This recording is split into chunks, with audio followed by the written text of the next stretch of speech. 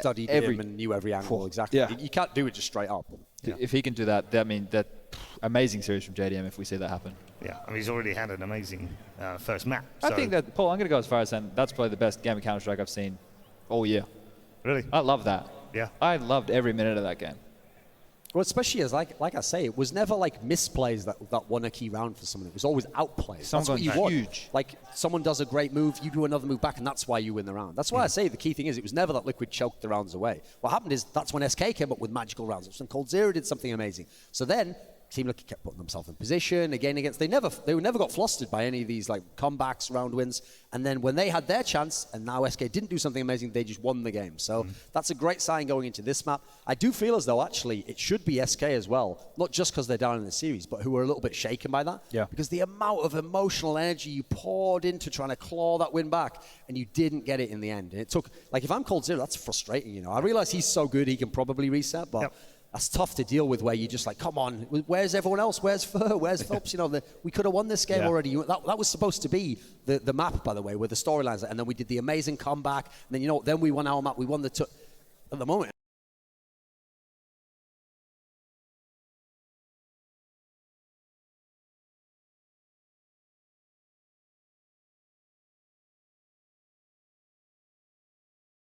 Do what SK does, though. This one off and then get the W. But time and time again, they pull back from these crazy scorelines where they look down and out, and then they just step up as a unit and they just get it done.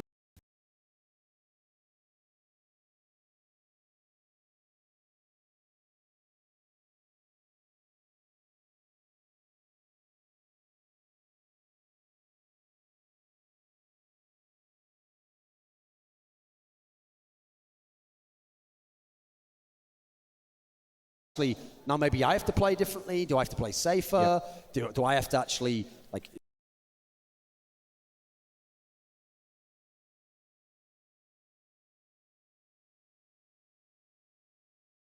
Sometimes you're in a crossfight. He's maybe not going to get that kill. That's not what you want. All right, good stuff. We're very excited. So we said Liquid needed Inferno to force Cobblestone. That means their chances on this probably not as good, but we did see a pretty incredible back and forth affair. Chad says the game of the year. I think that was, I agree. It was very exciting. Double overtime there, some amazing, heroic individual plays, and I'm sure we'll see more of that as we get into map number 2. Ladies and gentlemen, Team Liquid versus SK Gaming on Overpass. Double pistols, it's very rare, it's audacious, and we'll see if it works out for him as he heads towards Monster. His teammates will be with him as well, 2 of those, but it's SK going towards the connector for now. Phelps. Quickly, the dualies last time yielded 2 kills for Stanislaw. To start off the game, he played a tight choke point of the apartments on Inferno. This time he plays toward Monster. Unfortunately for him, everyone else on SK looks to be going back toward A. In fact, they're clearing the bathrooms first, with 2 players already occupying long. In terms of the setup, we have got 2 smokes, a couple of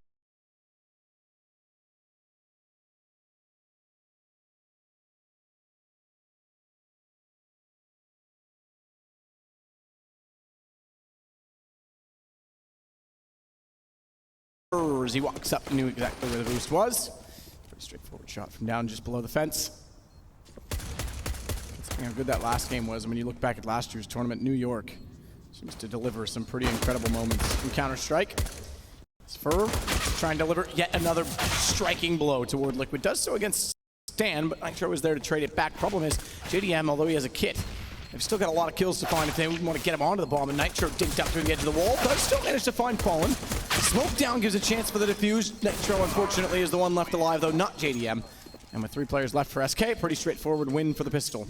Looking good, our SK Gaming, getting a lot of map control at the very start. Focused on the connector to begin, then got towards the bathrooms, long A as well, and we saw the full execution coming through. I feel like Liquid gave them a bit too much room to work with that. They went for the very passive boost in towards CT spawn, hoping at least find that opening shot. Whiffed a few bullets and then got completely wrecked close range by the Glock, and then that was the ASO open. That was the problem. At least had to find at least one to make that a realistic round for Team Liquid. They will not be forced spying into round number 2 here. Some upgraded pistols, some Deagles, some CZs. Twist does get body armor, but looking at it right now, this is going to be quite a simple round for SK Gaming. A bit of a blunder to give much more than a couple of kills away here. 3 UMPs, a Mac 10 for Ferb. Of course, he loves the lesser SMGs. And Taco on the AK-47. Smokeland's bathrooms. Tag for Fallen. Only one. Gets through the flames. And toward the smoke that kind of covers off. Where all of Team Liquid is, in fact. All of them hanging out like a group of girls go to the bathroom together. Just kidding, that's sexist. As Nitro takes back Phelps. It's Fur instead that will catch out Stanislaw. Liege and Nitro, the last two alive. Stack doesn't really yield much. A single kill on Phelps. Does get one more from Liege on the Deagle. Chances of going anywhere further with the round are pretty much diminished in the fact that the bomb has gone to B, and they're already pushing through the rotations at CT. It's Taco that should be able to catch off Liege if he even elects to go back that direction. Liege with just the Deagle here, bomb blast on the B bomb site. Not really much he can do. As I said, a couple of frags is about as good as it's going to get. And Liege with the aim punch can't do much more than that either. It will be Cloud9 to find the final frag. That wasn't the force by, remember, from Team Liquid. They still can get diffuse kits, incendiary smokes into the first gun round, along with the JDM AWP as well. And we think that's going to be the battle to track. It's been Cloud9 versus JDM. Battle of the star players for either side. JDM looks absolutely fantastic. On the CT side, AWP on Inferno. Hopefully they can replicate that form. I don't think they have a chance here on over. I feel like this is going to be SK's map and Cobblestone, and that's when we'll see another fantastic game. But I'd love to be proven wrong. If Liquid can rise to the occasion here and show us they have what it takes to go toe-to-toe with SK on a map like this, I'm more than happy to see it. Simple round, talk over this one. It will be 4 kills, make it 5 now for SK. As we get into the first gun round now. Team Liquid presumably bring out the AWP straight away. Nitro to buy the first one, throws it over to JDM though. He's got a good spawn as well, we'll follow him. JDM should be able to allow himself to get towards the top middle very quickly. Doesn't have to, but it's certainly an option. Now the fun begins. We get into the rifles. We get into an AWP for JDM, 2 MAC-10s, 2 UMPs. As SK try and capitalize early on the money.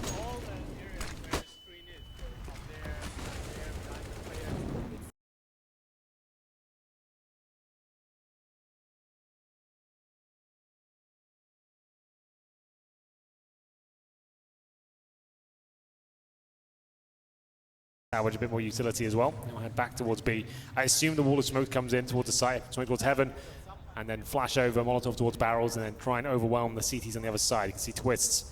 He holds Monster. He's in the open, exposed. Stanislaw looks towards short with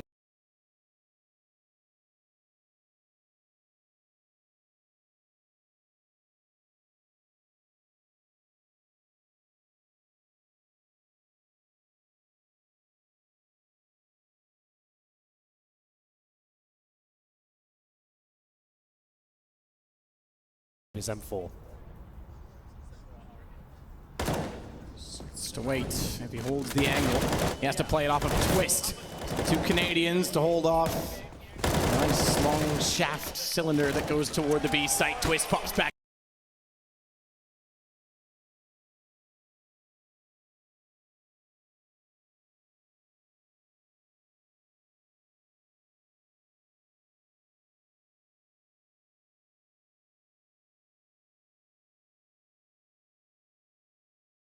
Out, takes down Taco and Phelps, but he's got company. Good response from JDM to keep Twist alive. And he gives Liquid round 1. That was always going to be a bit of a reach there for SK. Only 1 rifle and a saved SMGs. I didn't really see them having much of a chance there, but it's fine. They just want to... Zeus a weapon? Is the Zeus better than the No, it doesn't fire bullets. All right, so it's fair more. enough. I think that's more utility. Okay, all right, that's fair. That's interesting thought that it is utility. Either way. Bizzle. I hope it's a misbuy. Well, yeah, again, either way, he's got it, so he'll have to do what he can with it. Position himself in the exact same position between both that of Sandbags and the entrance from Monster. JDM's close enough by the AWP. Will be there, but Stan, if he runs around the corner, he may have 60 bullets. They're more like, I think, fingernails they'll shoot up and put inside there. Yeah. That's about all they really shoot. Yeah, that's true. Well, SK doing a good job, slowly but surely dissecting the map. And look at Elige. He's pushed out towards long. They haven't checked it at all, but Ferb ready and waiting. In the nick of time, he comes back and suspects that could be a possibility, and Elige drops. And there will be 30 seconds remaining. We'll end up towards the A side of the map from what I can see right now. Show a bit of presence towards B. They throw some Molotovs, flashbangs, and some smokes just to keep the rotations on that side of the map, and it's working, Matt. 3 CT players towards B. Nitro alone on the A side of the map. He's in that one and done position. Can he get anything here whatsoever? Phelps needs a check log. He might get one, but surely he gets shut down here. Just about. Phelps takes him, and that will be pretty much guaranteed round now, unless that Bizon goes absolutely wild. Well, the Bizon's trying to flank. It's not even trying to go give itself up. So if they wanted to save it, it's not the gun to save with. He needs to go and try and get exits. And then just get rid of it. We'll sneak in behind them. Bomb plant for SK. Elige now, by the way, has died twice toward bathrooms, this time without getting a single kill. Last time it was traded. But if he's going to be aggressive that much early on, they'll start to consider and predict. A Stan goes down, no surprise. That was quite nice from SK, getting that basic map control. Like we said, once again, towards long A and middle as Elige flanked towards long. He thought he had everything worked out. Got taken down by Fur, and then that was their call to actually go back towards B through the connector, throw smokes, Molotovs, flashbangs, hold the rotation that side of the map, and it worked so perfectly as well. Liquid kept 3 players towards B, hoping it would work out for them. They had not much to work with at all. And SK back towards the A side. Nitro alone at long. Gets 1 kill, but discovered by Phelps. And that will be quite a harsh reset for the CT side, but they do manage to force around it. It's 2 saved weapons and the AWP coming out as well, so it's not the end of the world. Keeping money relatively strong. This is going to be Sanistor Nitro down to just CZ this time, and Fallen. He's looking up for any aggressive play towards Shaw. JDM's coming in, but he nails the shot. 5-on-4 once again. Fallen looking lively today, I have to say. This is a big round. Liquid tried to make it work at the start. They had to try and be active and find frags at the very beginning. Looking to recover the AWP, the 2 pistols now, and they can't click E on it just about. It's Stanislaw, and it's going to be Paul in close range. Oh my goodness, shutting them down. The no-scope doesn't land, and it will be Nitro to find 1 kill, but that's all he'll get. If he had hit both of those, I would have been off the chair. Hit the floor, twist. He's going to go back toward the B site. Bomb's still down toward the tunnels. Even if he goes here, if he shuts them all down, Bomb can still go to the other side of the map. There's time enough. But either way, he's faced with the task of solo battling on the entrance. Elige gets the window just in time to give support. He's trying to get the 1 taps over top of the wall. Twist down, it's all to Elige. Good damage on the cold. He's on 4 HP. Doesn't need to reface, just stay alive. Molotov should be able to catch him out. It's the kill on Spray. Bomb has committed to this side of the map, even though the exchanges weren't exactly clean, but they'll get the kill in the end. And SK pick up a 6th round. Fur gets the extra money just for planting on his own. Well, so far, SK looking very comfortable here on the T side of Overpass. Hasn't lived up to the hype of the previous map, but another Rico now for Team Liquid. 4th in the previous. They're at 2nd state loss bonus. We need to get $1,900 per player right now. 2,400 into the next. Nothing really invested here. Will be P250s, a couple of those for Twist and Elige, and nothing really to work with at all. They'll have a little stack towards a connector, but smoked out of position. It will be Phelps to try and strike first. He needs to be careful not to graze green himself. Good HE grenade, should do some considerable damage. Not too much, actually. Just tickle Stanislaw a little bit there. And they'll fall back and wait for the smoke to subside before they go any further.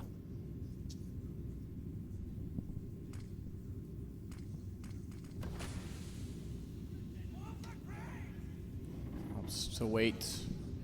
Pistols before Liquid. They won't stack bathrooms this time. They'll have 3 players there. But Stan and Elige to hold off. Inside of the stairwell. I love you too. Hey, he's mine. Oh, all right. Cold Zero is going to walk back out toward the party. There's not much to work for in this position. It's more Stan and Elige that can actually catch him off, because if he wants to try and push toward the bathroom position and they walk upstairs, he actually finds the boost instead. He would be pincered in, and an AK grabbed his save over at this point in time, but for the most part, Bomb heading toward B.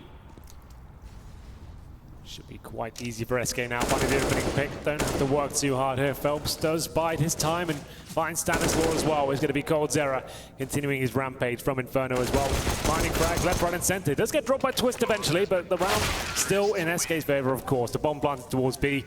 SK do manage to keep 4 players alive as well. Stanislaw, 0, 2, and 7. So His approach so far of dual elites, a Bison, and a couple of rifles here and there hasn't really worked out for him so far. He has had these sort of games where he just completely disappears on certain maps. We're still early days here. Give him the benefit of the doubt for now. JDM brings out the orb once again, but map, no kits, limited utility.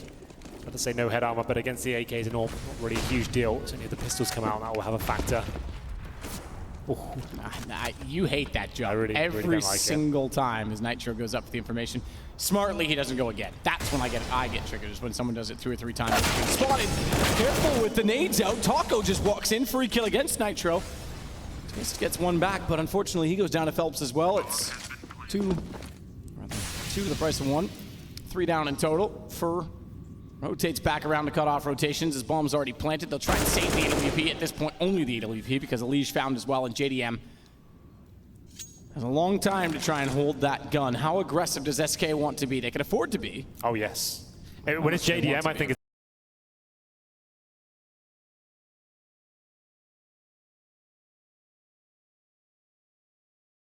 it's worth it. Because he can have the sort of power, like we saw in Inferno, to win rounds single-handedly. He was opening things up all over the place previously. They know where he is now.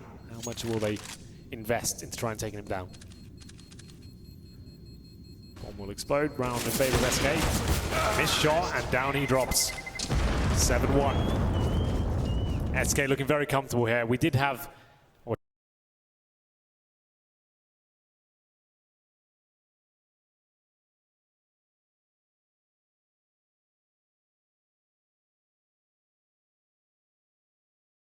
Chad was calling the Game of the Year map in the previous map, and this one not really living up to that sort of expectation right now.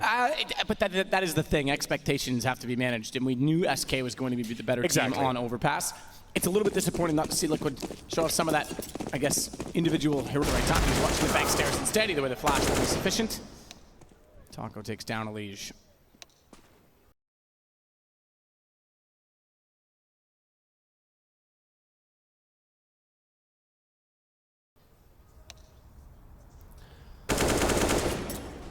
Easy round now for SK. Not really giving too much away. 1 kill received. Will we twist with the CZ? No armor. 1 flashbang to work with him. Bomb not planted yet, but there on it goes.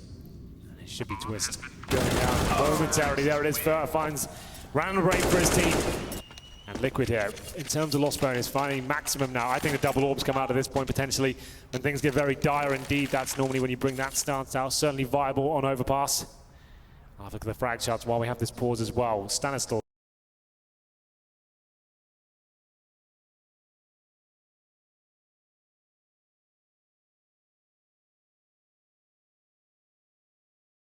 .09.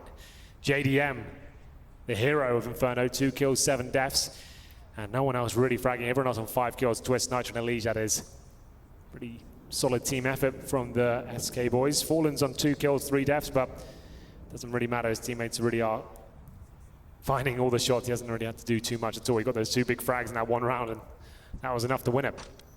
Zeus now giving the speech to rile up his troops and see if they can get some more on the board.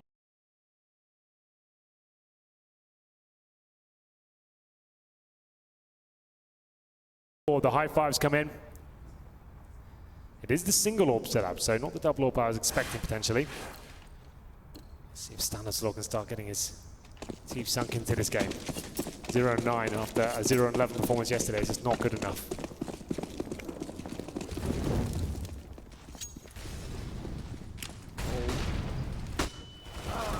There we go. Out. Stan, good find. His fur is the one, actually, excuse me, that was found. Cold instead goes back down toward the underpass position. It's Taco on entrance. He's been very good for Monster. Has to hit a shot, can't do it. Twist wins instead and gets away from the flames in time to survive. Molotov.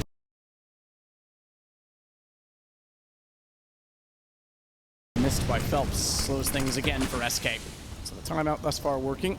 It's still ground to find. Good shoulder bait from Phelps. Gives him the read and waits for Twist. The bait in. Oh, if he'd sprayed down both, my goodness. How good it would have been, but bomb down. Nitro to the AK instead. And they just have to hold off the monster tunnel and the round theirs. Finally challenging our team Liquid. Actually looking for those first frags, sitting right back and giving full control to the map of SK Gaming. It was Stan who was boosting the connector, looking towards a short tunnel there. Took down the first pick, and then the round comes in their favor. Still, I guess a few more kills to find. It's a 4-on-2 situation. Bomb down though. Surely Fallen doesn't secure this for his teammates. I can't see a world of this works out. The no-scope actually landed. He can't find the kill, but it's a double. There we go for coldzera. Now he's got a situation he can win. The no-scope landing makes it matter because the spray is able to take out 2. Cold has time as well. 33 seconds. Bomb picked up after the exchange, and Stanislaus walking out to hunt him down. Cold, not quite ready for it. Good movement by Stan. Aggressive again. And Liquid do find their second round, but only keeping 2 players alive, and this creates a reset. Exciting stuff. coldzera managing to find a couple of kills there. Definitely keeps the money low. Lots of reset potential. You're right, the no-scope definitely helps out, but to be fair, it was a pretty solid kill regardless, and it will be CT's reinvesting now, obviously with the AWP of JDM. Twist down to the FaMAS. Lose this is that double eco territory for sure. Through the Molotov flames they go, not taking too much damage there the SK side. We have got aggressive play towards long this time. That will be Elige, and not messing around whatsoever. Towards the playground, he dings Fallen and drops him and his AWP. coldzera will recover it, but that's a lovely start to kick things off. That's what we wanted to see, Matt. Like I said, the lack of respect is getting in their faces and finding shots. And the problem is that Elige wanted to do so early. We mentioned it, the first 2 gun rounds, both times he went all the way around beyond the flower pot at long. T-sided flower pot, that is. This time he gets to the corner. Fallen's waiting for him, but he gets a much better shot. The op wasn't quick to react, so it's the start for Liquid that they need. They back off, they'll set for position. In fact, Elige stays out toward long at the corner. JDM has the option. He could stay toward the bathrooms with his AWP and look for a fast shot, or he could fall to the park sign and bait Elige in and still have a chance to swing and catch off the front of the site. And I think that that might be the better decision, given that if he misses one single shot toward bathrooms, he goes down, and he does that exactly that. So he's gone to the park sign. He now has a chance to play off Elige. Still with the advantage. 40 seconds remaining now. Liquid have realized they have to get in their faces. They can't allow SK to do exactly what they want here. It's Elige in the one-and-done position, but backed up by JDM with the smoke deployed. Puts a lot of pressure towards Elige, and that's the problem. JDM now flashed off, can't hit the shot, and Taco punishes him for it. That timing, he was perfectly positioned. He wanted to play off Elige, but he couldn't bait him in, and then all of a sudden the flash took him out of the equation on both sides of it, as Nitro only manages 1. He rotated over to help JDM as well and couldn't get the angle required fast enough. Stan tries to spray into the smoke. That just helps Cold find him sooner. That's going to be the round over, I'm afraid. Of Twist just with the FaMAS here, not really much to save. Double eco almost for sure here as we go 9-2. Save the FaMAS pretty much all he can really do here. Hope to find an AK-47 if someone walks into his crosshair. That's about as good as it's going to get. This time SK Gaming in the 5-on-4 situation. Getting up towards long once again. JDM flashed, couldn't find the shot. We needed at least 1 kill from him. Not really delivering so far here, Matt. He's going to be on still 2 kills, 8 deaths, JDM. Same story for Stanislaus as well. He's 2 for 10. After finding a couple of kills, actually put them on another round.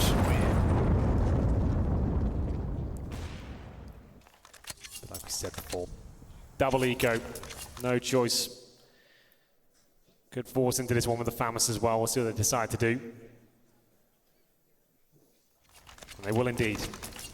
So, FaMAS, MP9, P250, CZ, Nitro picked up a second FaMAS as well. They would have been, like I said, double eco anyway, so might as well force up and see what they can do. So we enter round number 12 here. Should be another walk in the park for SK.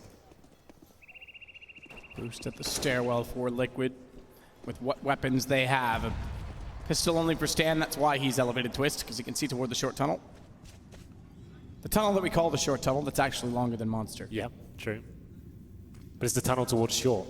It's true. You get it? It works out? I get it, Henry. It was... Why do you have to do that? It's very British of you. Wow. Excuse me. Stan tries to get aggressive. Twist does manage still to get 2 kills on the FaMAS. That's going to favor them ever so slightly moving forward, especially because Nitro has another gun, and they are with the pistols getting aggressive at long. Looking for it, has to back off, and smartly so. That keeps him alive and gets Elige killed. Nitro as well is going to step up, and then Elige is still pursuing. Fur needs to not take the battle with Elige. It's an MP9. It doesn't have distance, so go aggressive toward Nitro instead, and Nitro holds it off. The 1-2 punch, get a 3rd round Liquid. It's a threshold, number 3, because that avoids pistol loss immediately in the second half, but it's still a long way to go. Well, something to work with there. I didn't think they stood a chance there. The Leeds with the perfect flank coming in. It's the MP9 in the Famous to defend against the SK Executioner towards the B side. It looked like they had done enough, but still a massive round. We needed that from Liquid just to give us a game here at least as we enter round number 13. CT's looking for the first kills. JDM certainly looking lively. As we said, he's dropped off significantly in terms of impact here on Overpass. Solid default from SK. Helps patrols towards a connector. Everyone else looking towards long A middle for any sort of CT plays that might lend themselves to the opening frag. Like we saw from Mirage, pushing around, but watches it like a hawk. Fallen this time investigates towards middle. Make sure no one gets to that party area. Drops the bomb just in case he goes down. Smoke towards the path mentions. There's a little bit of room to work with there. JDM caught by Fallen though, because he wanted to peek out and get information toward the stairs. And Liege left alone therefore inside of the bathrooms. Boost at B over the wall with Twist to support means Liege is very, very alone on the A side of the map. I'm gonna rush in toward the bathroom. If they don't check this side, which naturally they will, he's got a chance, and Fur beats him on the spray down. It's the headshot from the AK that outduels the M4. In fact, the M4 hardly made contact with Fur. To be fair, Stan rotates early. He's the first on the site. No chance to spot shoulders, yet does get one early. That brings Nitro back into it. As Twist gets into the one and done spot, Nitro still baiting shots out, and Twist goes aggressive. That's gonna drop the bomb, gives them yet another chance as the trade comes from Nitro. But it's a 1 versus 1 on 28 shoulder spotted. Smart not to retaste the duel, but it's Taco that goes aggressive instead. That's absolutely massive there. SK, and look, that round is about to fall apart as well, as they had such a clean run at the bomb site. Nice crossfires and reaction plays from the CT. They actually brought it down to the 1v1. Taka, not known as the most solid fragger on the SK side, manages to outduel the final player on the CT side, and it has to be forced by again from Liquid. They can't afford to let anything else slip by. Deagles, 5-7 CZs, armor as well. A B stack from what I can see. 4 players towards this side of the map. And it'll be Stanislaw showing presence as middle as well. Goes down to 70 HP. Lucky to still be alive. It's SK looking for 12-3 to finish out the first half here. Looking likely to do so, but they have slipped up against some very awkward buys at the CTs.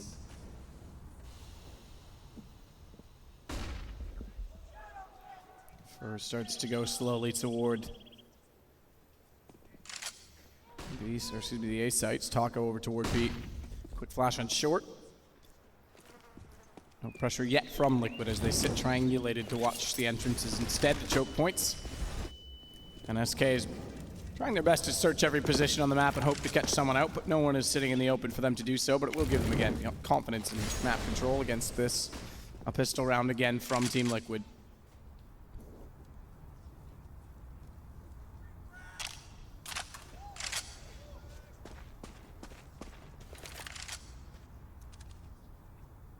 Well, once again, long A control and middle as well to work with here. The smoke's available. It will just be the A finish and hoping to stay together and refrag. But all 5 players for Liquid are ready and waiting with the pistols. This could be a round they could win. Mark my words, they can do this with the CZ and Deagles. Nitro allows them to peek. Get Stan 1 kill as well, but Cold gets him back. Nitro still in the corner. He's got problems because his teammate's going down. He's got nowhere to hide from Fallen. He just has nowhere to go but death. 11th round, SK. Liquid, without much money still to fight in round 15, will buy up the MP9s, UMPs, and various pistols to try desperately to get a 4th round on the board. Remember, it was 11-4 in the first game at halftime that SK pulled back. Now, mind you, that was going back over to another map, to a CT side that was favored. This time, they're going over to the CT side with 11 rounds already. Yeah, it's not looking good. It feels like SK have got this one tied up. We will be going to Cobblestone, especially with this final round buy of the first half. A couple of kills coming forward. It will be Fur and Stanislaw trading frags. 4-4 with a UMP picked up. They can't quite find the AK-47 on the CT side just yet.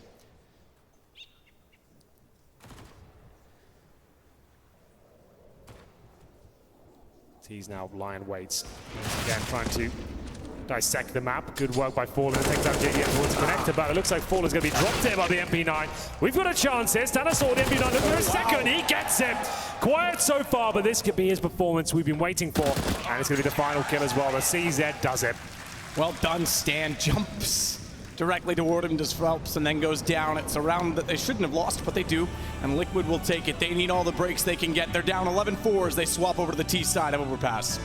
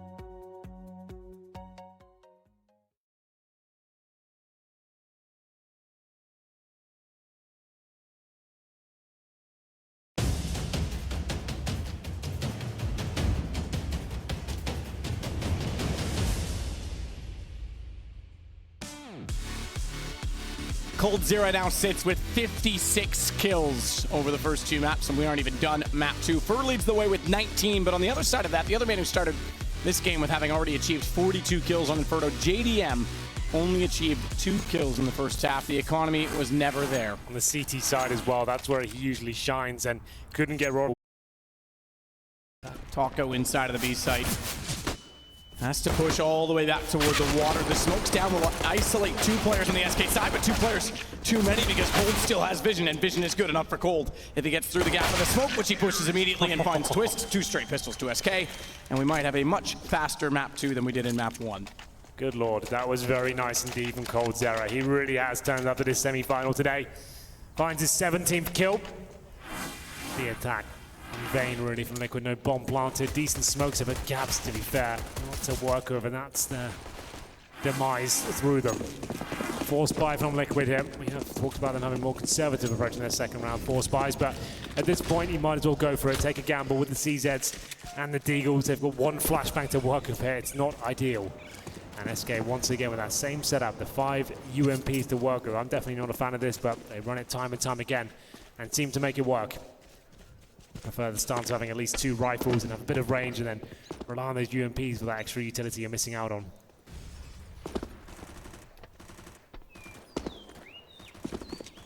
JDM and Nitro to check positions. Clear out the corner, does Nitro, and then falls inside of the site. Stam with the pre-fire inside of the smoke has fallen, readies himself as a result of it. In fact, he may even try and take advantage of the fact that they pre-fired that smoke and go inside of it. He thinks better of it instead, stays forward at the garbage cans, the deposit, because Fur can back him up and he can control his position accordingly. Will be the UMP. He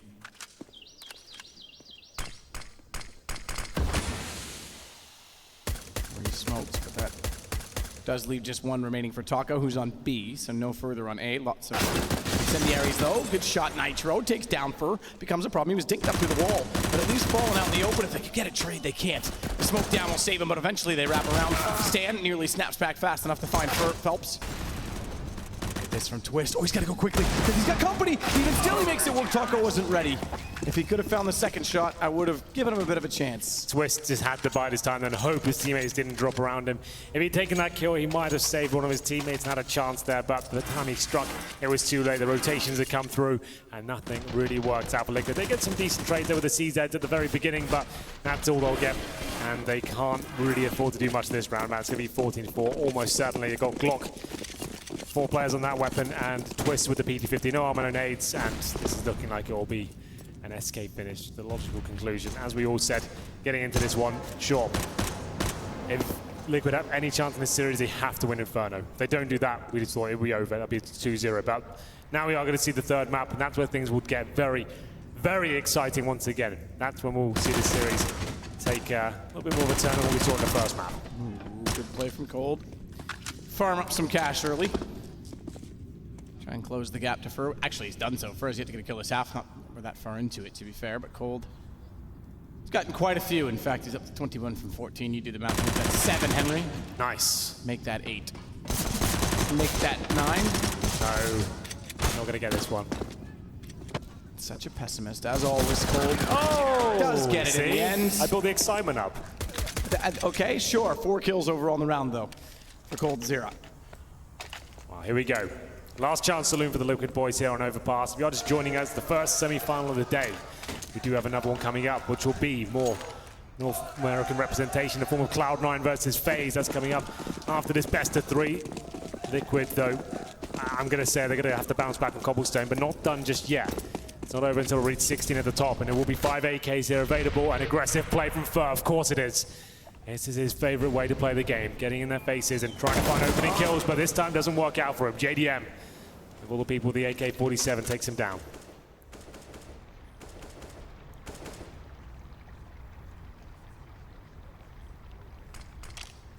Stand backs off for smoke. By Cold and Taco.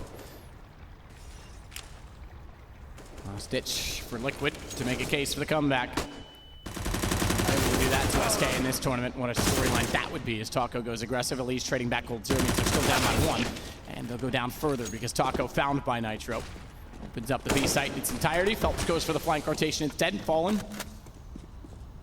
Thinks about going all the way in. Doesn't even go toward the window. Takes the M4. Nearly gets the lineup on 2 of them. Still doing decent damage. As Nitro gets tagged down to 17. He's forced off by the Molotov. Phelps not even going to go back through the bottom stairwell towards short. He's going to go all the way around that T-spawn, and they'll try and pincer them in and get exit kills at this point in time. They've got a substantial lead. They don't need to force issues to win rounds. They just need to keep the economy low on Liquid's side. Yeah, save these 2 weapons, give the M4s over to your fallen comrades so you can actually buy up the AWP. This is always what we call a bonus situation. Keep Liquid modest as well by finding kills as they retreat from the bomb site there. There's Phelps taking down Nitro. It will be the first gun round going in favor of Liquid, but the game really begins in the second half when Fallen brings out the AWP. And we'll see that come out almost certainly into the next round. And if Liquid can negate that, maybe we still have a game on our hands here on Overpass. 2 players do survive, and 3 for Liquid.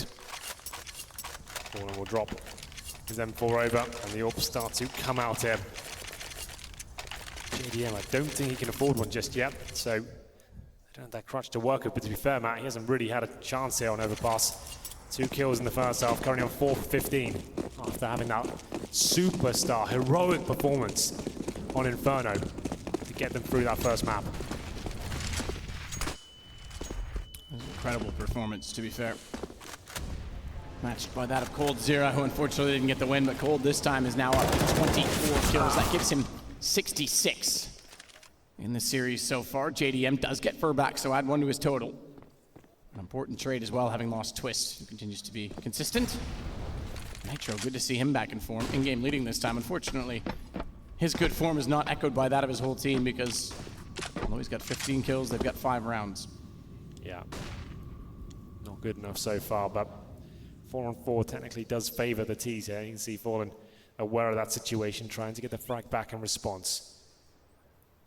Teammate to his right. To be Phelps, but might not even need him. Nice shot, takes down JDM. They take the advantage once again. That's the bomb dropped.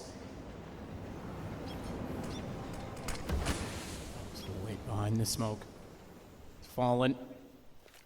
Waits with the AWP. Nitro as well with Elige. We'll get ready to smoke off. Stan is well removed from all of this. And it lends to be peculiar because if Stan's hope is to force and lurk on the rotations, he's got a problem because they are aggressive at the bathrooms as Phelps goes through and SK surrounds the bomb. Stan has no say in the argument. This goes to map point. Yeah, this is an unwinnable round, unfortunately, for Stanislaw. Nice work by Phelps, though. That's very aggressive, pushing for the smoke with that one flashbang. Finds two of them. Locates the bomb, 10 seconds remaining, and Stan needs to make sure he survives here.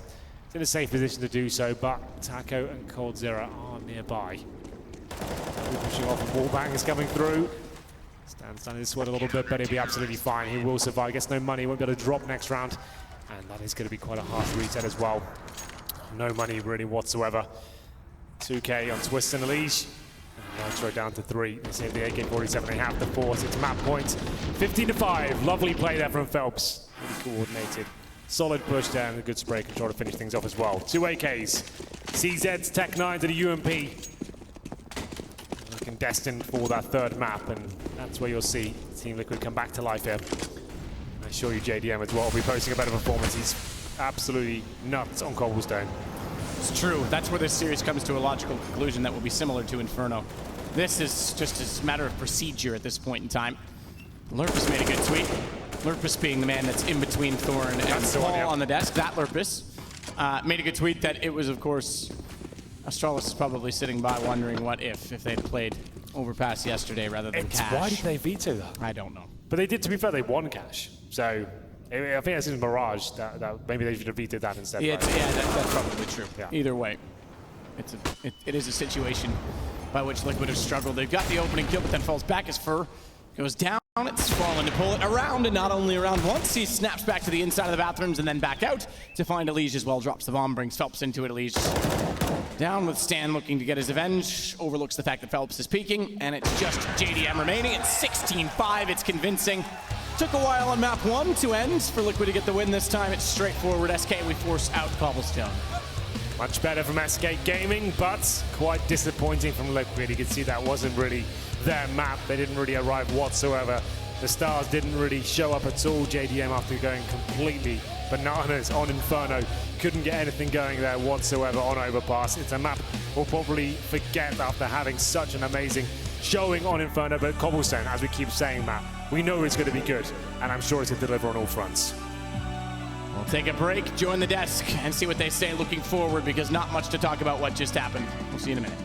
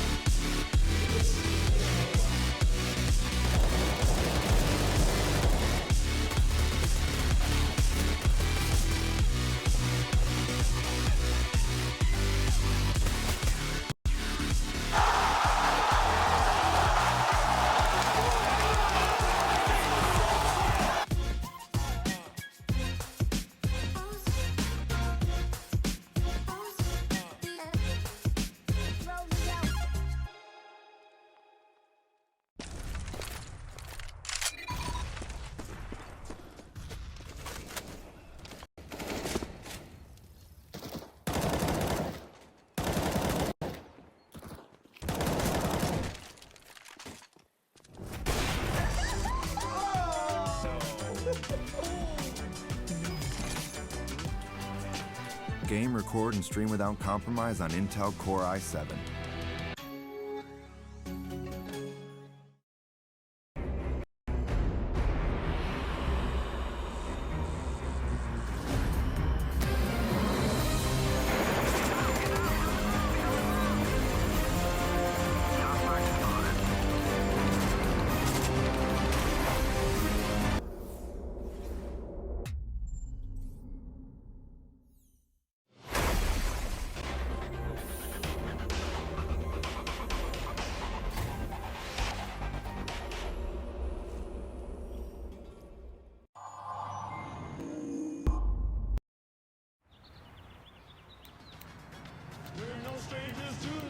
Whoa, that's amazing.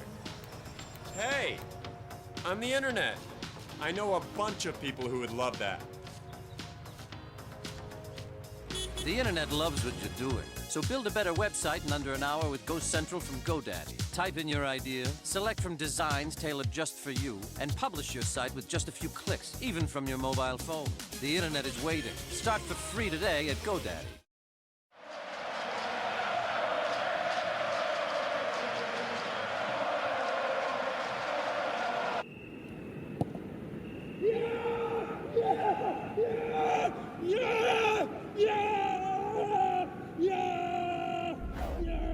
Start your esports career now at play.eslgaming.com.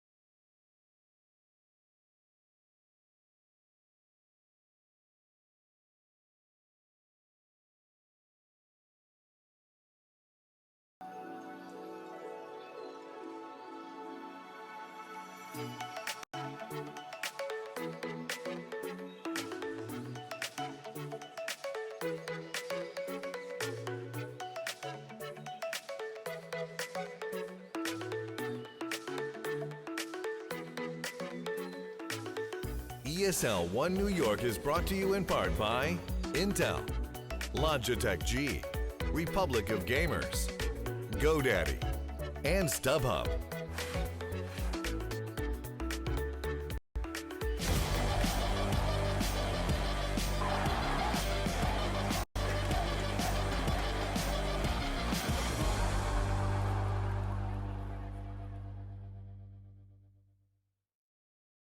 The GoDaddy Post-Match Breakdown.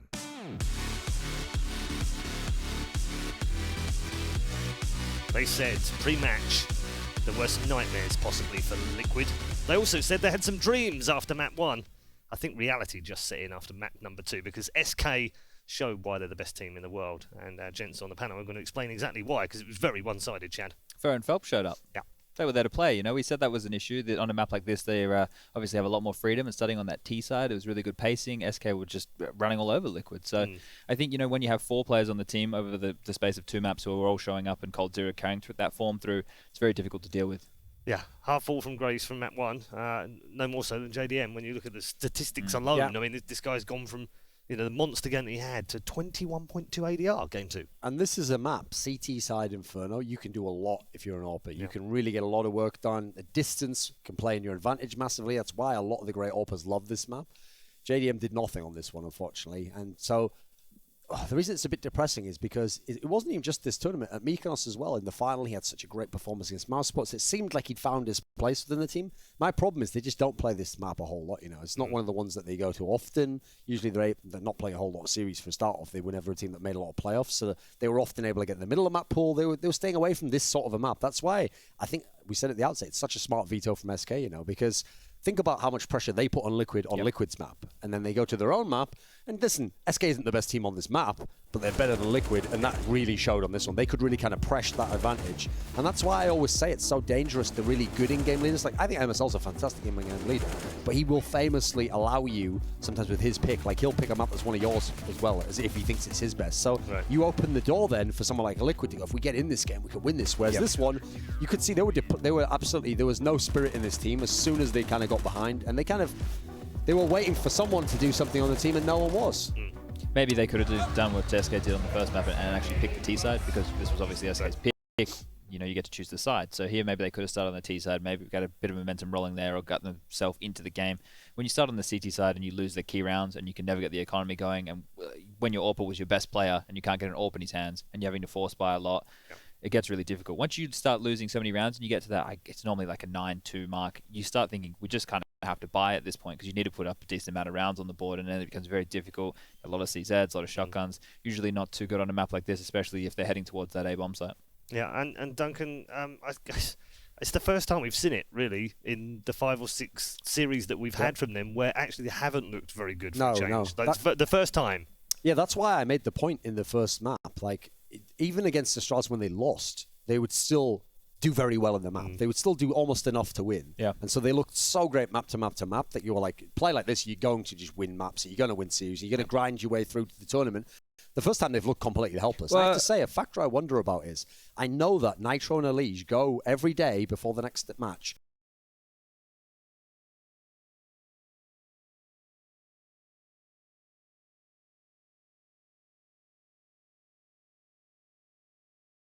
We are saying that this is the first time we've seen them look helpless, right? But we did see them get blown out by VP on Nuke, right? VP made but I think that was more VP, though, wasn't VP played a very good T side, I mean, right? Pasha tweeted out afterwards, can you run a tournament with only Nuke in the map pool? Yeah, sure, but they still didn't look good, right? Sure. And this is kind of a similar thing, because in the past, this has been one of SK's best maps, definitely in the top 2, right? Sure, yes. So going into the third, it's not like over and done for Liquid, because we've seen them bounce back from being down in such, like, to having a horrible loss, and that was definitely one of them right there. So there is hope on Cobble, and it is a map, you know, where I think that they have key players in key areas, like Elige holding the B platform is super powerful, this squad. Cold Zero, quick mention for the boy wonder again. 66 for 33 over the 2 games. Love to see it. Insane. Again. It looked like a running out of superlatives, really, for talking about how good I mean, it's really a toss-up between him and Simple right now. It's the best player in the world. Yeah, well, the thing is, as well, Cold Zero was one of the reasons why they had the dip as well. Like, he never was bad. Like, he was never like Fur, where he was misplaying. He just had slightly lower numbers, and because we've actually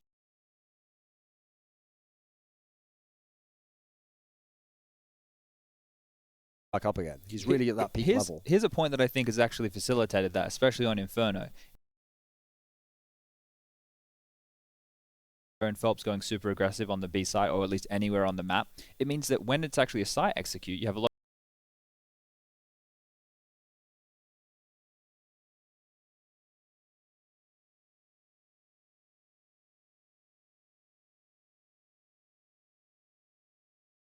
of your numbers alive, and Cold Zero plays off his teammates so well. He plays off Taco. Like, if you don't have Taco, you don't have this Cold Zero. I think that's fair.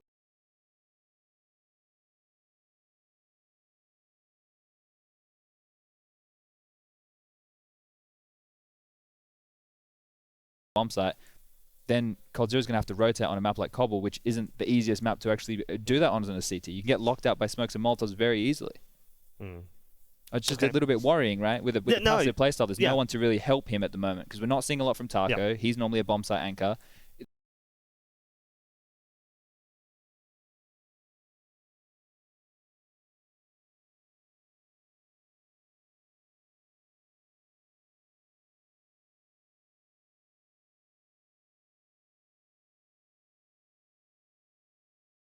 There's no one else who is doing Fallen, obviously, but he's actually being on the CT side the most aggressive.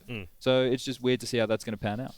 Okay, I'm going to get more from both of you in just a moment, of course. We've had a few tweets going out, obviously, over the weekend, one of which was from Pansy.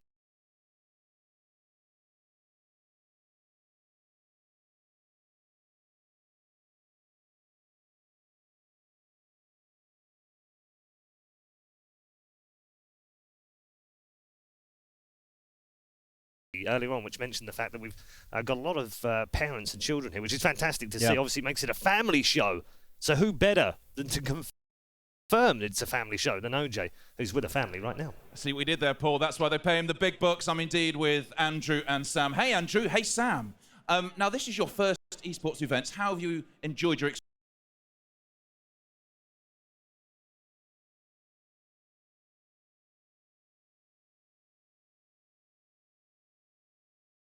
experience here at the Barclays Center so far, Andrew?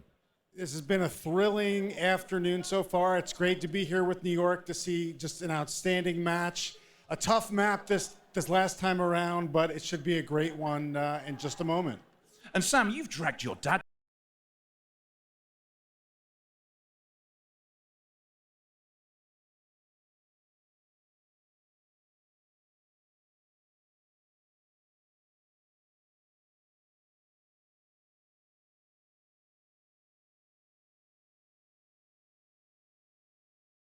to this event. What did you have to say to him to bring him along?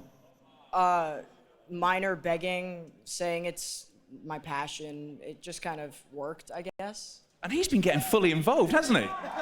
Yeah, he signed up for HLTV. He was following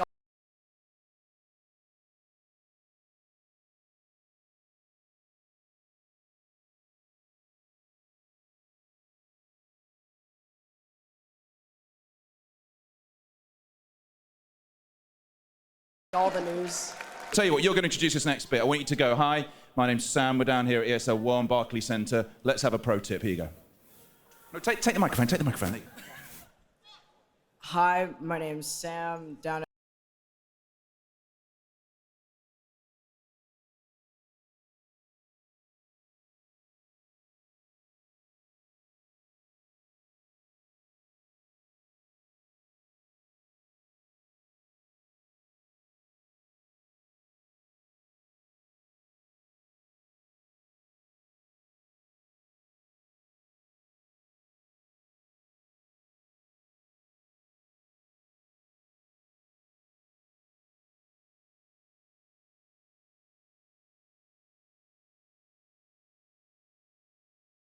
at ESL 1 New York in the Barclays Center. Don't hold drop with an all. No, say we're now going to watch a pro tip. We're going to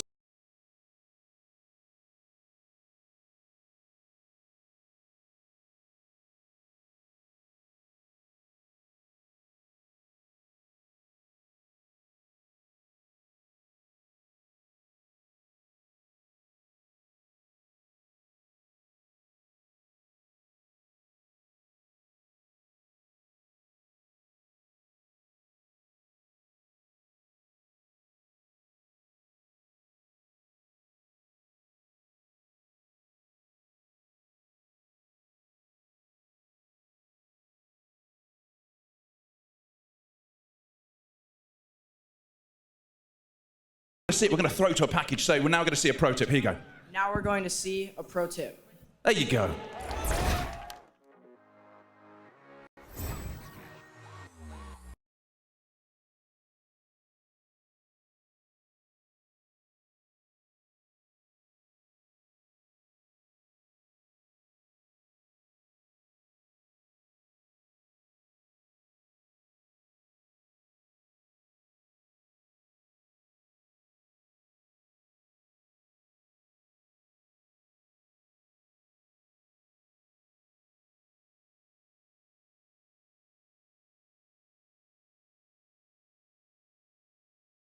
And I think they were just saving energy, you know, conserving themselves for the third and final map. JDM is like, you know what, we can't win this one. I'm going to save my monstrous performance for the third map to close it out. I can confirm Liquid have won the ninth round as well. So they'll be starting the CT side, that's where they prefer to play.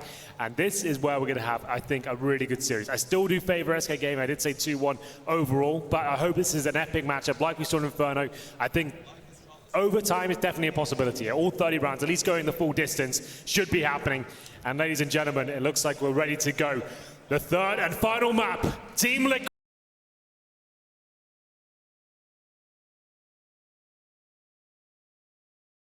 versus SK Gaming. Let's make some noise. Liquid, like I said, on the CT side, and SK will be buying up on the T side. Surely no more dual elites, Matt. That can't be a thing anymore. Come on, I want them. You like that? Yeah, I want them all. Well, he Bring me the doesn't. dualies. He doesn't buy them. It will be standard law with the default USP. One smoke available for SK here and a fast approach towards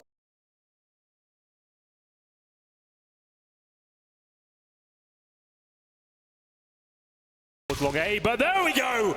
A lead to the first shot. He managed to take down Phelps. One bullet is all it takes, and he'll fall back right towards the bomb site.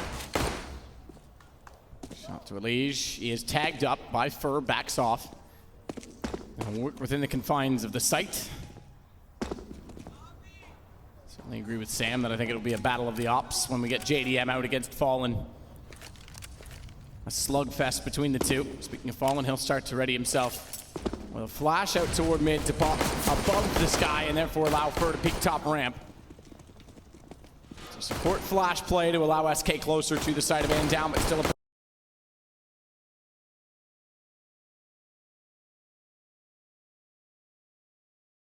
approaching bomb's gonna go back around though and hit Fallen's hands. Fur smoke down to the door. He wants to sit to take battles, but he could have pushed through the smoke and actually taken over Connector. I'm not sure which would have been the better result because taking Connector to hold off all the rotations might have been better off given that the bomb is now alone and left inside of the drop. Fallen with just a Glock to work with. Not really much he can do here, I'm afraid. The damage has been done. 4 frags picked up for Liquid. Fallen has got the bomb. If he gets that down, I'll be impressed. He might as well hope that a CT makes a mistake. Walks into his crosser at this point. He holds towards the drop-down window here. CT's holding strong, though. They don't want to give anything up. They know they've won this round. Give him an inch, he's going to take a mile. He's that sort of player. Hoping to get something going here. Drops down silently. That's something to prove. If he can get his 1 frag, that helps him out. $3 for an AWP. It's going to be very valuable indeed, but time ticking away now. It's towards the balcony. That's got some room to work with here, but there it is. Just being spotted, and that should be it. Taken down any second. Goes for a desperate plant here. Surely this doesn't go down there, Matt. Harheist, even better. Stanislaw gets it with a denial with a knife. $1,500 for him. No extra money for SK. Sorry, Fallen. That's definitely worth it, right? Because you deny the plant, and even if he doesn't, and he goes to kill you, he gets no money if he survives, right? So that's definitely worth going for that knife kill. That's actually really smart by Stan to take that one down. Time to perfection as well. Both of them going for it. Trying it, yeah. That was a mutual agreement. So yeah, that worked. Even if he kills both of you, he gets no money into the next round, so it's definitely worth it. Well, Stan with the knife. Liquid with the early lead. That Elige opening shot towards long A as well. That's beautiful. It will be the force bite from SK in the second round. Just to point out, the bomb did not go down. Fallen. Going with that Inspector Gadget play. He's got the smoke, the flashbangs, the Molotov. No armor to work with. Cold Zero works with Phelps. Nitro and Stan will sit inside of the site and direct with a crossfire established. Nitro has just the MP9, yet giving himself some range to work with from the APC all the way out to the long corner. Either way, attention turns to B. JDM, Elige, Twist, and JDM near a broken wall, playing up close as the UMP to farm cash, as we want to get him out of the AWP as soon as possible. That bomb going down as soon as possible. Should be 2 rounds from now when SK will try and do the same. No armor bought for Fallen to try and allow him to be able to do so as well. Twist, found by Fur, fast entry. Forget about 2 rounds from now if they can't hold off the defensive side this time because JDM gets one back, but Taco and Phelps add to the totals, and SK are in position to steal the round away as they go for the bomb plant. Long range Nitro still with the MP9, and a smoke in front of the M4 means Stan cannot walk into the site quite so easily. So working out now for SK Gaming. Bomb planted. There is a kid available. It's in the back pocket of Nitro, though. Stanislaw with the M4. After getting that knife kill, he has got the firepower to work with it. 2 incendiaries as well, but time's ticking away. Team Liquid need the frags. They need them fast, but it's Phelps to strike first. Takes down Stan. That's the M4 going down, and presumably the dream of this round for Liquid as well. Nitro finds one and looks to just save the M4 at this point. Great bounce back from SK Gaming. Not many teams can replicate that sort of form so consistently. After losing the pistol, force buying into the second, a couple of smokes and flashbangs, that's all it requires. And they managed to take the round away there. Only one player survives, that's going to be Fallen, but job done. Nitro saves the M4, takes 3 kills from him as well, so if they are going to force up, which they probably will, he can drop a FAMAS for a teammate. Now we've got a game on our hands here, Matt. This is, like I said, I expect this one to go all 30 rounds here. The FAMAS is drops, the force buy comes in for the North American side. CZ's 5-7s, and Nitro's M4. Is it enough to hold off the SK Gaming AK-47s? So around stolen guns up early. Elysian Nitro to buy all they can. Awkward situation to be in, CT side especially. It's fine if the T's win pistol and lose it. I shouldn't say fine, it's never fine, but it's a better situation because things are cheaper, it's easier to build up money with bomb plants. CTs are now in a very precarious situation. And it's all in on Elysian Nitro.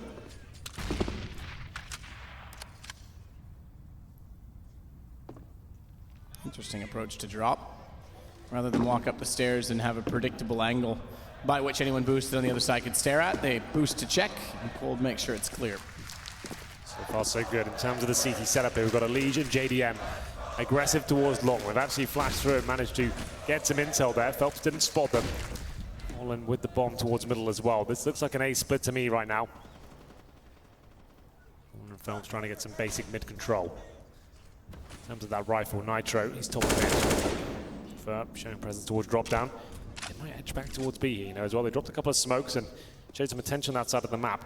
There's only Stanislaw inside the B bomb site here. If he goes down, that's round over. Taco trying to find him, knows at least where he is. Can't get bullets to get detection the same way as eyes have. Now they will. Taco takes Stan's head clean off, and Fur walks in from drop. One more player behind the rock. Didn't see it. Did Fur, and that is the rifle, the M4 for Nitro. So free kill for him, leaves him with good HP, which is very significant because he has to get as many kills as possible without any damage going his way. His tag down to 49, but it's JDM instead that gets the shot on Cold. They still have a shout in the round. 2 rifles versus 2 players make it 1. Elige strikes back to Phelps. The all-in on the rifles combining for exactly what they need as Elige closes on Fallen. Very good job there from Elige. Same story for Nitro as well. He's got the only M4 to work with, but slowly but surely the frags start to fall apart from SK Gaming. Default at the start, executing towards B. They got that opening shot, but a ton of damage was inflicted by Stanislaw. And as soon as the retake begun, it seemed like Liquid had a firm grasp on the situation, and SK's crossfires just weren't good enough. And there it is, a rare smile from Elige. As we enter round number 4, they've got 3 AK-47s. This is looking very promising now. Is the force buy coming in once again? Or does SK Gaming give in? This was the flank from Elige with that FAMAS, time to perfection as well, taking down Phelps and Fallen. A timeout here, Matt, early on. Very early on, but they'll use it.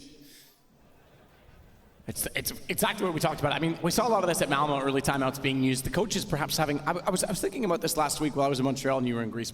I think maybe one of the reasons we saw timeouts so much earlier was that the coaches could actually request for one because they could talk. They didn't have to wait for their players to call it to get their voices heard. So we saw a lot of early ones. I don't know if that's what to do with it or not. This time, SK is going to take it. We know the situation of money going back and forth this early is tough to be in, and SK knows T-sided rounds are going to be absolutely pivotal for a victory on this map.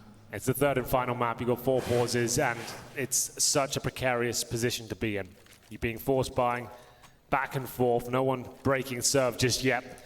And will be SK trying to do just that now with the Galils out, CZs, UMPs as well, tackle with the Deagle, but Liquid so well equipped this time. They've got their own AK-47. 3 of those on the CT side is so beneficial, means you can afford to take more aggressive angles, hold tighter angles to manage to find opening kills with just the one-tap potential of the AK instead of needing double dinks with the M4.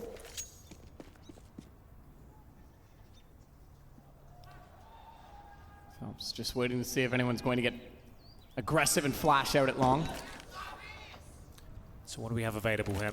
SK will be going for basic long A control. In terms of the execution, where it looks likely to finish up towards the A side of the map, smoking connector. In front of the bomb site as well, flash over, Molotov towards the balcony. Hope you can trade frag to the CT's waiting on the other side. So far, so good. It's a passive hold from Nitro and Stanislaw. Taco showing presence towards drop down, just trying to keep players on that side of the map at least. Here come the smokes I mentioned. Towards stable they go.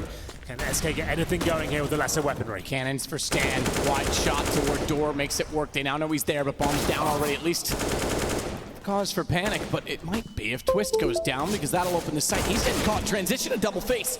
Puts himself in a rough position to try and be secured and have an angle. As JDM smoked off, has to back away and allow Elige closer on the flank, and Taco's already searching for him. This could be a round stolen back. So the timeout call and the force buy.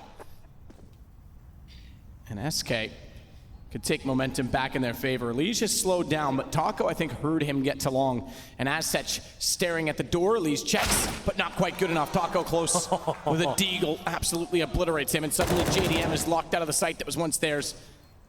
And taken back. No HP on 2, he doesn't even fancy it. Backs out, it's gonna go 2-2, SK respond, and one gun saved for JDM. This is going to be one of those games where everyone's going to find success in the force buy. This time it's SK managing to salvage AKs once again. Coldzera the Galil, Fallen, very nice job there. Taco with a stellar deagle headshot towards the danger area. JDM does save the M4, and that suggests they probably will come back with a force buy themselves. They've got 4K on Elige. He can buy up the M4 as well. Pistols available, but this could be a massive problem for Liquid. As you mentioned, it's easier to force buy on the terrorist side. If you keep doing that to the CD side, it could cost you the game because you keep force buying, you never establish yourself, and sure, even if you win rounds, you're never going to get that all power, and it's going to take one reset for you to get yourself in financial turmoil. They do force buy fully. Elige, Nitro with the M4s, JDM and Stanislaw on pistols, Twists. He's got that submachine gun to work with. They've got one defuse kit and a little bit of utility. It'll be another default round from the SK side. Focus from the CTs towards the B side, especially the upper platform. Elige, Stanislaw and JDM on the platform steps right now, trying to potentially go for some upper control here by smoking off the entrance and maybe trying to isolate any T's on the other side. Molotov holds off for a little bit longer. When he had a teammate flash down, he had the nade at the ready, but now throws it in, gets ready to pounce.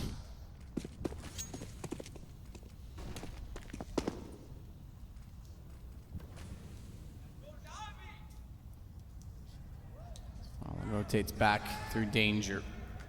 It's a lead off toward B early from Team Liquid. Twist is in a position to rotate back, but it's Nitro alone. Indeed. This is the force buy, remember. 2 flashbangs to hold off SK now with 45 seconds remaining. Elige and JDM still with the upper platform control. Fer and Coldzera know it as well, waiting for them to either push or flash them back off. Phelps flashed in middle. This will be a B-side finish. SK have got some of those deadly executions in the game on this map. I'm not sure Liquid have got the firepower to hold one of those off right now. Flash is over. On to B, and a flood toward the gates. Elige inside a cubby. He's Molotov off, but still fights in the flames. It's Phelps that eventually puts him down, so good 1-for-1. And then a lineup from pistols as Phelps gets 2 more. So they could manage to get a single kill to drop the bomb, but Phelps is still in the disadvantage. The one thing that saves him is that they have to rotate over. They've made it inside of the site early. Nitro had it. Nitro had the lineup and stopped firing. 2 HP there for Phelps, puts it down, and nearly got the AK drawn again. But a response once more. No one has won back-to-back rounds yet this game. This is absolutely crazy. It can be very frustrating, especially on the CT side. Like we said, you just don't have a chance to get yourself fully equipped here, but they're still winning rounds with the force buy as Elige somehow gets a kill after getting Molotov in that position, and then he takes enough aggro away for his teammates with the CZ and UMPs to leave Phelps in a very difficult procedure there. 2 versus 1, 10 seconds remaining. He's lucky to even get the bomb down there. That gives SK another chance to plant and buy up. 3 AK-47s, CZ's deagles, not too bad actually. They've got a bit of utility to work with as well. 3-2. Haven't really seen a full gun run as of yet. There's force by Mania. Coldzera boosted up this time. That's towards upper B. And Stanislaw holds towards danger. There is a smoke and a terrorist within it. Phelps offers himself up a free there. Took a chance and gets punished for it. 5-on-4. Could be the first time we've seen 2 rounds in a row. We're at number 6 right now.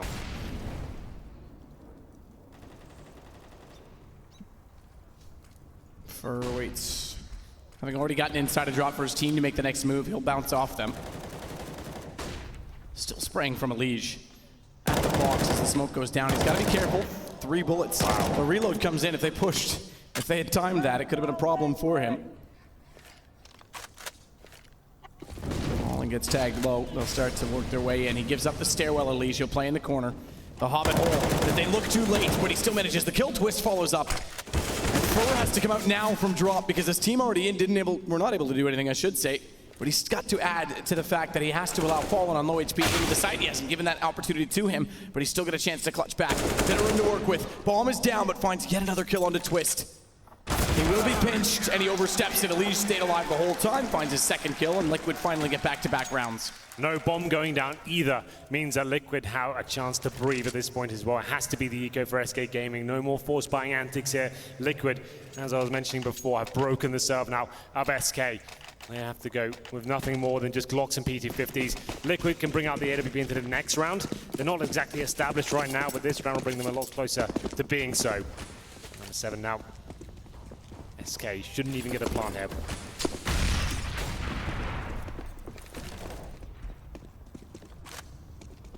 Stands time as well, because one player already went by, so SK.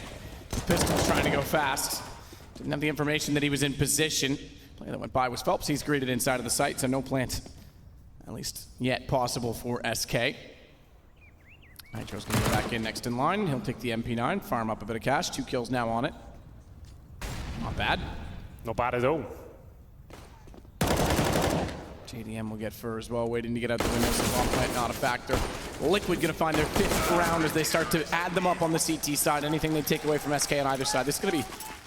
Yes, Liquid's very good on CT side, but this will be a game that goes both ways. This will be a brawl the whole way through. It's looking very good for Liquid, I have to say. This is a great performance so far. I did say that CT side could be strong. They've won the knife. This is where they want to be. Orp not coming out just yet, but that's fine. They're just trying to rack up the cash, not throw anything away. That was a clean sweep for them, so it's going to be Nitro sticking on the MP9. JDM will go to the AWP as soon as he can, as soon as he loses the M4, as soon as he can drop it to a teammate. Just don't want to sacrifice any cash just yet. SK Gaming this side, focusing towards middle. 4 players on this side of the map. Stan and Nitro to defend. Wallbangs coming through, but no damage inflicted just yet. Taco, once again, holds towards drop down, making sure no one boosts up or flanks behind them. Phelps will begin the procedure. No flashbangs required, apparently. Made to the face, but not too much damage inflicted. Stan backs off. Nitro goes with him. They'll play this together inside of the site. Twist already considering looking back over toward B as they do so, because he doesn't need to be there. They don't need to stack up A just yet, even with contact made. There's no indication they will rush the site. Well, SK have at least bullied Liquid off long A. That's always the first objective in these defaults. Take vision away from the CTs, make them use their utility and feel uncomfortable in this side of the map. Potentially force a rotation from B, at least towards a connector. And the CTs now have to work out what the next move is from SK. Phelps makes his way towards the end of the game. This is quite standard for SK. Leave Phelps in this position. He shows presence, sometimes goes to the flanks, but he has been dinked in the process as well. Can be a little bit overzealous in this sort of position, but his teammate's coming out towards middle now. It's a good flash from Nitro. Only got the MP9 though. That's damage. Can he get any frags? Apparently not. First takes him down. Hold the next to get up toward the site. He's going to try and get an angle. It's Fallen instead that finds Stanislaw. As they wrap him behind the murder hole, JDM is locked out from it because the smokes will go down. He'll have to concede once more. And a response from SK Gaming. They go 5-3. Another round. And the money on Liquid's side is decent enough that with the single save, they can force around it. Despite only going to be able to get $1,400 from the loss. Important, however, that SK keeps 4 players alive because they themselves only on 3 digits are about to win 1 after 3. And it'll buy them potentially another round afterwards. So this is the first time we start to see anyone be able to sort of stretch the economy or break the other team down yet again after all the exchanges we had early on, to be fair. Searching as best they can for JDM. Fur's going all the way around toward the spawn. Phelps gets close to the backside of the B tunnels, but it should be long enough. I don't think Fur's going to quite get there. It's a good round by SK, but things are about to become a lot harder for them because Liquid will presumably bring out the AWP now. We'll see whether that comes into fruition. It was a good flashbang by Nitro. He read it very well, but as we mentioned, they only had the MP9 to defend, and Fallen, he'll love that. He capitalizes, hits some stellar shots there. And here we go, the JDM AWP comes out. We'll see where he decides to go. Normally holding towards the chicken coop at the back of B, that's his chosen position. But sometimes on the statue in the B-bomb side as well.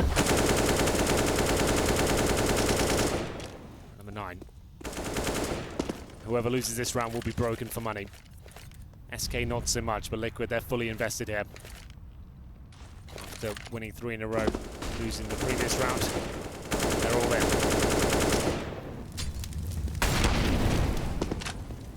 Molotov lands, forces Fur back. So deep Molotov from the CT side. Smokes meanwhile for Phelps as he wants to cover long corner. Stan is not out there. In fact, he's down below. And with JDM getting more aggressive toward the B stairs where Lige has been playing. It's interesting to see his boost being more supportive to Twist to watch his drop, but it's A. Rotations will have to head toward as Stan realizes now with utility in front of him, he's likely got company. He's actually pushed through Stan. Thought of it. That was a bold play considering that 4 players were on the other side of the smoke.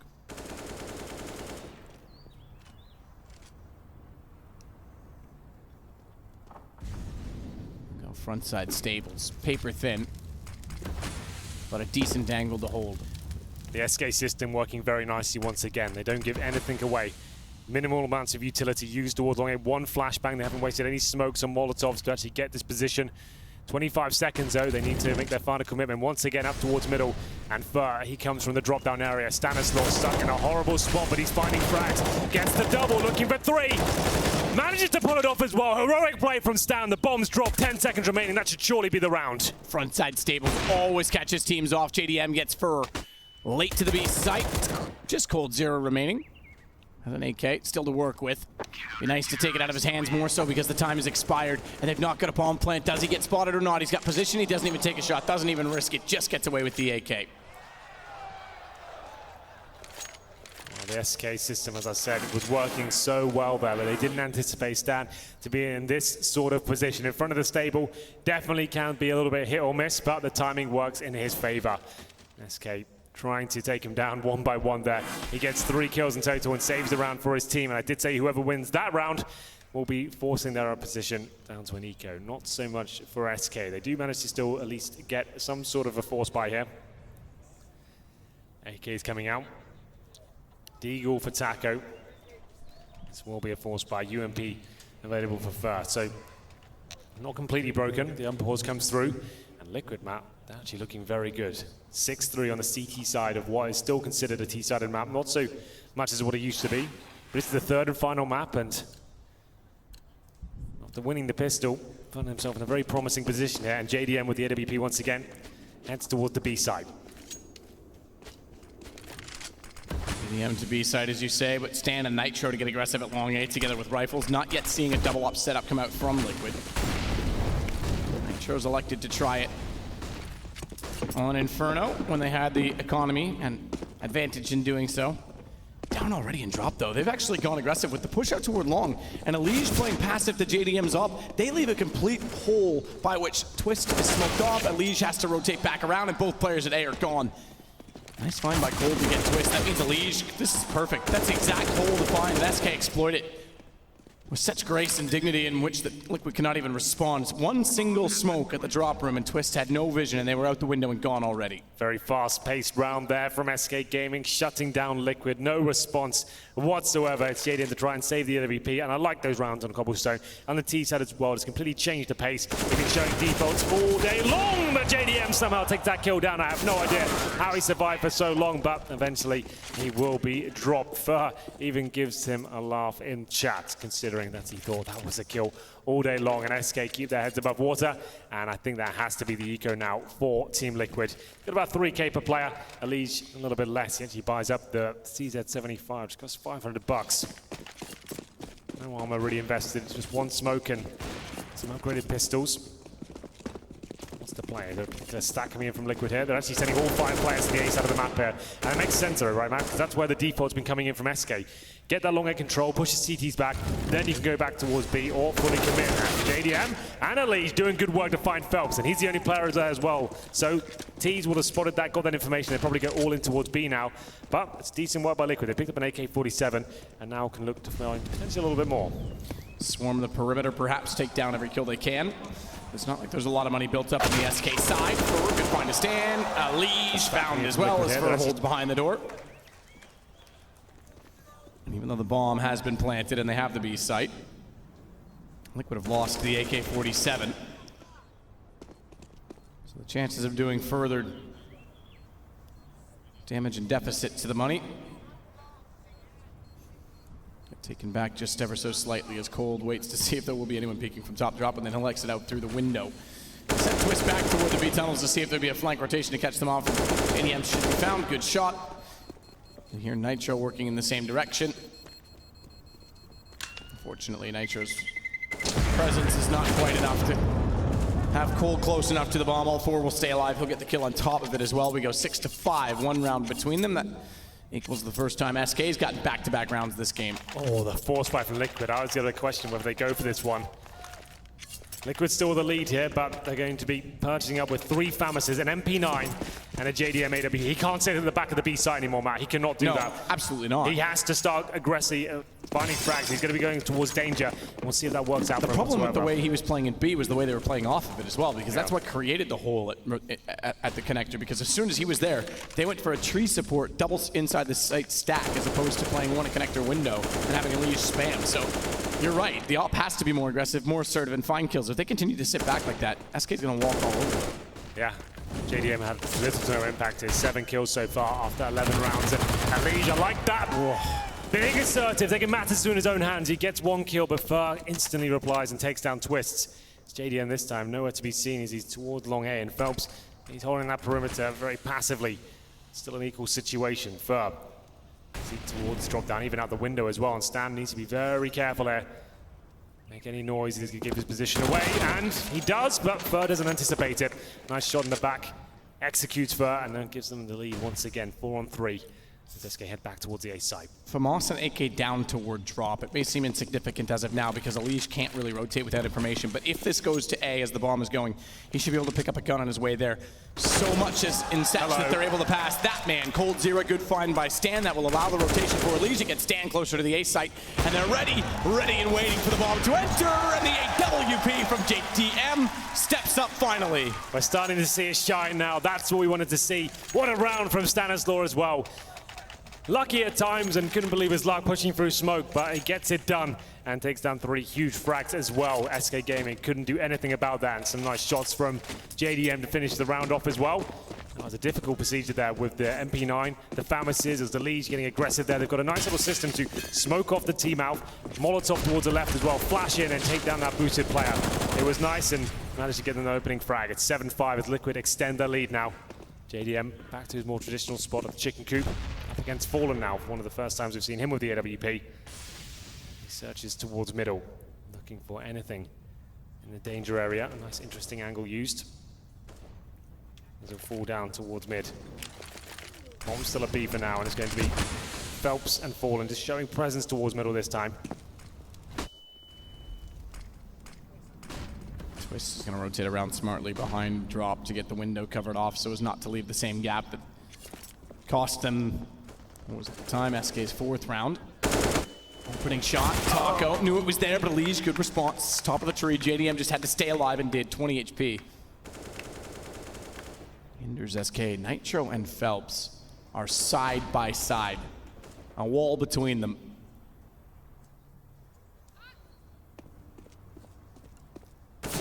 Patience. Phelps sprang into the corner, could pay off because if Phelps gives himself up, Nitro could have timed the peek in return. He won't. Phelps backs off, but Nitro at least gets that information. And now he starts to push through. 32 seconds. Bomb is gathered. Cold is heading the direction of A. They're going to play this off of Fallen. The problem is that Nitro, going aggressive, didn't realize that Stan was going to head back that direction. That opens up an opportunity. Stan, good find from below on the ramp, but knows Fallen dropping around. He tries to pre-fire as he sees the gun barrel, but Fallen up close as always hits the shot with 15 seconds as the bomb enters the site. They'll get the plant, and Fur is well enough forward that he'll hold off rotations. It looks like they're saving the weaponry already. They know the round is done. Fur in towards that connector position, manages to hold off the rotations, and there it is, that key frag. Stanislaw having a much better map here on Cobble. He's on top of the scoreboard as well, 12 kills, 8 deaths. It wasn't quite enough though. Managed to bring only 1 frag to the table. If he takes down Fallen there, they've got a serious chance of winning the round. But Fallen holding towards long A at the end of the round. Calls for the rotations from his teammates there. They focus on middle, and he manages to stop anyone coming through the connector or balcony. So very nice job from Fallen to have the awareness. Decent call, they get the bomb down with about 10 seconds to spare, and nothing the CDs can do. Apart from to save the AWP and Elish with the M4. Or the AK-47 now, I should say.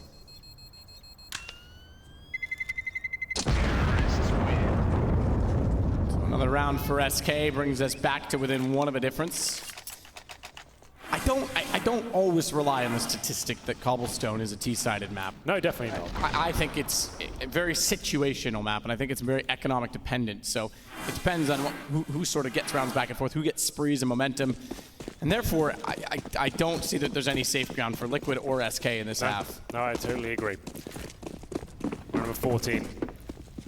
Liquid can save weaponry, and they've got enough to buy here. We've Fallen pushing through the smoke as well. Once this opening frag, been so good at it throughout this series. No one giving the opportunity just yet. Oh, there it is though. Knows there's a player towards the steps. Molotov him out. Oh, he's gifted a chance, but can't quite connect the bullet.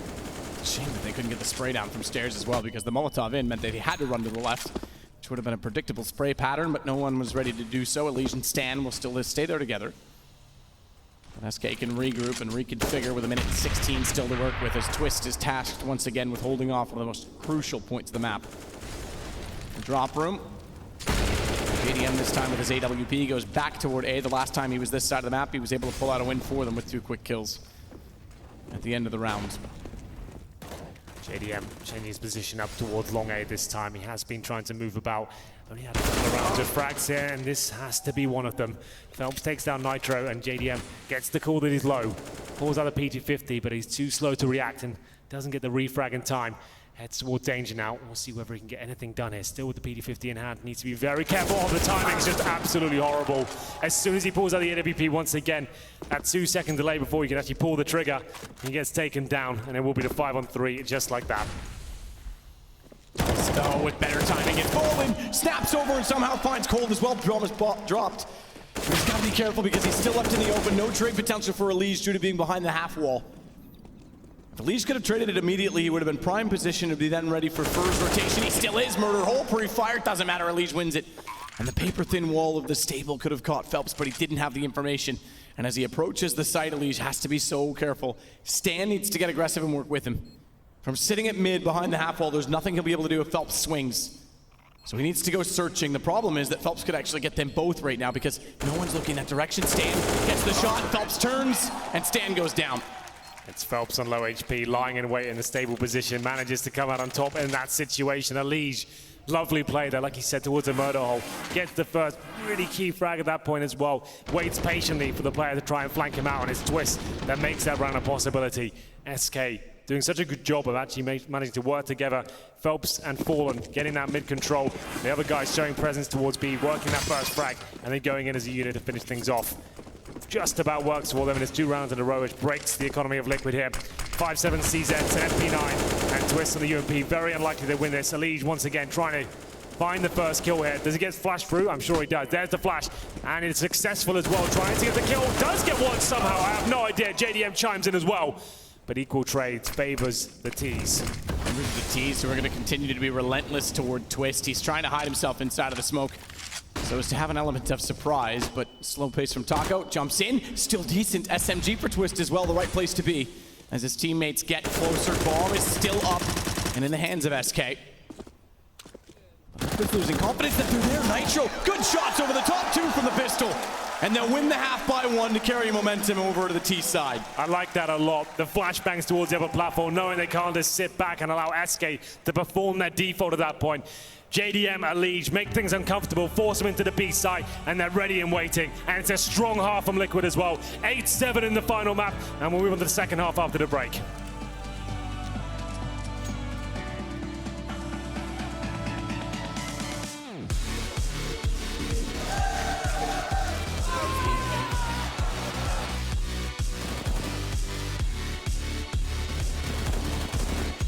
Nice, good shit. Let's go.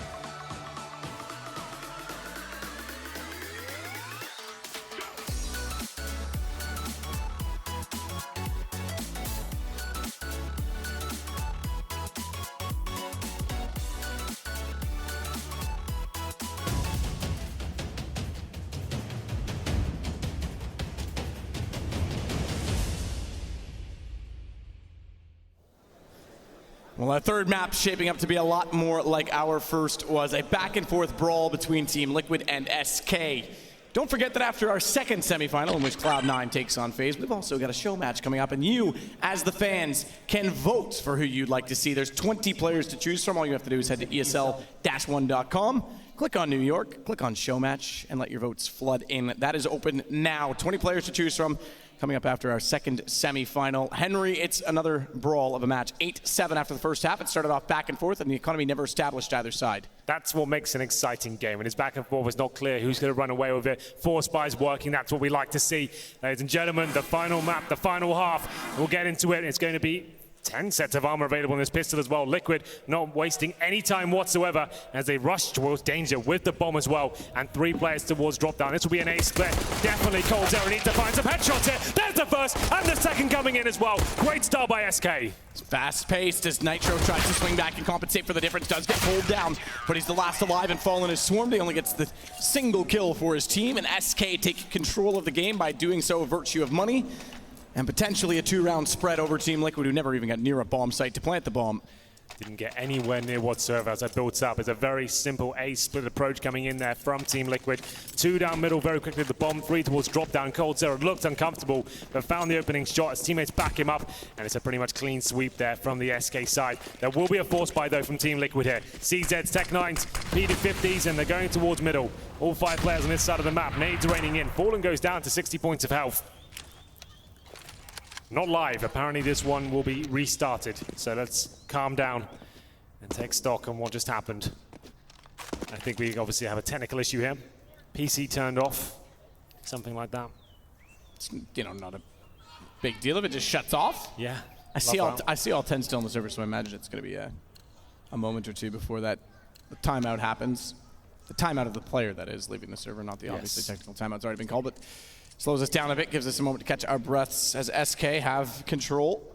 That tie things up at 8-8. Well, I maintain control because I really do think that their CT side is going to be very, very strong. Now, the question is, they did not do so on Inferno, much to your, I guess, surprise, because you thought that they would bring it out, especially going into overtime, where you start with 16K, a double op setup. So on this map, it's interesting. Taco is actually the secondary op on this particular map, and it's simply because Coldzera plays towards drop down, and he's one of the few players in the world who's actually arguably very, very good at it. Like, he will consistently find you kills. He can play it by himself and have no problem at all. So instead of having the Coldzera secondary op, let's keep him in the drop down. And Taco, who I'm not really sold on yet with his AWP, he plays quite a passive game, tries to walk towards the upper platform, doesn't really line up the scoreboard. If they do go to double up setup, which I'm sure they will eventually, it will be Taco and Fallen to work together in that respect. But still, it works. They are very good at this map, and I'm sure we'll see it come out eventually. But that will be SK with a clean sweep in the pistol.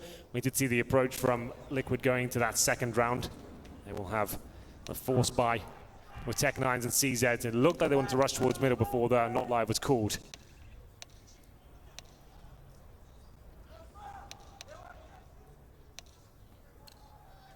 We can just see. We're not ready to go just yet. Not yet, even though it sounds like there's footsteps. Well, there is footsteps, but they're in a, it's not a warm-up mode, but basically a timeout mode where in which there's no rounds on the board, nothing is there. Yeah. They'll instant medic back to where we were. It's Phelps that we're waiting for. From what I understand, the last bit of information we were fed is that he is restarting his programs now. And programs, I mean Counter-Strike and Steam. Let's not get carried away. Not those kind of programs, yes. No Clara. No one's been on his computer. Oh, God. You're a slave to the meme, man. I am a slave to the meme. It's true. But, yeah, this is definitely going to be a 30-rounder. This is a map both teams very well versed on. We've seen some interesting rounds so far. We haven't had a real godlike clutch yet, now, have we? I'm sure it'll be coming in. Final half of the third map. We saw it in Inferno. Cold Zero with some nuts clutches. Same story for JDM as well. I want to see someone stepping on a 1v3 and get the hype really rolling here. Apply the pressure to the other team. We did get some excitement with the force by victories early on. It was like round number 6 before we saw a team win back-to-back rounds. Phelps does join the CD side once again, so the medic does come through. Looks like we're good to go, Matthew. This has been very efficient. The money looking good, and we'll have the money sorted out. 1-0 is on the board. It looks like we are good to go. Oh no, one of them's gone to the toilet. Of course they have. Okay. Everyone's saying they're here. I think it was actually JDM that said that he was gone to the toilet, but wasn't actually. I'm not sure. I think he was trolling. We are ready this time for certain. Once the admins let us go, console says go. We get back underway. Again, SK won the pistol, therefore they have the money to spend. And should do so, hopefully wisely. They'll pick up one rifle at least for an M4A4. There's 4 UMPs to go along with it. SK has been victim in the past of Cobblestone of actually picking up 5 SMGs, and I don't agree with it on this map. I hate it on most of the maps, to be honest. It does yield them rounds, but still, like, it just feels so scary to me. Up against, like, CZs, Tech9s, for example, Deagles as well. I want to have situations where I know I'm going to be out-dueling them, right? But the UMPs up against the CZ at a certain range, like, the CZ sometimes comes out on top. It actually is the better weapon to have. But here we go, then. Number 3. Or 2, I should say. It got confusing afterwards. We'll try number 2. It's going to be the fast play towards middle as expected. The first 2 frags, but here we go. Something to work with on the T side. Maybe not much, though, as the bomb goes down. And will be now Twist, the final player in the 2 versus 1 situation. They know exactly where he is, and the bomb's down as well, but it might not matter. Here we go. Taco versus Twist. Twist on 37 points of health. What a round from Twist. Dynamic and quick as always. Oh, he's got the vent to work with. Oh, if he had held the angle.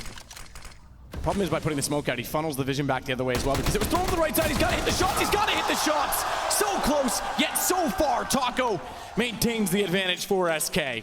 Taco got completely outplayed there as well. He was toying with him. He knew exactly where he is. Drops the smoke, suggests I'm going to cross over, get this bomb, back to the murder hole, baits him out, just can't hit the shot. Taco can't believe his life come out on top there. He knows he was done.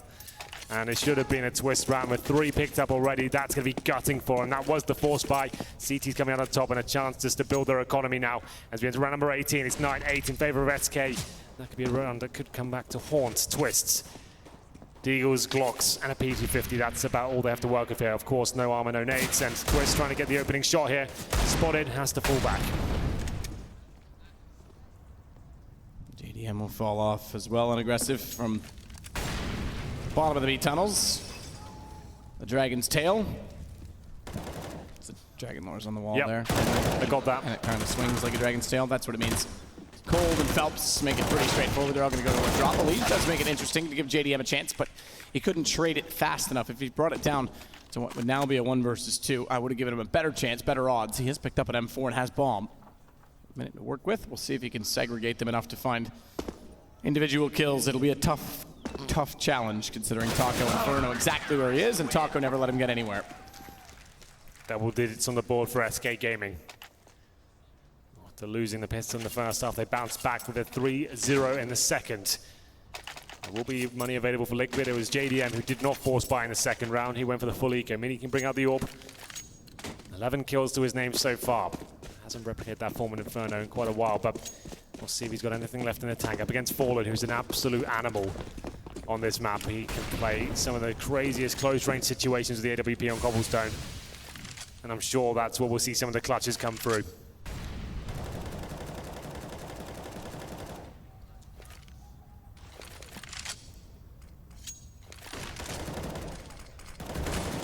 JDM will wait with the AWP and watch under the arch.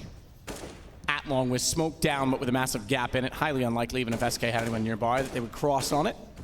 Still worth considering.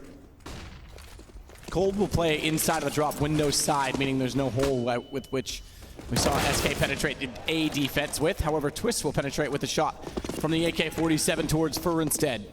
Quick rotation back towards B, trying to capitalize on that opening pick they have, hoping they forced a rotation towards that A site.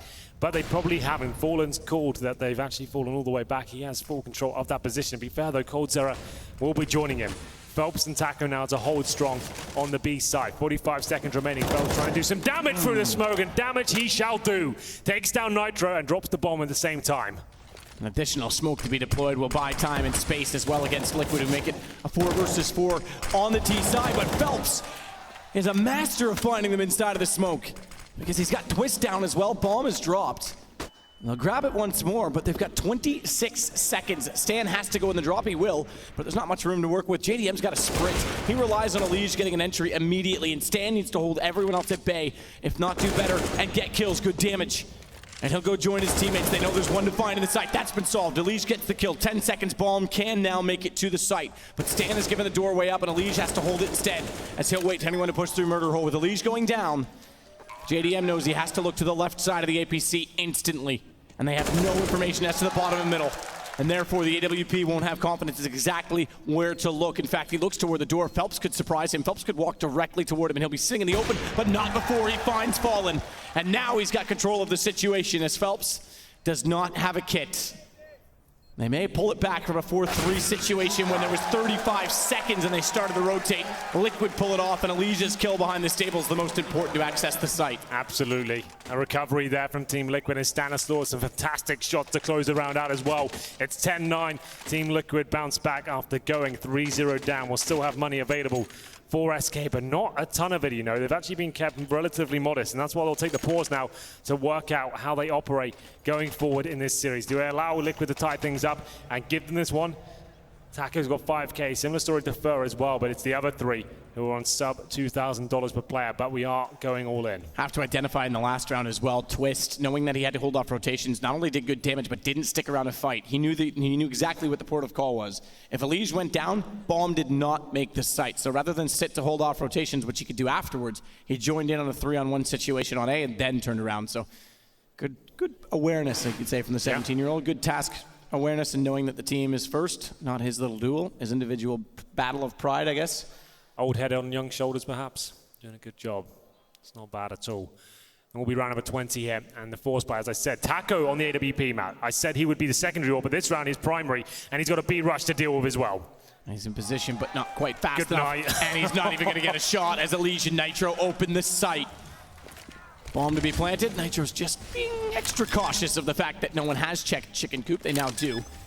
Twist is the one to do so. Bomb planted and a save call already. SK 10-10. Liquid have pulled it back, and they pick up a second op, at least for a moment. Nitro thinks about it. I would rather see him stay on the AK on the T side. Yeah, that's Taco.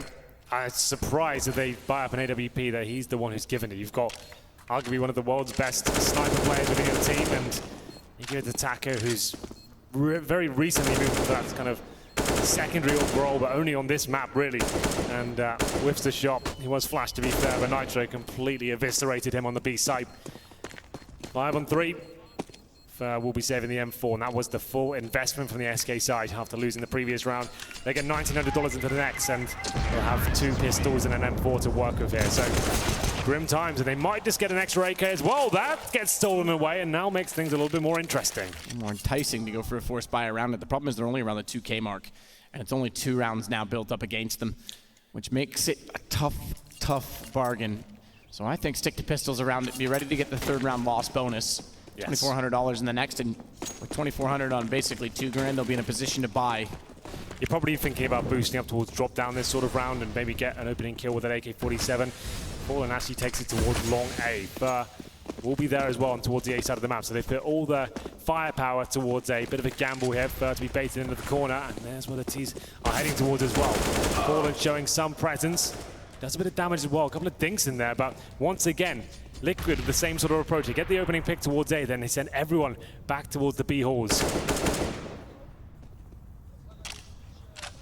Toward the B halls has Fallen downed early. Leaves Taco still in the picture with the AK-47. Cold will take that from Taco, who brings it over like an Uber Eatsman. Hired to bring you your food in a storm after a tree goes through the wall. Yes, Anders, I'm looking at you. Either way, because he has the armor, and therefore aim punch will not apply, he can be better suited to take the duels, and we know Taco is very suitable at duels. Time ticking away. We'll end up towards the A site here for Liquid. They have got smokes with Connector and only Fur to defend. I say only, he's one of the world's best fraggers in CSGO. He's got an M4 in hand, but a lot of opposition in front of him. There's the first and a double. Can he find anything more? Surely not. Taken down. It's Stanis will find the key frag there, but JDM, he'll chime in as well. 3-on-2 now. Stan taps towards the vents. JDM gets the shot instead as he rotates around to try and get toward Romeo, but can't catch off Juliet because he's romantic as always, is Coldzera. It's quite pretty to watch, but 7 HP against 2 players as they've split up is going to be extremely hard. More so because he does not have a kit. He's expecting to be a rotation back down to the bottom of the middle that would pinch him off when he commits. There isn't one thus far. Instead, it's JDM patiently waiting to stare him down, and it's 11 rounds for Liquid. They take back the lead. 11-10. Liquid now looking to close this map out. It was an eco from SK. They had saved weaponry from the previous, and I thought might have done enough there, Matt. That could have been a match if he gets that third frag. It doesn't happen, and JDM manages to stab with the round, but Liquid do take the lead. And he's still not amazing for the CTs. Not a single kit available, falling with no utility, and a glass cannon AWP. That might not matter. He holds very defensively towards top of mid. Joining him at long 8. CTs only have 3 smokes. That's pretty much all they use. Like I said, no kits to work with as well. Can't allow a plant to go through. I would like Fallen to be hunting for the frags without the armor. He can't really justify it. Just wants to get the opening kill as they face towards middle. That does indeed happen. ADM he'll hold towards the platform and try and feel out if any players on the other side of that smoke.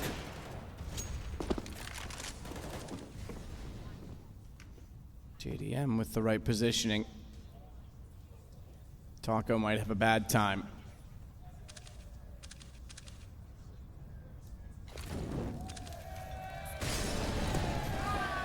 And doesn't have the same angle to hold this time. And Liquid find the 12th round. SK is fully 100% invested in this round with a glass cannon and no kits and not much utility left at all. So they've bled them out. They've done well in that aspect.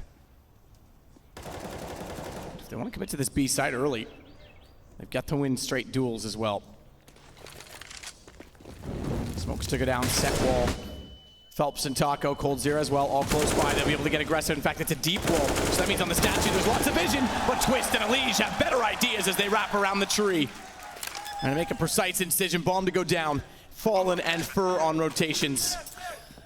SK on the ropes right now, Matt. They can't hold off these B executions whatsoever. That's going to be 3 rounds in a row. Make it 4 for Team Liquid. Looking very good here in the closing sectors of the 3rd map. SK just don't have a response for that full execution play. Wall of smokes towards the B site. Flashbangs going over as well. And Coldzera, the only player fragging there. They had no utility to really work with. One player on a UMP as well. And Elige, Twist starting to hit some shots now. Like I said, SK will save the AWP and the M4. 4th stage loss bonus though, they need to be very careful. They can't afford to let anything slip by. They need to save both of these weapons. JDM investigating towards T-spawn. Looks like both the CTs will survive here. JDM can't take the risk of pushing any further. 12-10.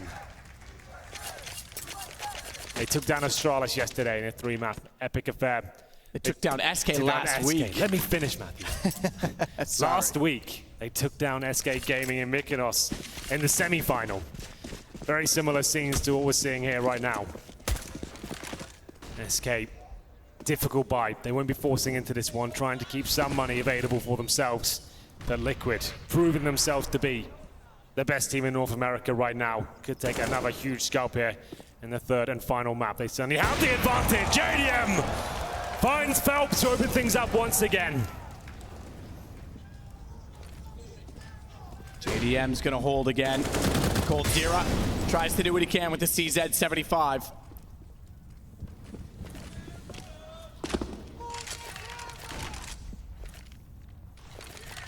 Needs to go down inside of the drop room. No immediate aggression from Cold. He'll sit to the E-box side. And Fallen at the top of mid is able to swing, if he had to, with the AWP and watch off the connector. In fact, he's going to get closer to it, knowing that the pressure is likely to be on B. Liquid seemingly enjoy going to that side of the map, significantly more than that of A, at least in the early sections of the rounds. When things get a little lopsided, they might fall back on the other, but at this point, it's a similar setup. Smokes again to go deep from Twist. That's off crisscross fashion. Taco is going to sit. Still makes one work from within the flames. Fallen has the other on the AWP, but he's stuck behind the statue and they elongate the angle. Stanislaw goes in and gets Fallen out. He's lost the bomb. JDM runs immediately by it, realizes it, and then picks it up to go back. Won't matter because Fur is going back to the A site to save once again. The M4 held a third in a row for Liquid. Excuse me, a fifth in a row for Liquid, but Indeed. 3 to go till 16 and GG to move into the grand final against SK. Remember, this still was an eco from SK. They saved weaponry from the previous round. They didn't invest into it. They kept their players at about 2K apiece. $3,400 on top of this. We've saved them 4 as well. They're going to have a very strong buy. I reckon the double AWP setup comes into the next round, Matt. We said we've been waiting for it. It has been a very weak second half for SK so far. After winning the pistol and going up 3-0, they've lost 5 rounds in a row. I think this is the time to bring it out. Fallen, possibly Taco as well. He hasn't proven himself to be up there with the world-class AWPers, but that's their usual stance with the double AWPs on this map. 13-10, Liquid could do it 2 times in a row against SK in best of 3s to make it to a grand final. They certainly have the advantage right now, and have a look at the buys. Double AWP setup does come out, Matt. Here we go, Fallen, Taco, 3 M4s around them. We've been waiting for it. That was the opening shot from JDM. That was quite nice. And this is it. Taco, he's got the pressure on his shoulders. I know Fallen can deliver. He can find the opening frags, but Taco, I'm still not convinced with him on the AWP, and I want to see what he can bring to the table here. He's getting boosted up towards drop down. Here we go. This is interesting. This is one way to get the AWP in position. Molotov means they couldn't push up early. Flash means that Taco's fully blind, then has to fire, and therefore give up on the original plan already. Gives away that's what the AWP was. Not a huge deal to reposition back towards the upper platform. We have got 5 players from Liquid now going towards the A side. They've got nothing in the B halls, meaning they don't have information only for the flank. So to me, it suggests they will fully commit. Fur, he sits inside their smokes. Between the smokes. Bottom of mid is Liquid's positioning this time does favor toward A, and they'll go aggressive flash in. Twist Nice already shot. finds Fur. Rotations are on time. They're already inside of the site as they're already at the top of the ramp. So too is Liquid. They'll greet each other head on, but an additional smoke by the APC means Phelps has trouble firing down, but Elige gets it first. Good shot, Fallen. He gets up on top, and he's fast as always to find Twist, but fire and flames and fury from Elige. Down goes Cole, and JDM gets them round 14. It's 2 to go for Liquid. Double AWP setup yields no fruit whatsoever for SK Gaming. The fast, assertive control from Team Liquid towards middle. Fur go down with absolutely nothing. Fallen can't back him up. He's locked at the back of the A site, and the kills just keep rolling in for Liquid. Fallen, decent attempt here, but that's all he could get. His teammates dropping around him, and amazing work by the North American side. We still have enough for a buy here with maximum loss bonus, but it's not looking good. 3 SMGs, a Famous, and a Fallen AWP. They have got the head armor and a little bit of utility to work with as well after opting for the lesser weaponry. Flashbangs towards the upper platform, and 1 round will do it. Grand final point for Liquid. Crowd starting to get behind them now as well. Spam your squid for Liquid. 2 to go. One is intentionally dropped as JDM will babysit down toward the bottom of middle, and Fallen's approaching the same angle. Wants to get aggressive onto the AWP as they boost Twist at long. Push would be sufficient enough to catch off the angle if he's watching for it from a high ground. They'll leave Twist there to do exactly that, as well as Stan now peers over the edge of the plank at drop. He's positioned himself that he's ready to do so.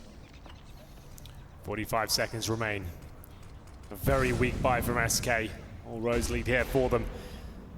The SMGs, the Famouses, lose this. There's just not going to be enough left to try and win the game.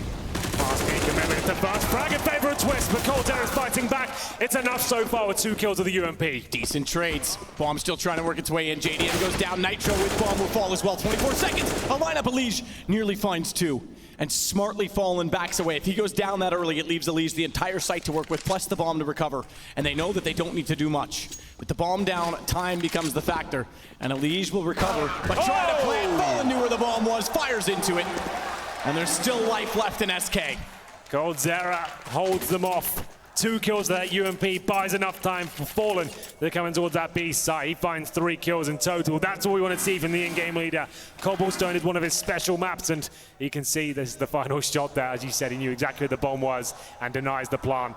And potentially a bit of money there. To be fair, it's pretty swollen for Team Liquid. We've got JDM on 12K. They will take a pause, and Zeus can come in and just help them out, help them get over the finish line here. Money now starting to get back into a favorable position for SK Gaming. That was a big round for them as well. They stabilize, bring out the M4s, AKs, and still, of course, Fallen on the AWP. A couple of kits to work with. And what's the play here from Team Liquid? Definitely will be buying, but just want to get that 1 round. I did say, Matt, overtime still very likely here on Cobblestone. We said it would go with the full distance of 30 rounds, but I reckon overtime still has a huge possibility here. The M4s comes through. Final buys on the board. JDM, of course, on the AWP.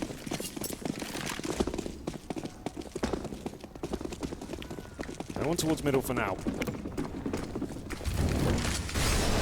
Penny tight, both sides. As you say, final buy. Stan, flames in front, will smoke immediately into them to extinguish, but then gets forced forward by a Molotov, and thankfully isn't being watched from the stairwell. There's a gap on the left side of his smoke deployed.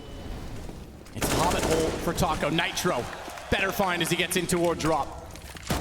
Fallen goes as fast as he dare to get in position with the AWP. Taco's better with Cold as they set the cross. It's Twist and Elige to pull it back. And Fur is late. He won't be able to get inside of the site as Fallen, held off by a smoke, tries to do what he can with the AWP. Elige gets the shot. A 15th round, a series round. In the cards perhaps for Liquid as Fur tries to do what he can. This could be it. Fur, he knows if he doesn't save this weapon, they're going to have absolutely nothing. They're getting $1,400 next round. Everyone's fully invested. It's do or time. Either go for the win or save the M4. Looks like he's have to save it. Even finding a couple of kills, it means nothing. They've got plenty of money. It's not worth it, Fur. Just fall back. That meant nothing for him, that 1 kill. And now they've got absolutely nothing to work with here. Grand final point for Team Liquid up against the Pistols of SK. If ever there was a chance to win this map and go to the grand final, this would be it. Lose to this, and you got to ask yourself, where did it all go wrong? Up against 4 CZs, 1 Desert Eagle, no grenades, no defuse kits. Team Liquid surely have booked themselves a place in the grand final today. Never speak too soon when SK is on the server, especially against Liquid, but with just pistols to work with, the writing may in fact be on the wall. A flash through, Elige goes.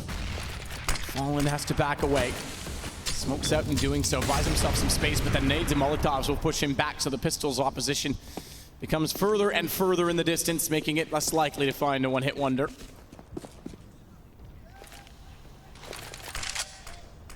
Shout from Stan, he's inside position already at E-Box. Phelps is close enough, they can swing. Good find from Stan. Response from Taco is swift, leaves a gun down that Cold is picked up. It's never gonna be easy. The Eagles respond. We can see a flank from Fur coming in as well. He's towards long A. He's got behind them, but they're sticking together. Fallen has to find one. It doesn't happen. The flank could be in vain. The bomb will be planted. coldzera coming from the connector. Can he get anything done? Taking damage. Has to fall back, but here comes Fur. A chance to take down Elige. Takes him. And now looking for the double. Now we've got something to work with. Twist at least burns Cold alive. That was one of the guns brought up, but the other 2 have picked up their own. And Twist, he knows the situation as Nitro's low on HP. He's caught the open. He's caught the open entirely. Taco gets Nitro. Fur on the flank makes it work, and from Pistols, SK get a 12th round. Fur's done it. We saw the flank building up there. I didn't think it'd work in his favor. I thought, sure, he'll get 1 kill. He gets the double, and then the final frag as well. If that's the round that gets SK to overtime, Liquid will be kicking themselves. That was up against 5 pistols there, and they can't find the form to close it out. They got the trades. Fallen found nothing. But now just 3 rounds separates SK Gaming in overtime once again. Here's the replay of the flank. Just done to perfection. There's so much pressure. And he does it. Picks up the AWP and finishes things off as well. Lovely work by Fur. This is not done at all. No. If this gets to overtime, my God, Liquid. They escaped it in the first map. Which ultimately led us here. It will be another pause, and Zeus knows the situation. They've just given away their best chance against Pistols. The weapons still aren't perfect on the SK side. The money never established, but it's close. I can't even hear what he's saying, and I'm inspired. He looks passionate. He's fired up. I had a coach like that in hockey once who had no idea about hockey, but gave the best just good speeches. Got you in the mood. We were so pumped every time. Go out and lose still, but great speeches.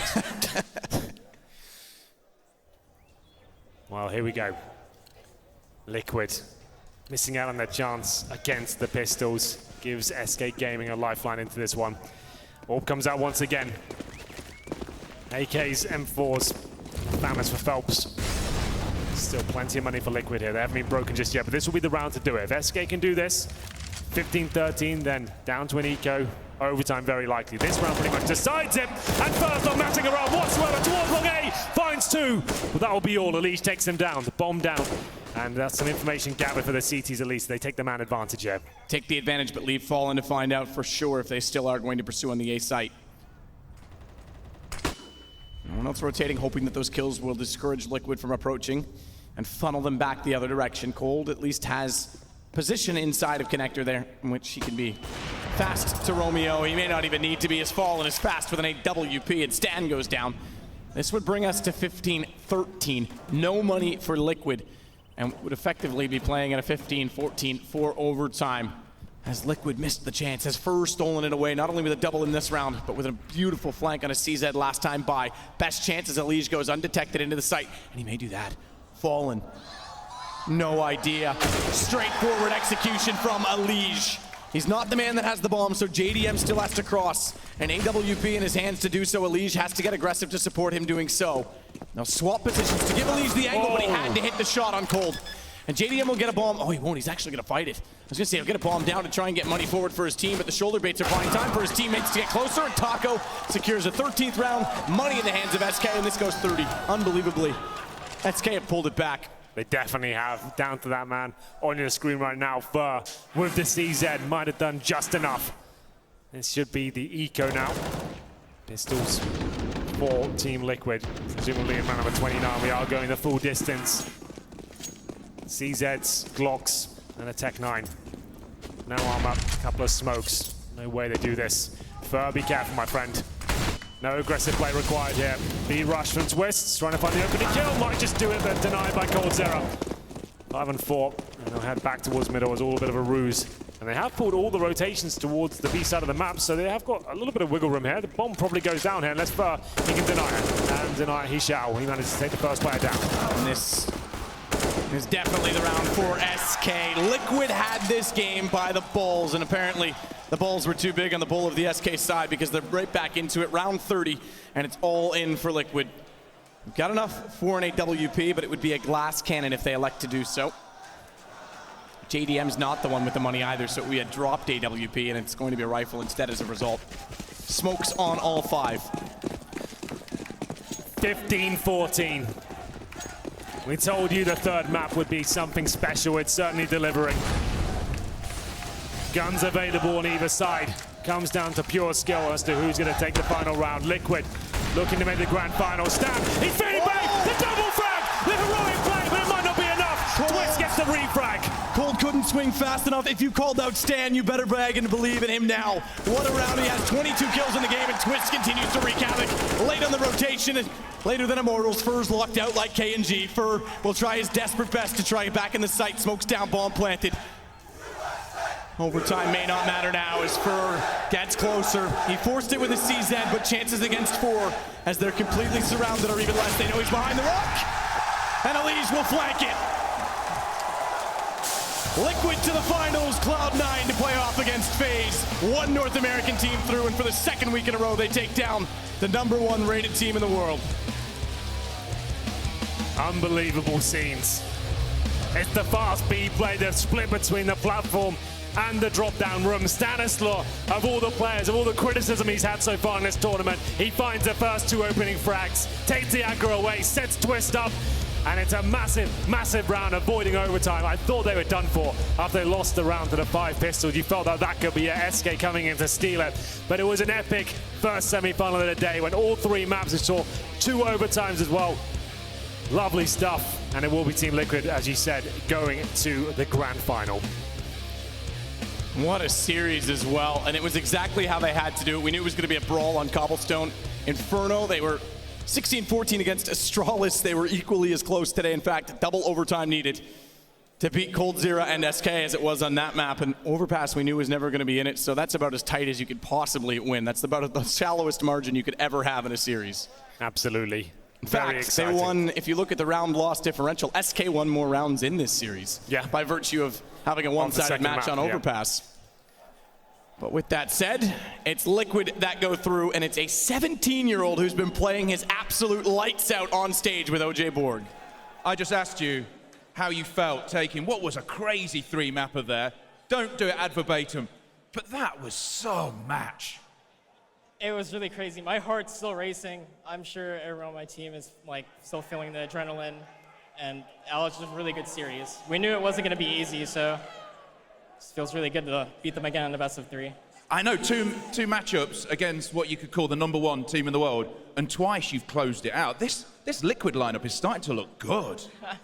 We've been practicing a lot. We had a nice boot camp in Netherlands before our ESG event and this one, and it definitely helped our team so much. So that first map, I mean, double overtime. What was it like to play that? What did you think you had it all the way through? Were there doubts? Every round is a new round. You can't just think you have the game, and you can't think that when you're losing. You can't think that when you're winning. So every round's a new round. So you've made it through to tomorrow's final. NACS is back. I mean, will you take much stress through to tomorrow? Because that was really emotionally draining, wasn't it? I'm stressed? A bit, but it's going to go away by tomorrow, and I'm going to be prepared. So I'm sure the team's going to be prepared too. Well, the next matchup is Cloud9 taking on FaZe. Call it for me. Do we have an All-American final? I'm hoping for an All-American final. That would be something. That would be something. Well, put your hands together. He was unbelievable. Twist, put your hands together as well for the winners. They go through to the final tomorrow. It's Team Liquid.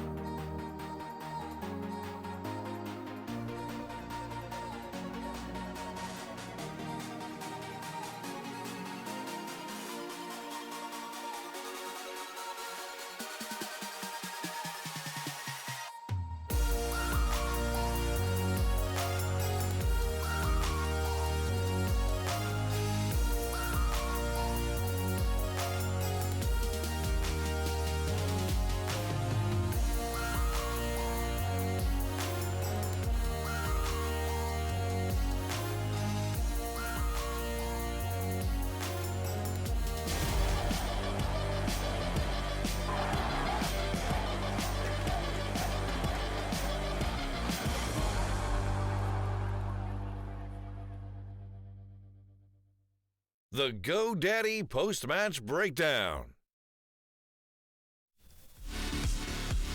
So there we have it. Team Liquid become the first team ever for Men A to go to 2 ESL 1 Grand Finals. Of course, runners-up at 2016's Cologne version. Can they go one further tomorrow in the Grand Final? And who will they be playing? Those are questions we've got for later on. First, we're going to break down the third and final game with our members of the panel. That was a terrific series overall. The series, we got everything, right? We got the really good, the overtime first match, the back and forth, strategic prowess, really good individual plays. Was a bit of a blowout in the middle, but we saw the class that SK is, and it actually hyped it up for the third. And then an absolute brawl there on Cobble. That first half was just so back and forth. Liquid being extremely assertive on the CT side, something that's difficult to do.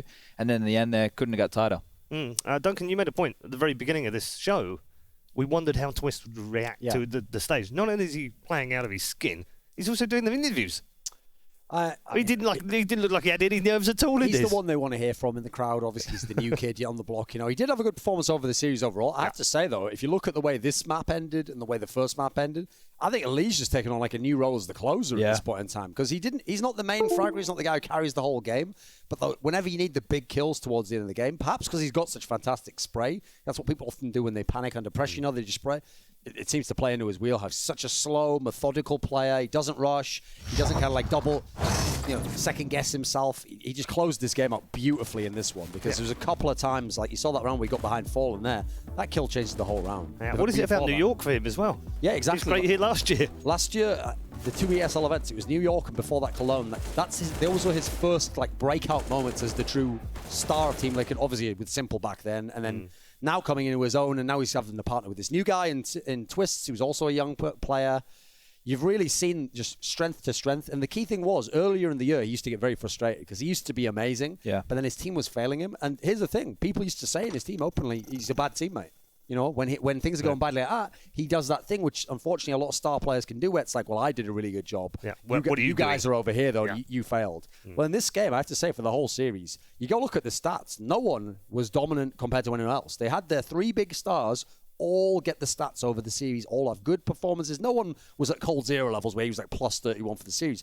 And that's what's so great about this team, is it's almost like as one of them drops off, the other picks it up, and then they've got such depth in terms of talent. It's such a skilled lineup top to bottom. I mean, this map here, Stanislaw was having all these good plays, right? That's where I wanted to go with it. You know, Stan, he could have been painted as the villain if they lost this series, right? Because he had some pretty subpar performances. But then that last round, he's the hero, right? He's gone in drop, he's run through the Molotov, got those 2 huge entries. They had no idea it was coming, cracked the bomb site open, and from there it just fell apart, and he must be the hero, took the victory for the team, right? So it must feel pretty good. Let's reflect on SK. We said at the start of this show yesterday, Duncan, they can't afford to have another poor tournament. No. I know they finished top 4 again, and people will point to that. The fans will say, well, they finished top 4 at ESG, they finished top 4 here. That's okay. No, that's not okay. The point is, these are the best players in the world. This is the best team in the world. They can't carry on like this. This is a team who literally got to the playoffs of 4 straight tournaments, and in all 4 instances were the favourite to win the title, didn't make it a single final, won 0 titles. That's not good enough if you look at the expectations relative to where they're at. And I actually think this series here really highlights some of the massive flaws SK have, because you look at the stats at the end for Cold Zero, this is like MVP, win the whole tournament type numbers, and his team narrowly lost 2 maps, dominated 1. Where's the series win? And then you look at the other members of the team. I have to say, Fallen picked it up at the end there, but a lot of the others had some big flaws. Like, I can't blame Taco so much because they win and he doesn't have the big numbers. He just does his job.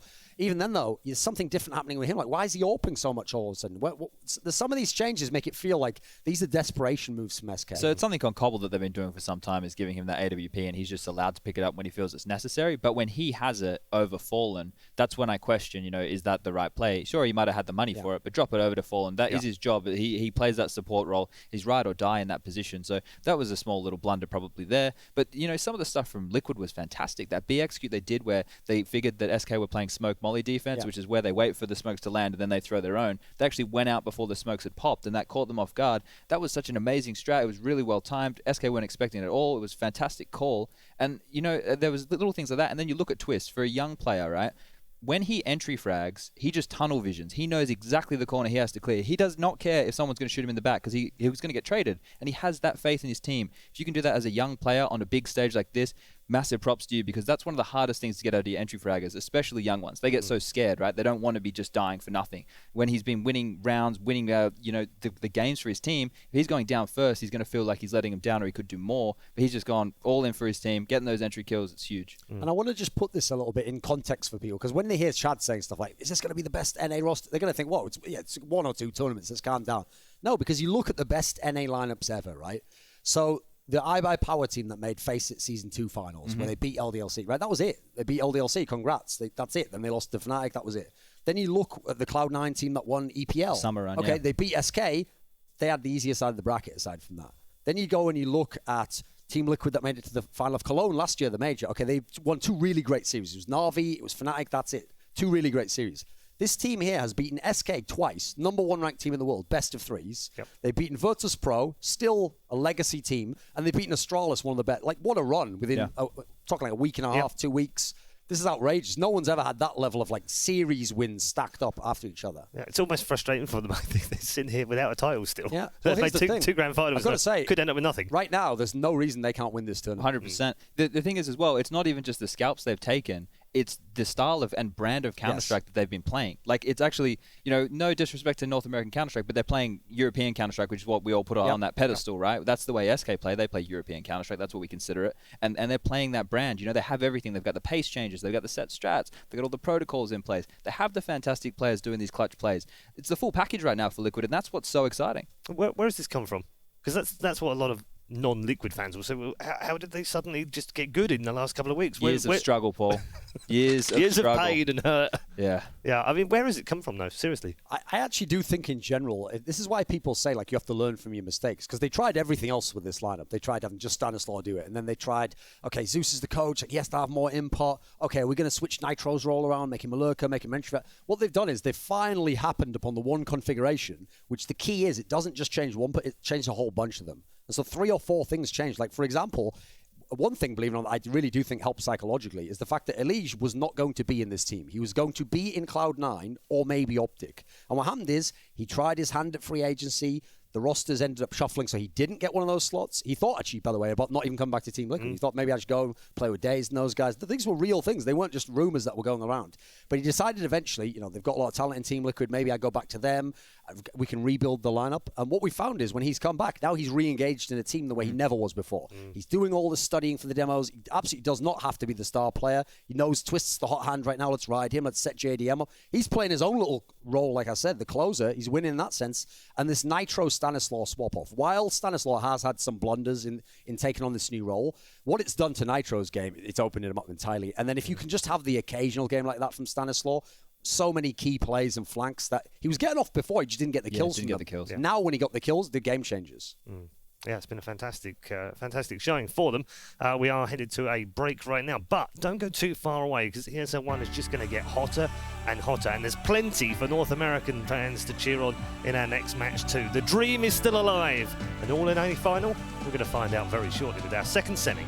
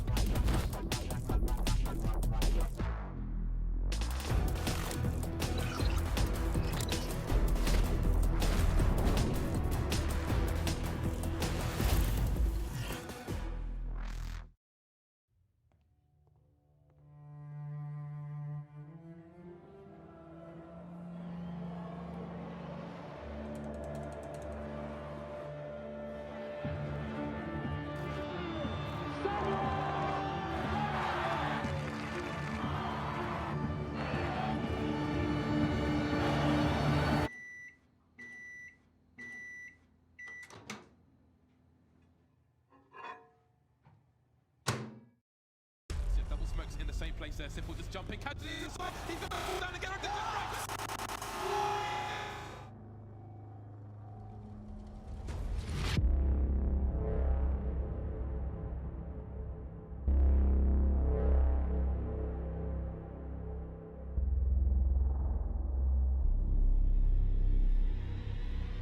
Simple just jumping, catching it into the side, he's going to fall down again. Go to snipe.tv now and never miss the action.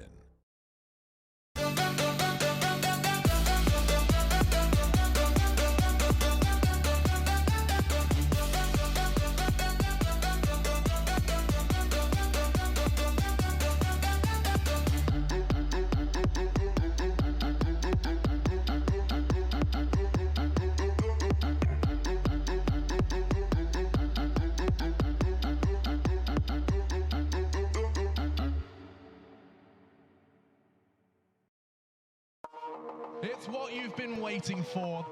These guys are on top of the world, and it's all done. Astralis wins. IEM champions. They want the trophy, and they've got it. NIP.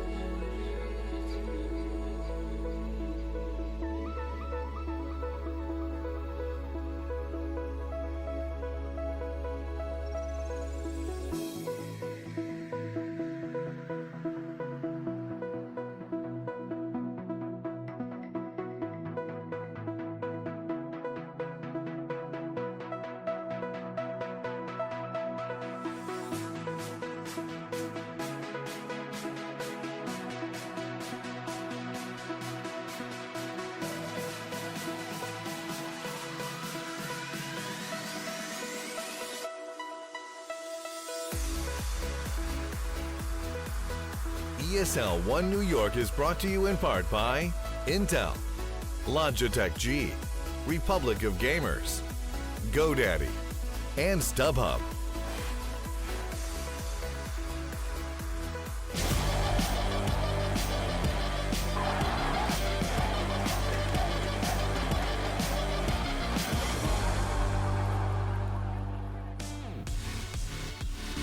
So the dream is very much alive, but part 2 of that dream needs to be completed by the boys from Cloud9. Can they do it? They go head-to-head with FaZe, now a second and final semi-final of the day. Back with Thorin and Sponge here at the desk to break things down. We're going to start with Cloud9.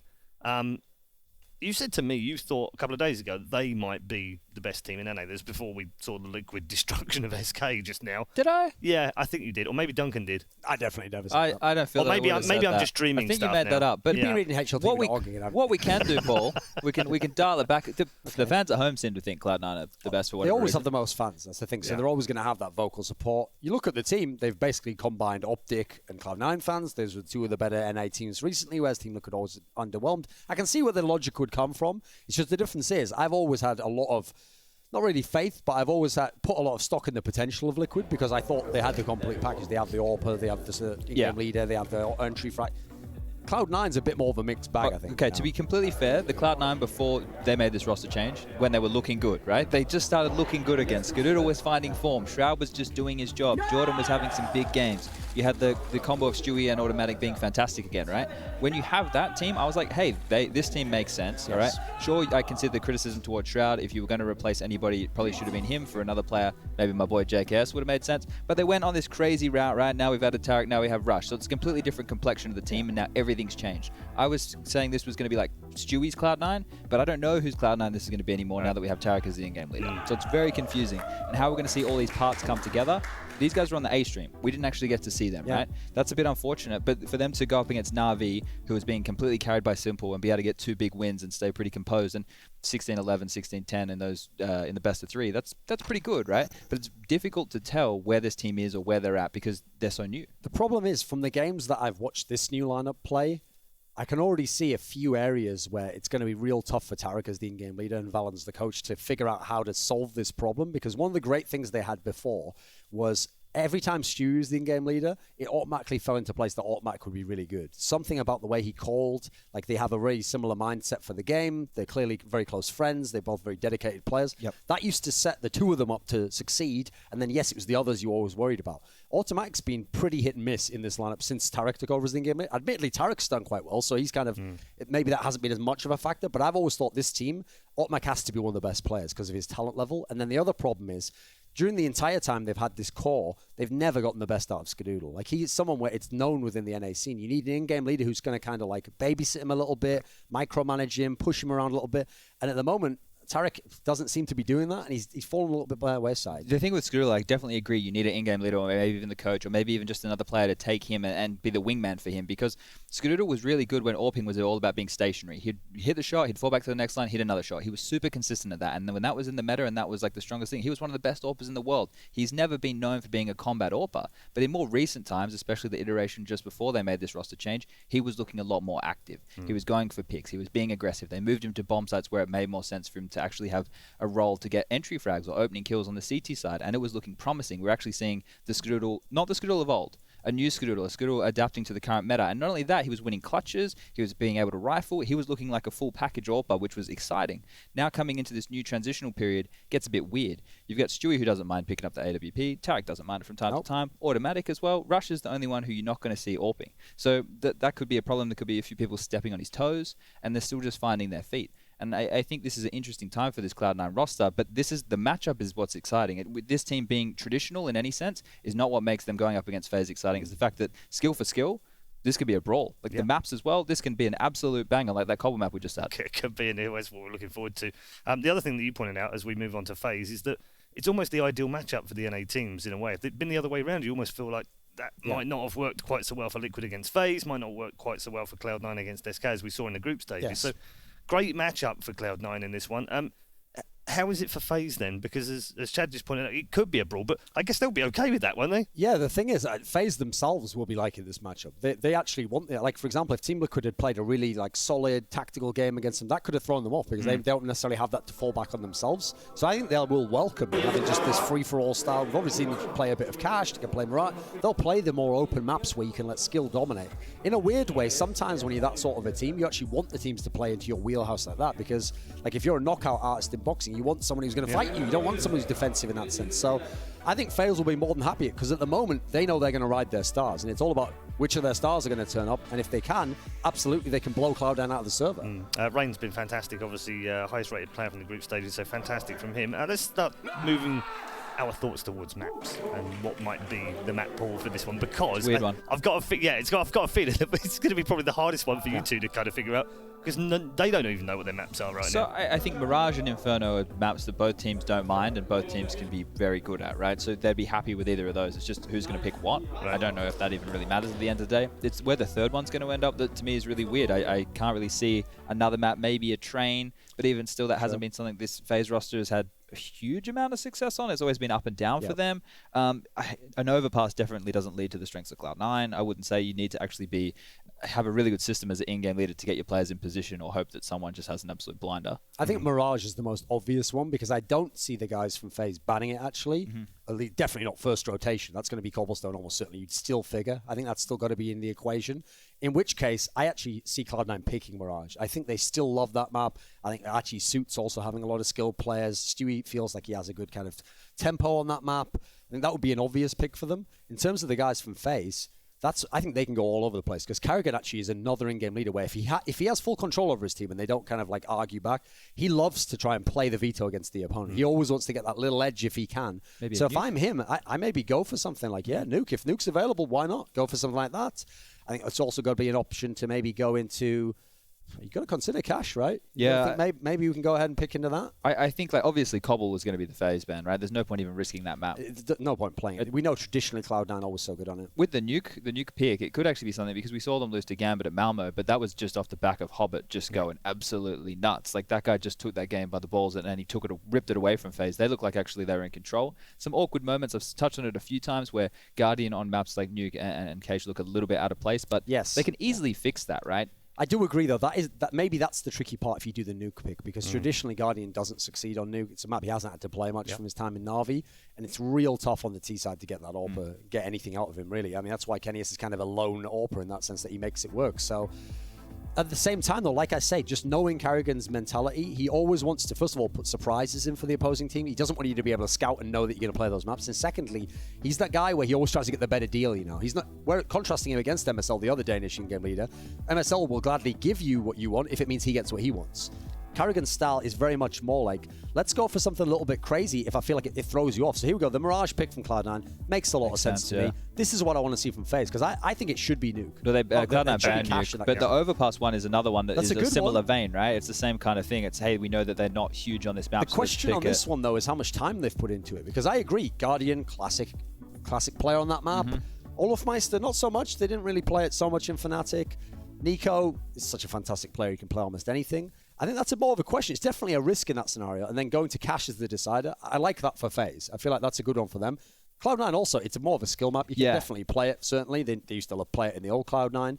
But I actually go ahead and look at these ones here. I think this is shifted towards FaZe. I think they're liking all three maps. Really? Yeah, I think FaZe would be confident with all three of those. It's the same as the SK thing, right? With the Overpass pick, it just puts confidence in the map pool. As long as they can close Mirage, or at least have a very competitive Mirage, things are looking good. And then if we do go to a third of Cage, then I have to give them the advantage, because what I've seen of them on this map, individually, they can all step up and hold their positions. The cohesion on this on the CT side, sure, you need to know where your link players are to hold everything together, but they're just an experienced roster who are going to get multi-kills every day of the week, right? So that's definitely a huge thing in their favor. But for them to get Mirage as the pick from Cloud9, that's like one of their most comfortable maps, right? They got to be liking that pick. Like, that's an example of where I don't blame Cloud9. I think they had to go into that. 100%. I think that was their best chance. Get yourself the most comfortable map. If you can win it, then you're in the series. But it also means you probably have to win it, I think. Yeah. Okay. Well, we've sort of touched on predictions in amongst that, so let's just go ahead and get them from both of you. In terms of first map series, what do you think?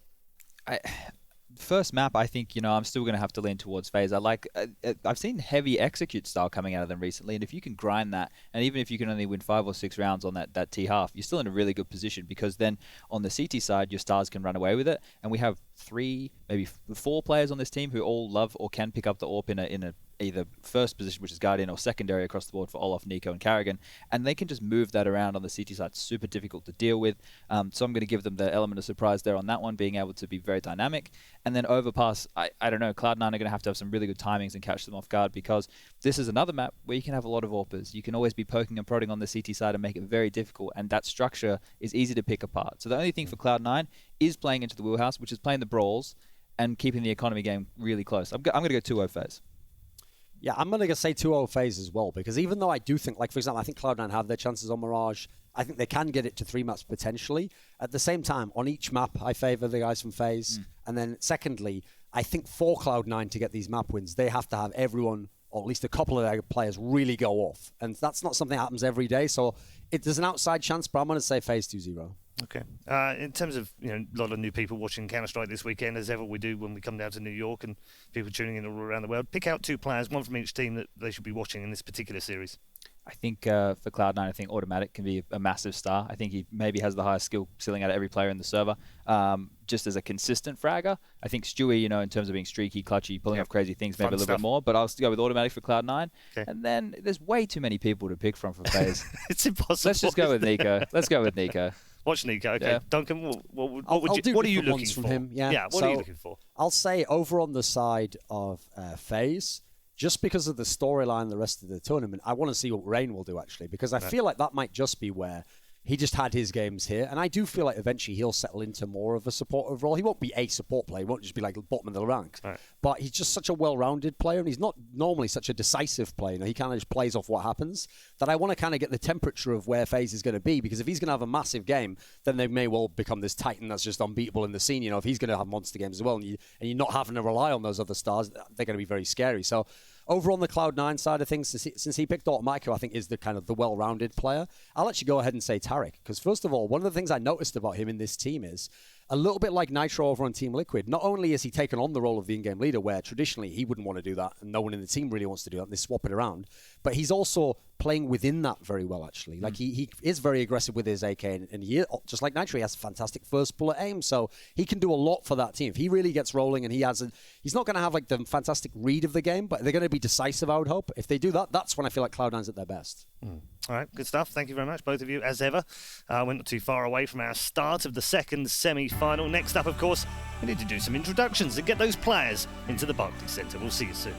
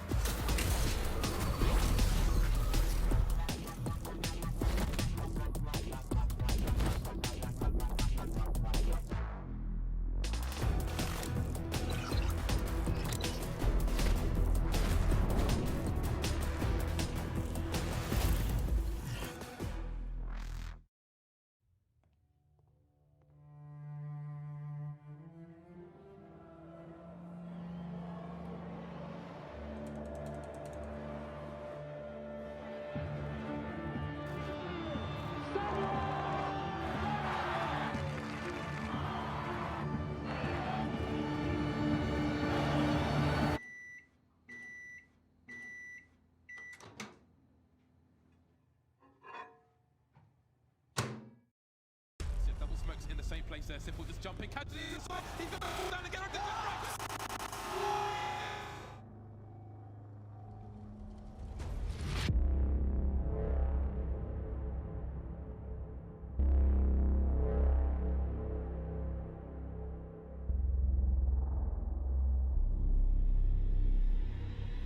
place there, Simple just jumping casually into the side. He's going to down again. Go to snipe.tv now and never miss the action.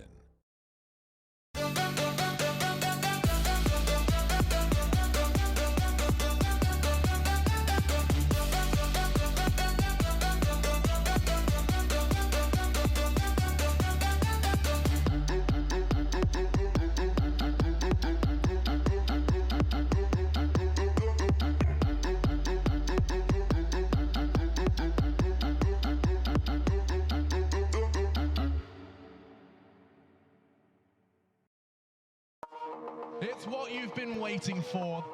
These guys are on top of the world, and it's all done. Astrolog's winning. IEM champions. They want the trophy, and they've got it. NIP.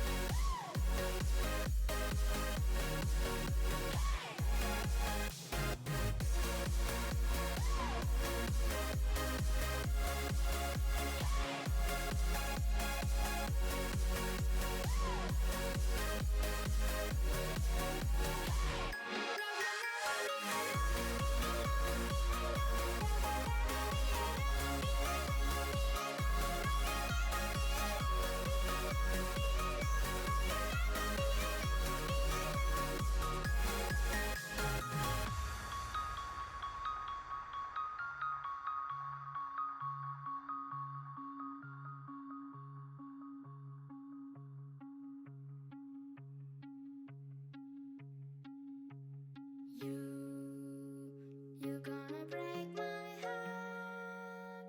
You're gonna tear it apart. No matter what you do, I'll still be there for you.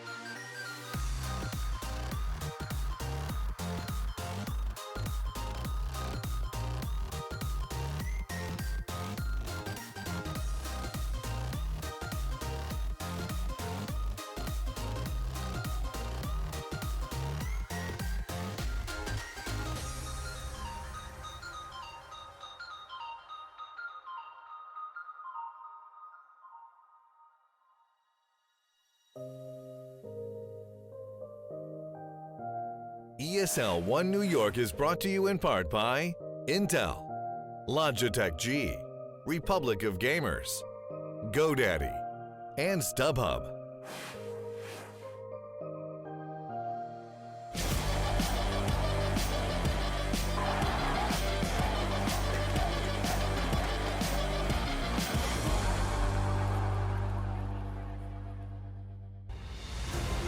Welcome back to ESL 1 New York from the Barclays Center. Second time we're here, second time in the fabulous city that is New York. And what we've just seen, if you're just joining us, what a matchup we saw. It was emotionally draining. It had a double overtime, it had a bit of a kicking, and then a backwards and forwards. And we saw a North American team make it to the final.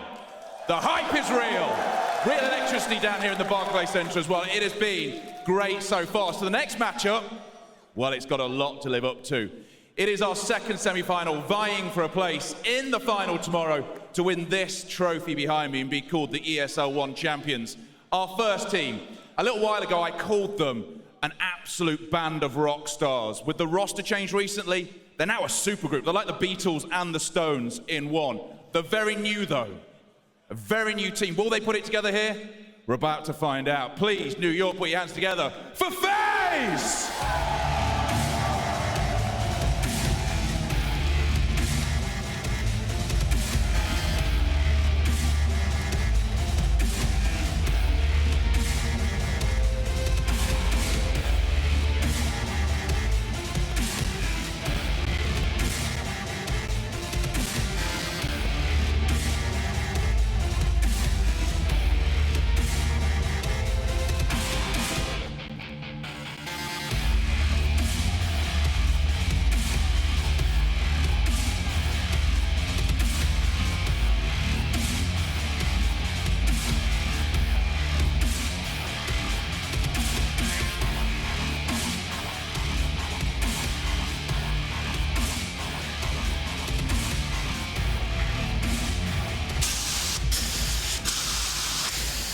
So when I've walked around the Barclays Centre, I've chatted to people, they've talked about this mythical All-American final. The first part of the deal is done. Liquid have done that, they've made it through, which means it's time for our second North American team.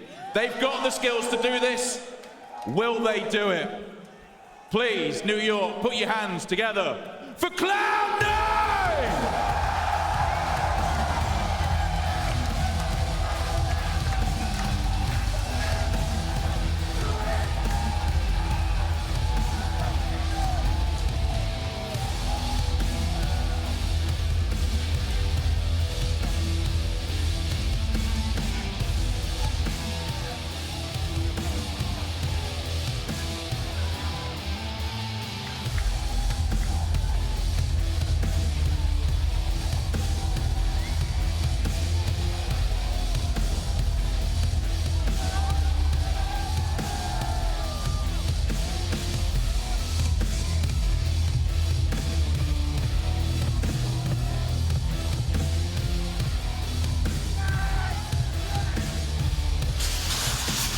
Okay, so let's do a quick poll in here. Who thinks FaZe is going to win this?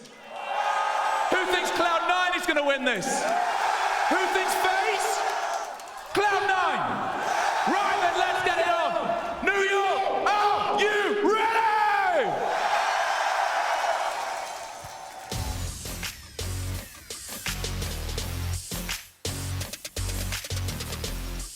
The All-Stars of FaZe Clan versus the new look Cloud9.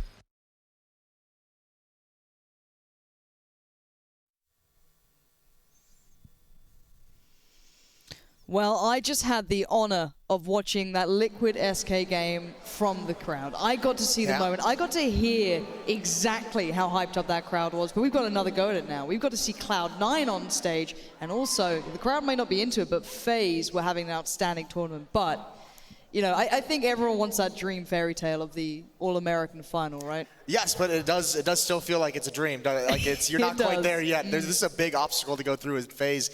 Certainly Cloud9 though, I mean, this is going to be fan favorites. You got Tarek, hometown hero as well, back on the stage in front of family and friends. Everyone's going to be loving that, but it would be something special. And this is going to be a brawl. They're going to have to really, really fight to do it. This should be like one of those games of Counter-Strike where it's just back and forth, punching each other in the face, non-stop action, fast-paced aggression. It's going to be good stuff. Yeah, I think everyone can say, out of the teams we've seen thus far to this point at least, probably some of the most decisive Counter-Strike had come from FaZe. The way they approached it, the mentality they had, the firepower, it was all there. But Cloud9, you know, I guess you came into that previous matchup, you look at it on paper, you'd still say SK had a really good shot at it. The map pool was okay, there was a couple of differences, but they certainly came alive on that stage. And we saw JDM having great games as well. So I want to see what Cloud9 can bring, because we haven't had the opportunity to see them much. It's tough, and the cool thing is, I mean, there's so much talent on each of these teams. The two most talented rosters we have in North America, but they're in different places at the moment, aren't they? Liquid's, had this roster for some time. They've been slowly building up to this. They've had months together with Zeus as a coach, kind of working through this, improving the team gradually. Cloud9, new roster, don't have that same presence behind them like Liquid has in their coach.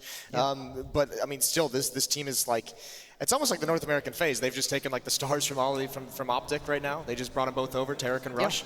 I think you still see like this is a squad that still needs to figure out exactly how they want to play and who their top players are going to be. You see a lot of shuffling. It changes from game to game. Is it Tarek? Is it Rush? Is it automatic? Who is it going to be? But everyone sees the potential. No one can doubt the potential that is on that Cloud9 roster. They have so much talent. I look back to when Automatic and Stu were having big games. Those two as a combo are so exciting. Yeah, it really was, wasn't it? I mean, like that little bit of time when they're on that massive tear, you can't take your eyes off the game that they play. So now I want to see what happens now. They've got got a new in-game leader who has great experience that came through and that proved themselves throughout that Optic roster that kind of, again, really surprised a lot of people. There's a lot to be seen with this roster now. Yes, there is. I mean, there's just so many questions, and this is definitely the biggest test they've faced in FaZe on this stage like that. So, I mean, yeah, it's the new in-game leader as well. Tarek's doing it instead of Stewie. But still, I said this was going to be high action. These are some of the most fun players to watch we have in the region. I mean, even with Liquid being so good at the moment, the guys like Tarek, guys like Stewie, guys like Rush, these are people that are so aggressive. And when they're going off, it is very, very fun to watch. And as much as it can be a downside, you've got to stay in front of, not even being a hometown, but being in front of a big crowd, get you pumped up, get you feeling out the game. If someone gets confident from that Cloud9 roster, I'm excited to see it. You know what I mean? That's what I want to see, is someone just start feeling out that game. If they have one or two of those players go off, it's going to be great CS. And as you said, it's a brawl. It's a straight up brawl here. This isn't going to be a thinking man CS to its core. Sure, it's there for both sides, but it's more that explosive sort of style coming through. And, I mean, obviously, the easy thing is you go over to the other side of the equation, FaZe. You say the exact same thing about them. Some of the best players in the world on this FaZe team playing in front of the stage. A couple of them right there on the screen. Nico, Olaf Meister. I mean, these are players with incredible talent. It goes so deep. And if you mention that Cloud9 can have multiple players, having one of those games, I mean, FaZe beats them. They've got 4. Yeah, they really do. There's no one who has a necessarily bad game from that roster, right? You look at your, I guess, classical support play. You've got Rain, right? He still had one of the best games I've seen him play recently in this tournament running up to this. Karrigan's never going to be that in-game leader you kind of class as, he just needs to get on the board a bit. He can't really provide much. Like, the guy is damn good. He can definitely Karrigan's getting kills, something's going wrong. Yeah, exactly. It shouldn't be him. That's the thing, though. He's got such a great system around him and such a great structure that it should never be him needing to. Yes, and that team, I mean, they breezed through the group stages, it felt like. I mean, that almost felt like ages ago, because, I mean, we obviously didn't see him, later on in the day, but, I mean, they just kind of cruised, and they've had a long little break off. They haven't been tested yet. I mean, it's still a new roster for them, still a lot of questions for this team as well. But, I mean, it all remains to be seen. If they're tested, will they crumble, and can Cloud9 actually test them to that level? Well, that's the thing, isn't it? It's what caliber are we really going to get here, because let's put it into perspective, FaZe haven't lost more than 6 rounds during this entire tournament so far. That's not bad. I mean, 200 IQ. That's some solid IQ points right there. That's pretty good. We got to be looking out for that. Some sort of high IQ plays. You know what I mean? But no, FaZe overall have looked probably the most dominant team to me in this tournament. I think Estrada's had a couple of glimpses and then they just lost it. They just burnt out. It felt.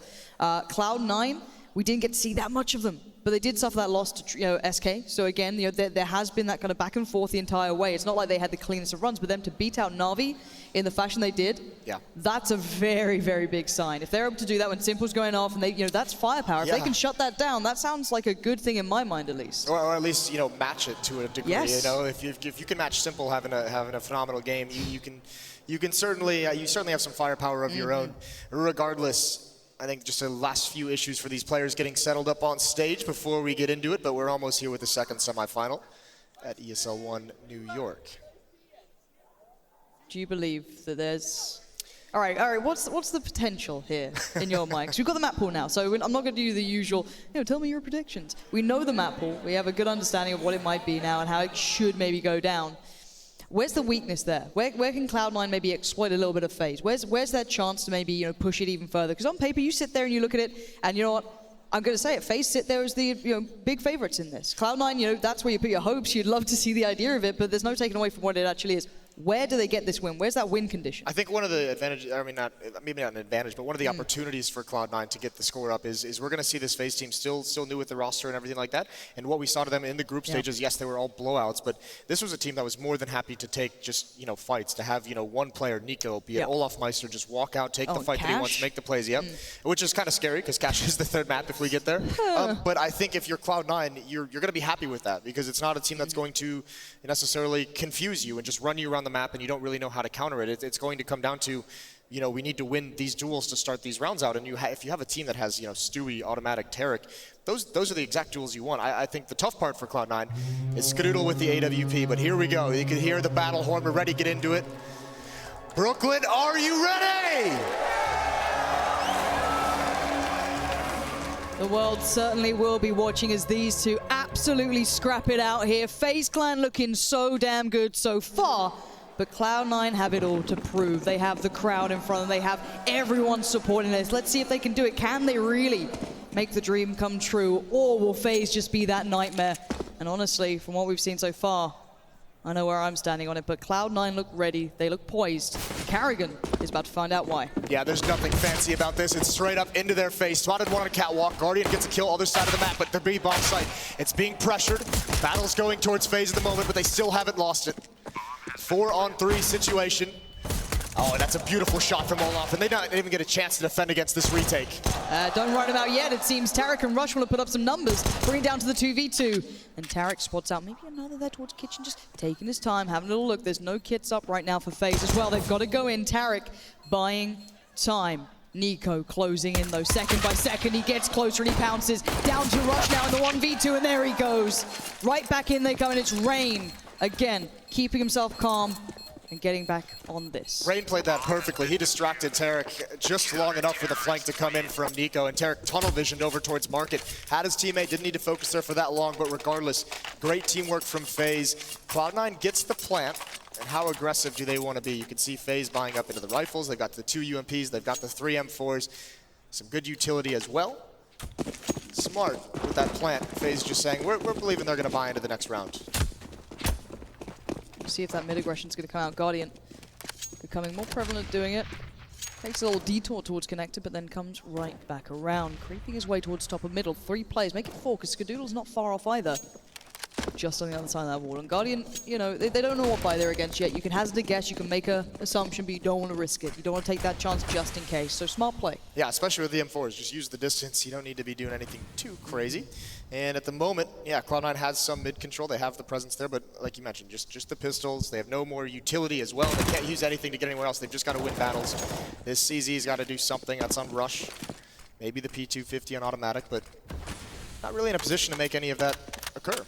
So yeah, this should just, from here, I mean, you feel like this should just be an easy round for FaZe to clean up. It should be. Again, you've got to see FaZe coming into this being reminded that they have to be a little humble. Can't risk too much. You don't want to go giving stuff up early. Just slowing them down more than anything. Rush going to receive a hell of a lot of damage there, down to 3 HP. And Olaf Meister starting to turn the screws. And there it is, going for the boost, going for any kind of play, but you can just see the disparity in the weaponry. And FaZe finally starting to mop up these pistols. Unarmored opponents. It's going to be a 2-0 for FaZe. And now we're going to get into the buy round. Now the game really begins. We're going to see the AKs out for Cloud9 here. And Automatic and Tarek going up on the Galils. Going to get some of that utility beside them at least. Yeah, the extra smoke, the extra flashbangs, they want to have something for the executes, make sure they have enough utility going into the late stages of the round. If you go for all AKs, maybe you're just missing that one smoke, that one flashbang that you can use in such a critical position. And this is going to be fast-paced mid-control. There's no smoke at the base of catwalk, no huge deal. Olaf is here at the angle. Are they ready for it? But they're completely blind. That might have been their own flash that they mistimed. Either way, it gives Olaf Meister an opening pick. That's Stewie down for the count. That's a huge loss. It was for free. No chance of even a reply to it. Automatic and Tarek now trying to find a route back in, an avenue of approach. Rush doing the same thing. Automatic does find Guardian. There's avenues being created. That's kind of cracked the map in half. 2 to each side now. Olaf Meister on short though. Not going to relent. This guy is a god. And he just smites down 2, already controlling so much of this map as the last 2 players for Cloud9. Still by ramp. That's a nice pop flash through it. Blinds him just long enough. It's not perfect, but he gets the job done. That's Nico out. The A bomb site is susceptible. The tough part is there's no smoke. They can't block anything off. They have to take these fights. Skadoodle wins it. Combined with Rush into a 2-on-2. He swings out for Rain, and there it is again. A great performance from Rush. A 2-on-1 now, and Olafmeister, he's already been battered. He won so many fights earlier, but he doesn't have the HP to get into any more. Yeah, I said he was a god earlier, but I guess they're just non-believers, as it looks like he's going to be working into this one, but with so little HP, he needs to catch them all out. There's the first to fall, though. Is there any more? Is it time to back away, Olaf, or can you make this happen? Going back in for more. Rush on the other side, low as well, bear in mind. HP is a factor, but time is ticking and favorably towards Rush. Patience will be his virtue as Olafmeister begins to close in, checking it out. Smoke to the bomb. Taps it, and there's Rush. Doesn't risk it, doesn't wait. He takes the fight and he wins it. Great work from Cloud9 to bring this one back. That didn't look winnable, I've got to say it. No. Once Olafmeister started to get that control in middle, he was so darn good at it. But then there was the fight over by A. Yes, I mean, it was great. The fight at A and the 1-on-2, you can see some of that just comes down to pure timing. Rush doesn't have the HP to peak for a fight, so essentially he's just leaving his teammate saying you have to play for yourself. Olaf finds an opportunity, but now Guardian's got the op out. He's going to go for the peak as well. The first challenge for Cloud9 has been met, but now there's a round with FaZe. One of the best oppers we've ever had in CSGO has his favorite weapon. No armor. This is going to be slow paced from Cloud9. They don't want to lose anyone early on. Don't go for any kind of crazy aggression. Everyone just watching for pushes.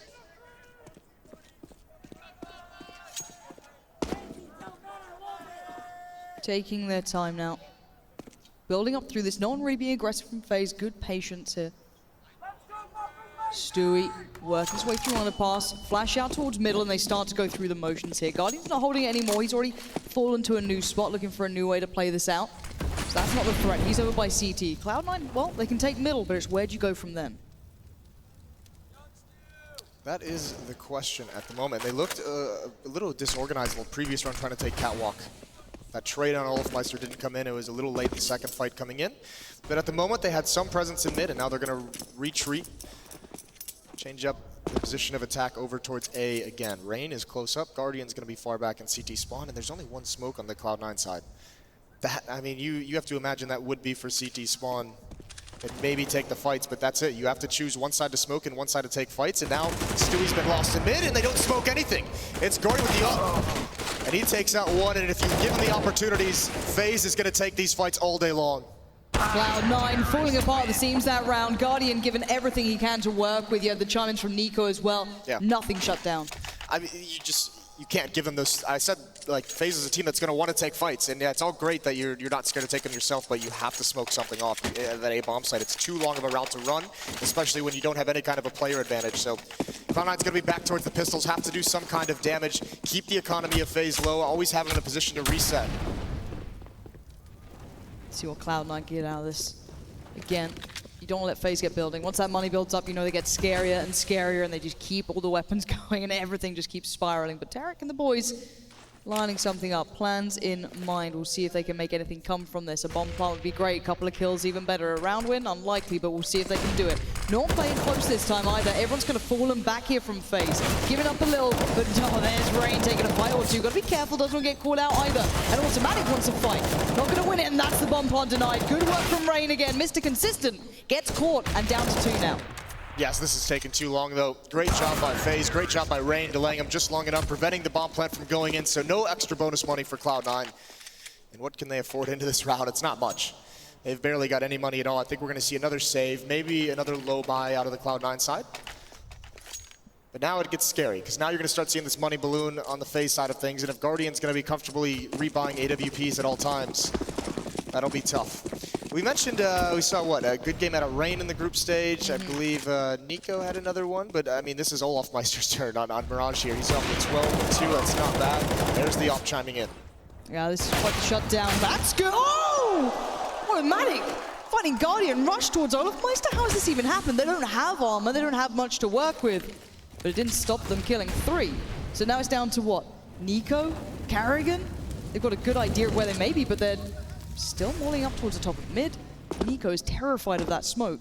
Automatic not being subtle. Gets called out. Carrigan's there. As Rush now your last man alive in a 1v2. All from Glocks. I mean, this is still, they're going to be happy about this one if you're Cloud9. You've done the economic damage. Anything else Rush can add onto this is just a bonus. He's trapped right now, obviously, spotting out that boost. They know both players were underneath window. And Rush is hoping someone gets over-eager, someone overextends. And actually, I mean, now, if he just makes the proper guess, and yes, it would just straight up be a guess. He'll have an open A bomb site, but he's not sure quite yet. He doesn't want to move. Nico and Kerrigan falling back towards the sights here. Kerrigan gonna opt for B. Nico playing very passive in spawn, and what a sliver he has to work with. Rush is edging towards the site now and creeping his way there quite cautiously. Look how passively FaZe Clan is playing this one. Kerrigan's in B, Nico's all the way back in CT spawn. They're fine giving up the plant. They know next round's gonna be a buy no matter what, so why risk giving up some kind of a one-on-one? Why risk being in the bomb sites where, you know, timing wouldn't work out in your favor? All right, how does Rush get a 1v1 out of this? He's got a flash, bomb planted for him. They've got a smoke and a flash themselves, and a kit, rifles. They've got armor. They have it all. Now let's keep eyes on how they're going to play this one back. Rush is watching his back for now, the smart way of doing it. They're already on the bomb site, though. They've gone there quick. There goes the smoke up. They're not sticking it. They're not quite on it. Now they are. Rush, that's so close, but Kerrigan has not stopped. He is still on this one, and oh, he gave it all he could. He was close as you like. Diffuse comes out, and they do stay alive. 2 players. The difference was around, what, 5 HP, maybe? 4 on one and 12 on the other. Yeah, heroic effort from Rush. Can't quite make it happen, but this is the crazy part. These are just Glocks. And there's been some famous clips of, you know, shouting Glocks and everything like this. You weren't going to go for it? No, I wasn't going to go for it. Oh, come on.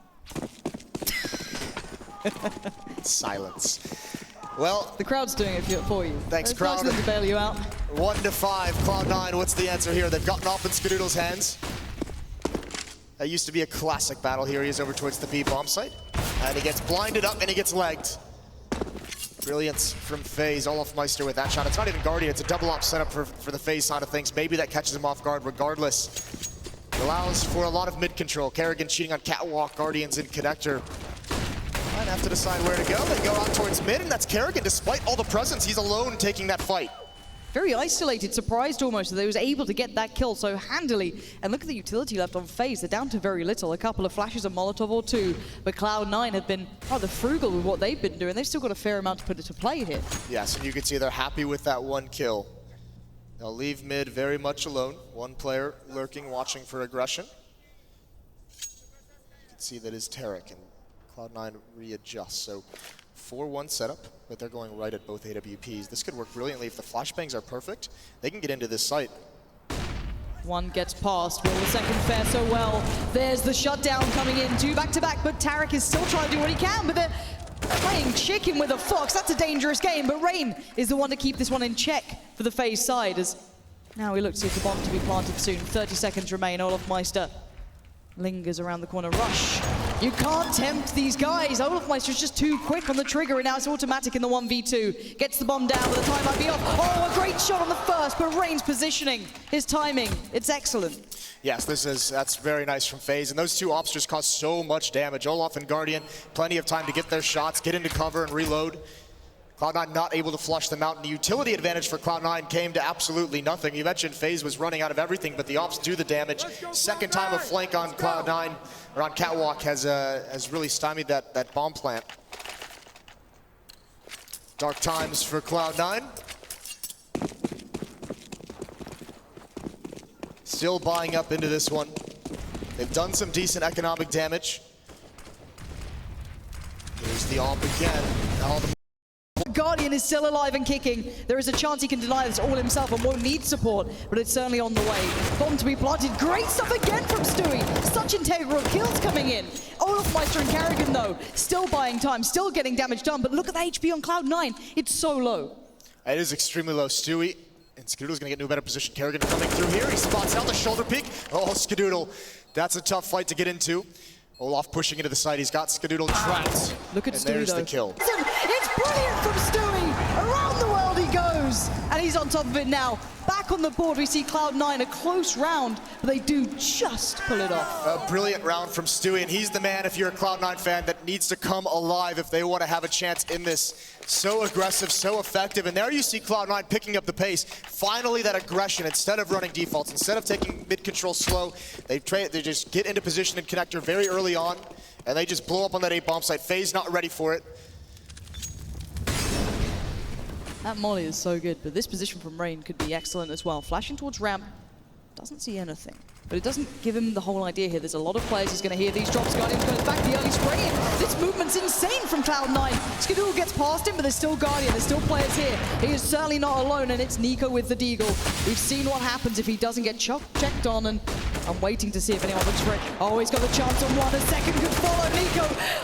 They get away with it. Rush stays alive. 3v3 now. But this is certainly not easy for Cloud9. No, yet Guardian's still up. Bullets coming through the smoke as well, but Rush is going to be able to get this planted. Kerrigan not jumping over, trying to stop it. Just gets away. There it is, the peek, the double from Stewie! Aggression towards connector, and it's just Kerrigan. And now he's gone, and so is the money for FaZe. Cloud9 is right back in it. Stewie's starting to heat up here. That's what you want to be seeing. This guy is starting to fire on all cylinders. You want some high IQ, you can get some high kills here. Look at those two back-to-back, just instantly done. Guardian and Olfmeister shut down, lining up for him is perfect, but the money was low there for FaZe as well. We had Eagles on board, we had, Famaces. It wasn't great at all. Now look. It was everything they had because they had that AWP and it all just disappears. This is Cloud9 picking up the aggression. That's what's got him these past 2 rounds. Now a chance to get a 4th against just the USPs. Stewie actually takes that peek. Rush throws a flashbang for him. I mean, it just doesn't work, but Stewie still gets the double out of it. Just straight up wins it. Going blind, but he kills both anyways. And hit aggression. Beat up a little bit. These USPs doing work. It was Glocks for Cloud9. Now it's USPs for FaZe. 3 quick kills. Surely Cloud9 holds on here. This could be absolutely shambolic if it happens, but it is Nico. I've seen stranger things. Stewie has been outstanding for Cloud9 the last couple of rounds. Tarek certainly there too, and Nico, timing is everything. It's Stewie to control it. Cloud9 get one again on the board, building back into here. That was close though. Again, you could never write off FaZe. You have always got to be so aware of what they can do, even with just so little.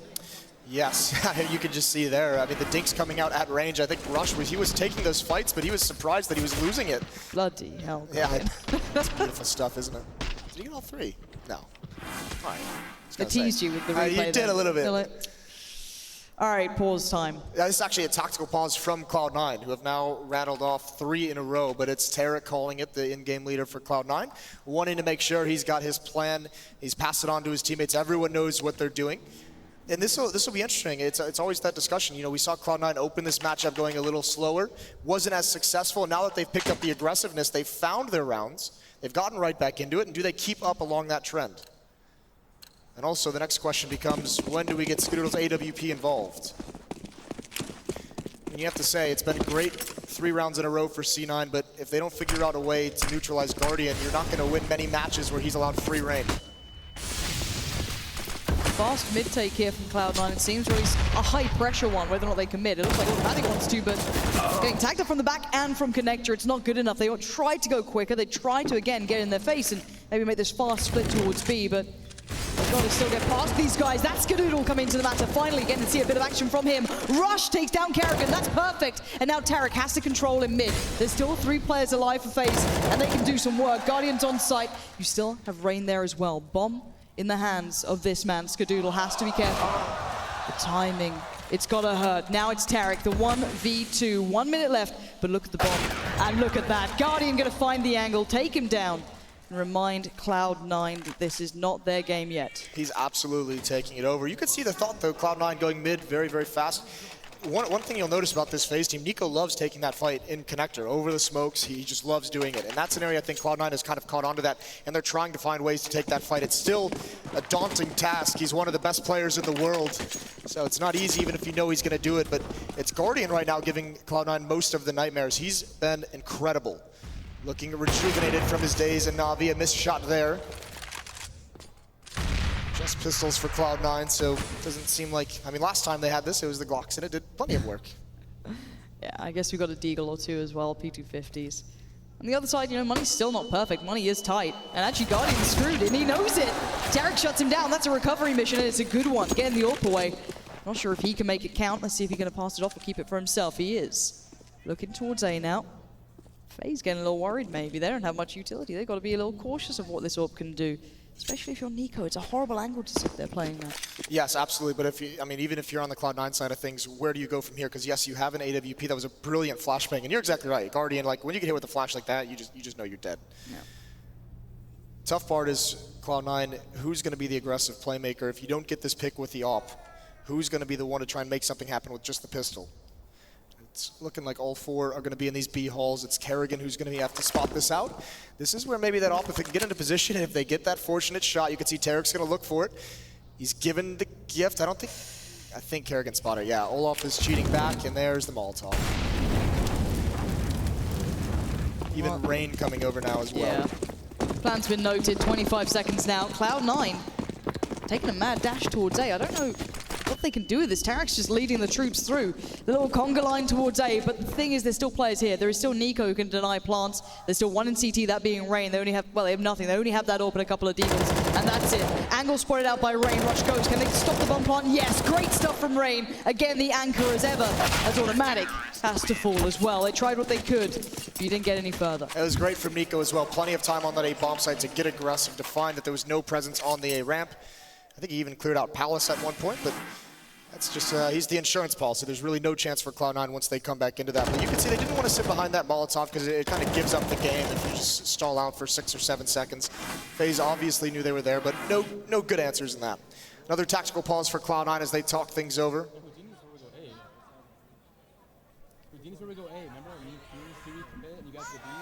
Plant would have been great, but they have enough for the AK Skadoodles. Tad light.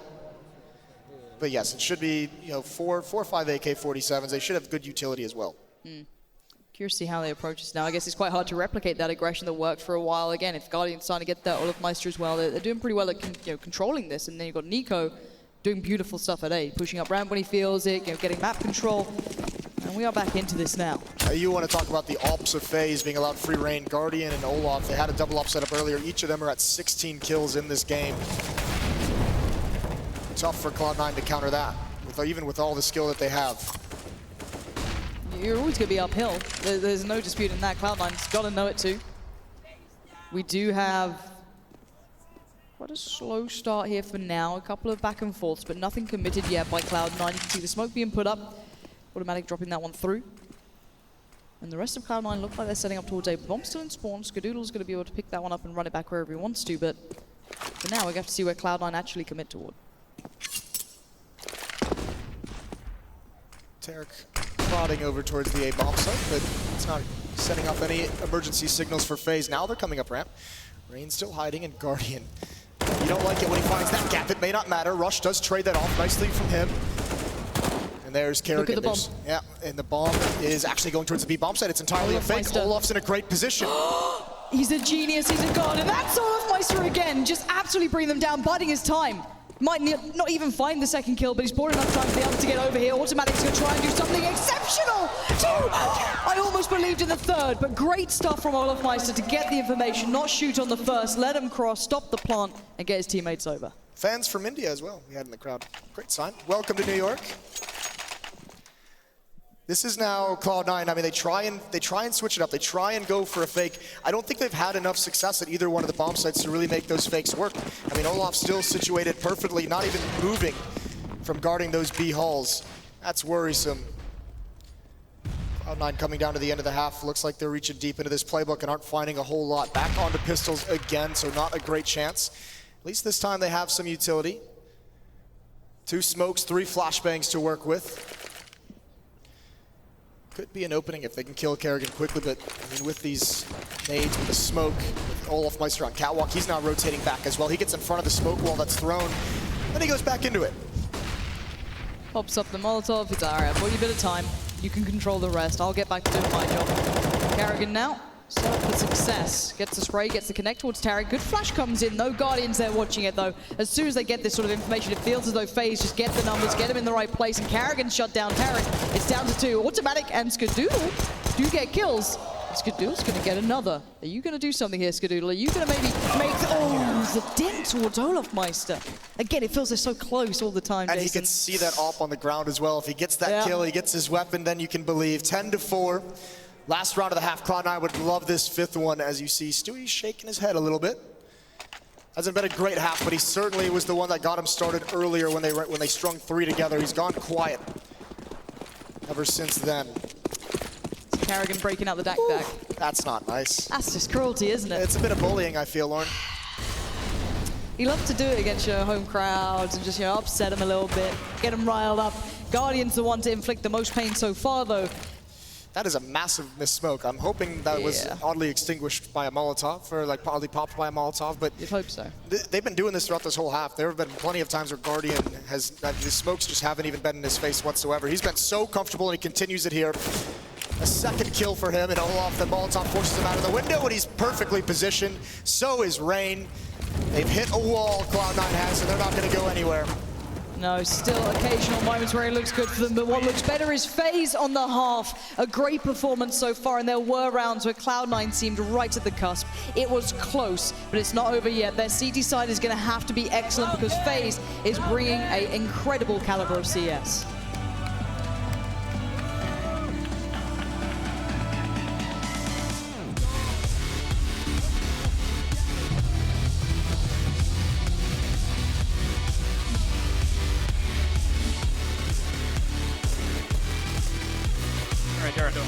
Calling it.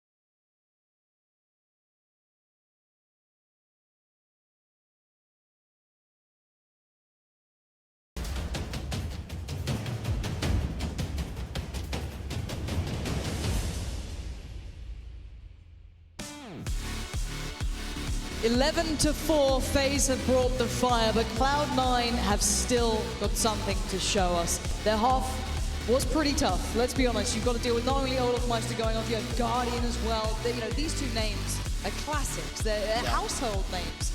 So you've got to feel in a way, you know, how much could Cloud9 do with this? Well, also, I mean, they didn't make it any easier on themselves. They're missing a couple smokes here and there, some things out of place, sometimes just straight up forgetting to throw the smoke. So, I mean, Guardian had plenty of opportunities to get into that game, and looks like FaZe is going to do the same pistol that Cloud9 did, just rush B. We'll see what happens. Tarek is close up. He's going to be the first one. That flashbang is perfect, though, forces him back, and he gets nothing done. No, Skadoodle's close enough, and it's going to be hard to handle this many FaZe members coming this close to you. And already Karrigan as well, just taking the fight to him. The rest of Cloud9 are reeling off the back of that, and FaZe are not relenting. They're so aggressive. Look at this, Olofmeister's there, Karrigan's there. I've got to almost feel in a way for Cloud9. They've got to fight their way back through this and get back through two of the best players we've seen so far. Olafmeister wants to keep going, but Rush, he's not going down without a fight. Do we have a kit? We do. Rush has one. This is still possible. It's doable. Guardian's low. He's behind bench. They can clear up. There's the smoke down. Guardian's made his presence known. He gets one kill. Stewie, they still can't hit him. He's only got 7 HP. Automatic does get Rain in there. He's finally taken down. They have to get on the smoke. Nico's here with the knife. He's stabbing away. It's not happening. It's doing the damage. But Cloud9, no, it's going to blow. Absolute madness going on. That was as messy as you like, but FaZe do get it in the end. That was so damn close. And what the hell was that round? I'm not even entirely sure, to be honest with you. Guardian coming out at the right moment. They didn't know where he was. This was a battle the whole way. Automatic even getting the kit here, finally cleaning up this kill. And I would thought he was going to have that. He had the kit. It felt like it was... It did feel like it. Yeah. Maybe it was wishful thinking, Lauren. Yeah, and that just doesn't work against FaZe, does it? You know what I mean? They're just a team that just doesn't care. Just absolute machines. They're just going through it now. It's like, you know what? I'm glad you got one North American team in the final. We're not going to let two happen. All right, you've had your fun. Yep. We're done with this automatic. Great shot. Nice little swing from him. Kerrigan's going to be feeling that tomorrow, but the rest of Cloud9 going to have to replicate some of that brilliance because there's not much else going for them right now. Struggling with the economy. Tarek tries to make something brilliant happen. Not going to get it. Skadoodle, though. Nice control. Olafmeister put to bed. It's a 3v3 hit. 1-2 punch from Skadoodle. He's picked up the MAC-10. That's not going to do a whole lot of help. They've all got head armor. And, yeah, I don't think there's even smokes blocking off Market, blocking off Catwalk. No chance for a flank. And Cloud9, everyone just kind of setting up for some exit kills. They're not actually going to go for this one. 2 kills, and if they can get a couple more, this won't be bad. I mean, still, you can manage economy much easier on the T side, but it's not a bad thing to get a couple. It's going to... Oh, God bless Stewie. God bless Stewie. We need to get T-shirts made up of that. Yeah. If we can get that going, that'd be cool. This is great. Alper, if he builds up some bonus money with this MAC-10, he hasn't pounced yet. Here's the peek. Oh, Nico is so prepared for it, isn't he? Smacks him down. What are you gonna do? You know what I mean? Like, Nico doesn't even look bothered. This guy's just like, all right, this is fine. This is going well for me. But they will have to get to attention soon because Cloud9, when they do get that first buy, sure, it will be to that very, quite close limit, right? It will be that scary marker. FaZe have done very well here. They've come out perfectly into the second half. But once they get there, we might be able to see a little something. But again, FaZe have looked good. They're still in a very, very powerful position as we speak. And the buy from Cloud9 is just the remnants of last round. Oh, here comes Rain and Kerrigan, probing over towards the B-bomb site. Rain's gonna wrap around. Easy kill onto Automatic, building up this bonus money. And very quickly, this is going to be over with the addition of Nico. Skadoodle does respond, but there's not a whole lot that they can do. Not a whole lot they can take away from this. It's literally just these two making bonus money at this B-bomb site. Yep. It's kind of what you'd expect at this point. If I'm honest, you come into this round, you're not expecting much more than what we've seen. So, Rush, I don't know what else he can achieve here. This is pretty brutal for Cloud9. I don't know what to make of their map pool. We didn't get to see them through the tournament. We got to see the FaZe side of things. Yes. But we do have Overpass and Cash still on the horizon. So things could change down the line. And Rush, gonna get Guardian. Free AK-47. His arms reach, just like a little T-Rex arm. He's so boxed in. This is going to be difficult. He's got to fight on Catwalk to take. He somehow wins that. And he's going to go back from actually dinks Nico. Give it a good go. He did everything he could, didn't he? Fair play. But now New York, Cloud9 needs you 4-14. The first gun round is about to get underway, and they have to start the comeback right now. No, I don't think the crowd's believing yet, Jason. I think they have to look at that next map. I think FaZe have gone in their heads as well, but maybe this is where it starts. Maybe this is the spark of a turnaround. Maybe Cloud9 can show us what they have here. A good buy finally. There we go. You're getting there. We're getting there. They need to be seen. They need to be given a reason to believe. And right now, FaZe are doing it, not Cloud9. So I don't blame you guys for being a little quiet. But let's see what we've got coming out so far. Look at this presence through apartments. It's going to be on towards Rush to deal with it. And that's not good enough. FaZe break in. Brilliance again from Rain. This guy's so good at it. And they're just winning fights. FaZe are doing so well at just taking those 1v1s and destroying Cloud9. Yeah, it seems like Cloud9 at the moment not exactly the most confident. They've been hit pretty hard in this first map. And even there, I mean, Rain coming out getting 3 kills from Palace. And the battle on Catwalk that Olafmeister adjusts and win. But let's see what this looks like. That's a great tap. The adjustment as well, trading off. And then more brilliance. 3 quick headshots from Rain. And that's just the thing when you talk about it. It was Guardian and all for the first half. This roster just goes so deep. It's truly become the all-star thing, hasn't it? You know, when FaZe first came around with the first iteration of their lineups, it was like, okay, you know, that is quite an all-star, started team, but everyone had that kind of like fantasy roster they talk about at home and wonder, you know, would it ever happen? We might just be seeing it here. If these guys can stay together, you know, keep grinding out, we might just see one of those lineups, and they could be very much in those finals. We're going to find out if he's be starting the road now. Rush to find Karrigan, but you never get one without a reply. It feels FaZe perpetually in the driving seat. 4v3, scouts left. And Stewie, well, for only a second. Stewie's still alive to claim Guardian, but let's look at what they have here. The one benefit being they have some control of the bomb.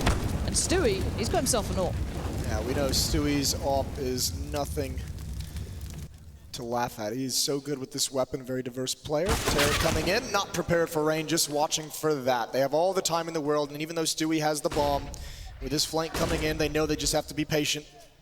He has to choose somewhere to get aggressive. He can't just sit here. He's going to lose no matter what. So he has to pick a fight to take right now if he wants a chance of bringing Cloud9 forward into this half. There it is, and Rain just slides around the corner and ends it quickly. Clinical from FaZe, dominant from FaZe. It was the ops that started it off, and Rain finishes it off. FaZe showing us some real brilliance on the first map here, but bear in mind this is a best of 3. We're going to go all the way if Overpass goes to Cloud9's favor. They've got to find something to show us, because right now FaZe mean business, and that's all you can say about it. They don't care about Cloud9 and what they want to do in the North American Dream. They don't care about it. They want the final themselves. So we'll be back after a short break with The Desk.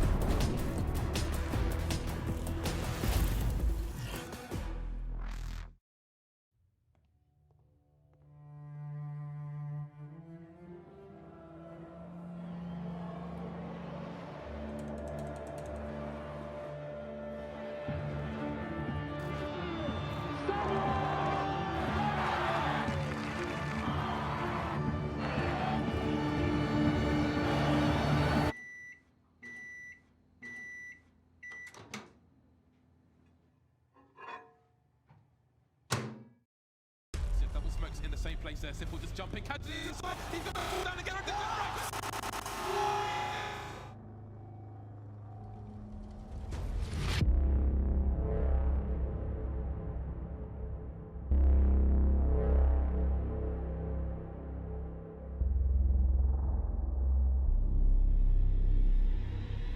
Place there, Simple just jumping, catching it into the side, he's going to fall down again. Go to snipe.tv now and never miss the action.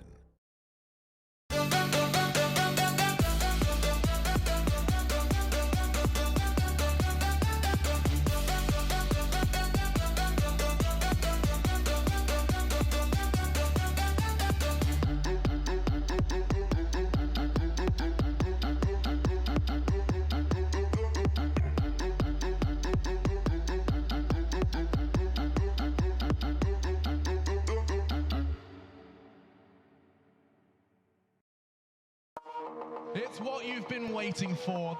These guys are on top of the world, and it's all done. Astralis winning. IEM champions. They want the trophy, and they've got it. NIP.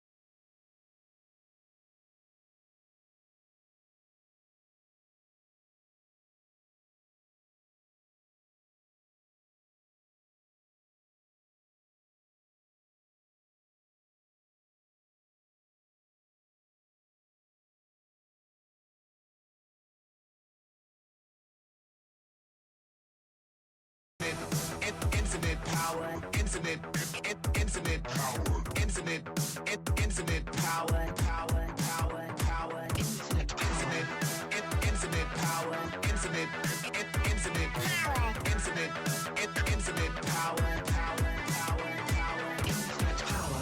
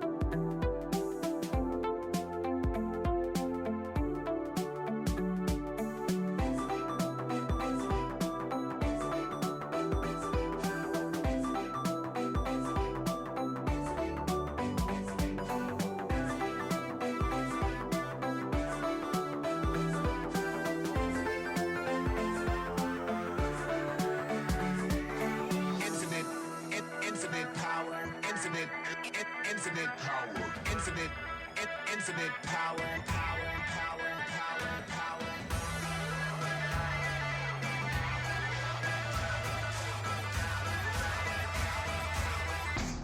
ESL 1 New York is brought to you in part by Intel, Logitech G, Republic of Gamers, GoDaddy, and StubHub.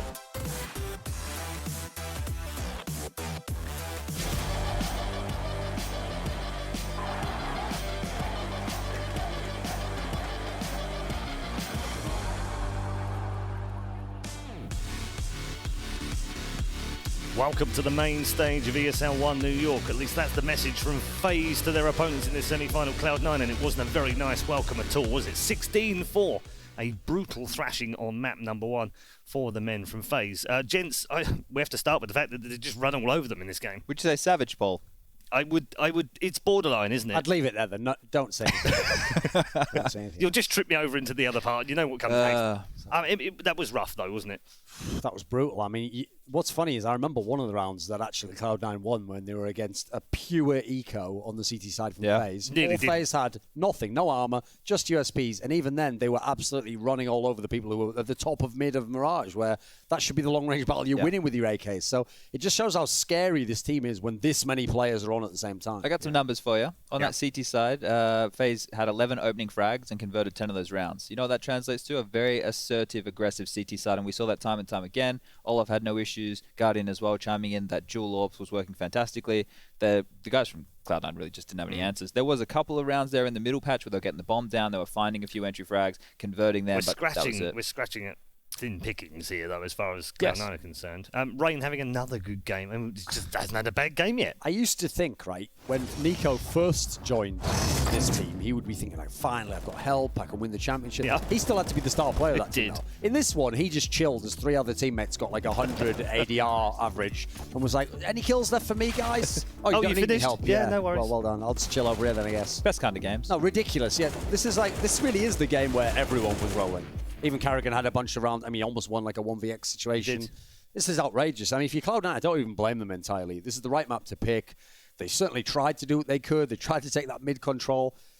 there's very little they could do. Even when they got into bomb sites, they weren't always winning those rounds. This is why. I mean, this is funnily enough exactly the reason why no one expected FaZe to be this good, because this was really logically the only way they could be good from day one is if everyone just killed everyone, which in theory doesn't work in Counter-Strike. No. You know? Well, it generally, I mean, it did at one point early A long on. time NIP, ago, I guess, yes. a long time ago, did kind of work like that. You sort of feel like, is this a bit weird now? Because if this works, the trouble is some of the other teams are going to be like, hey, do you know what we should do? We should just get 5 great fragging. That's what Cloud9 tried to do. How'd that work for them? Well, they don't have an in-game leader, though. That's true. Yeah. Like, They also don't have Nico, Olaf, and Guardian all in the same team, and Rain going off because I man. actually did a podcast with Moses and a couple of guys from the community, guys who like really research a lot of the demos, and it was about the topic of loose playing styles. It was about just having a style where like individual players decide what they're doing within it. It's not so much a tactician doing a set play. And one of the kind of conclusions we came to, which I thought was pretty interesting through discussion, was that people will think the loose playing styles, you just get a load of good players and they do whatever they want. But actually, whenever you broke down the really all-time great loose playing style teams, so think like NIP at the beginning, think about Envious when they had Shox and Kiyashima, thinking obviously about Fnatic when they had Dennis and Olaf Meister and Flusher. Actually, all these teams, first of all, once upon a time, came from teams that were very tactical, so they learned the rules of how you play the game. Then, the players they have that are the superstars are also generally, a couple of them at least, are like very cerebral players, and they tend to initiate the action. So what you've really got is, they're kind of playing like mini in-game leaders within it. They're not just all-stars that don't think and brainless and shoot everyone. And I think that's something that's interesting if you think about this composition. They have all these star players who are used to being the star. And sure, initially you're thinking, well, there's not enough space for everyone, it's not enough frags for everyone. But it means when they're on their game that they can all kind of make these little decisions that normally maybe only the star and the in-game leader would get to make. So when it works, it's going to look unbeatable like this. But I will say, I don't think it's going to work all the time. You know, it's not. They're not just going to run over the whole scene like this. But at the moment, they're definitely running over Cloud9 exactly like this. Yeah, and it does make it hard to play against them, doesn't it? Because how do you prepare for that tactically in the next map? Well, that's the thing, right? You have to shut them down. You have to force them to respect you. And the way to do that is probably on your map choice. So Overpass wouldn't be where you're going, right? I guess the positive side is Cloud9. I assume they picked the CT side. I forgot which one. But I'm pretty sure they picked the CT side, right? So that's one saving grace. When we saw FaZe go up against SK and Cologne, obviously different roster, they were very scared on that map, right? They weren't confident. But this is a different story right now because they just won 16-4. So you're going to be very confident coming into it. I think you need to do the same thing. That you just have a very loose default style. Let your players like Nico and Olaf go for those aggressive plays. And within that, you can make some good mid-round calls. That makes life really easy if you carry them because you don't have to entry frag. You can sit back, let the pieces do what they need to do. And then from there, have the structure. And then from there, bring in the executes later down the track. And you just keep Cloud9 chasing their tail. We've seen all the teams playing now here at Cologne through the 2 group stages yesterday and obviously through the semi-finals today. FaZe are right now 3 for 3 in maps, 16-4, 16-5, 16-6. Yeah. That's an insane run already. Yeah. That's, well, they've dropped 15 rounds. Yeah. Over 3 maps. Yeah. Boy. They haven't even lost a map within 3 maps, have they? They haven't had to play a lot of Counter-Strike. I mean, I will say, if they are the ones that make it to the final, they play Team Liquid in a best of 5, that will not continue. Like, we know Team Liquid can play proper Counter-Strike, and we've seen they have the great skill spread in their team. It's not all in one player where they can also take it to you in terms of the duels. But in terms of Cloud9 right now, they're in a lot of trouble. Yeah, so that's partly why I brought that up. Yeah. Is because what can Cloud9 learn from that Liquid style? Is there anything they can adapt very quickly to what they've got to maybe then counterfeit? Because we already sat here and we said, if the semis were swapped and we had FaZe on the other side with Liquid, that's not a done deal for FaZe by any stretch of the imagination because they are super organised and they've got the star power. So how did Cloud9 borrow something from that? It's too early days in this roster, right? They haven't really had a time to work out the way that they want to address the game. I think they're still working out roles. Like, it's super early. And, you know, the reason that we thought that the FaZe versus Cloud9 game could be a sick matchup is because individual skill was what was going to carry them through. We only saw, like, a couple of flashes. There was that one where Rush planted the bomb and then immediately pop flash for Stewie, and Stewie got that sick double kill towards Connector, right? That was, like, the one round that was brilliant. And then from there, they broke the economy and they strung a couple of other ones together. Otherwise, it was just... They were finding frags here and there, but people weren't stepping up. And when you start on the T side of Mirage, it's a map where you should be able to find space, right? There was that one round where Stewie did that pretty cool flank all the way around to mid. Oh, yeah, and he caught 2 people that was a good round on the bomb. That was nice. But again, if that's what it takes to put like one round on the board, man alive, you've got an uphill battle. So I will say the problem is Cloud9 typically have never really liked Overpass as a map. It's never been one that suit them because they've never had a great in-game leader for about 2 years. Then you've got to add into the fact that you look at the current lineup they have. This is an open map. I think you have to enable Skadoodle, because if not, this is actually one of the reasons why I think Cloud9 was never good in this iteration, or at least with this core, with Skadoodle is because I think this map sucks if you're a stationary AWPer. If you just sit at long only and you always go to the same corner, you will get picked apart. Or they'll just leave you and you'll never be able to rotate in. So it's going to be real tough to get him involved. You need to look at the stat that I brought up at the start, right? Is the fact that, the guys from FaZe found 11 opening kills on the CT side, which means they're being dictated to. So you need to get the opening kills now that you're Cloud9. You need to make sure that they're not trading on you as well. So that is exactly what Duncan's saying. If you're a mobile AWPer, the best bet to get an opening in the round and then fall back to another line or fall back and play safe, play the number advantage. That is going to put a lot of weight on the shoulders of Skadoodle, or Stewie can pick it up. We can see Tarek do it as well, but someone has to do it. And you need to get away with that, especially if FaZe are going to play a little bit looser. We don't know what to expect, what kind of style they're going to run with early. Could be really execute heavy because we know they definitely have that in their arsenal. It's just up in the air. So I think, you have to be aggressive if you're Cloud9 coming into this. Try and set the pace. Try and do what they did to you. And this might sound depressing, but I have to say, Cloud9's done all right to get to this point, to get to the semis. I really do think, after seeing both groups play out, Na'Vi's been a bit lackluster overall, the tournaments they've been in, and that's with Simple carrying at ridiculous levels. I have to say, if you swap the groups around, you just took Team Liquid and put them in Group A, and you put Cloud9 in Group B, I think it'd be Astralis who'd be in this position right now. So I think Cloud9 did all right, or they got the better group that they could, they got out the group, well done, they beat Na'Vi, that's all great. I don't think at the moment that they're at a level to beat a FaZe team like this. Sure, but that's progress for them right now. Sure, yeah. Where they are. Well, they did what they had to do, right? Yeah, that's who they was put in front of them, and they beat the teams that they needed to beat. It's just I don't think it's realistic to expect them to beat FaZe right now. Unless they can show us something special here that we haven't seen in the tournament so far. It's going to have to be something very special, isn't it, on Overpass? From FaZe's point of view, I guess complacency is probably the only thing they have to cope with right now. It's just making sure they don't get carried away with that. But the thing is, confidence is what you want. It's a buzzword, right? But you're going to run into this game with confidence. Getting complacent is a different story. If they run off to like some sick lead and then they just start dropping the ball, that's a different story. But the momentum's there. Carrigan's going to be able to keep them in check. Robin's behind them as well. They can stop the bleeding if they get to that point, and they can change their approach. They were able to do whatever they wanted on that map, right? And when you can have that kind of freedom, that obviously inspires confidence because everything you're doing is right. Or at least works. I don't know if it's right, but it works. I'm kind of trying to look for how do Cloud9 get in there somehow? What is it they can exploit? Because we haven't found anything yet, and if we can't find anything, and we've got the advantage of kind of everything available to us, what are Cloud9 It's just the individuals, Paul. That's the thing. We can't quantify if someone's going to turn up and go huge, right? Or find their spacings, find their timings. But that's what it's going to take, isn't it? Exactly. 2 or 3 of them, actually. Especially on the CT side, right? The CT side is more individual as opposed to, having good structure and stuff. They can have all the protocols in place. They can understand how to rotate. But if you're not able to hit the shots, you're not able to stand up, that's where you're really going to have all the problems.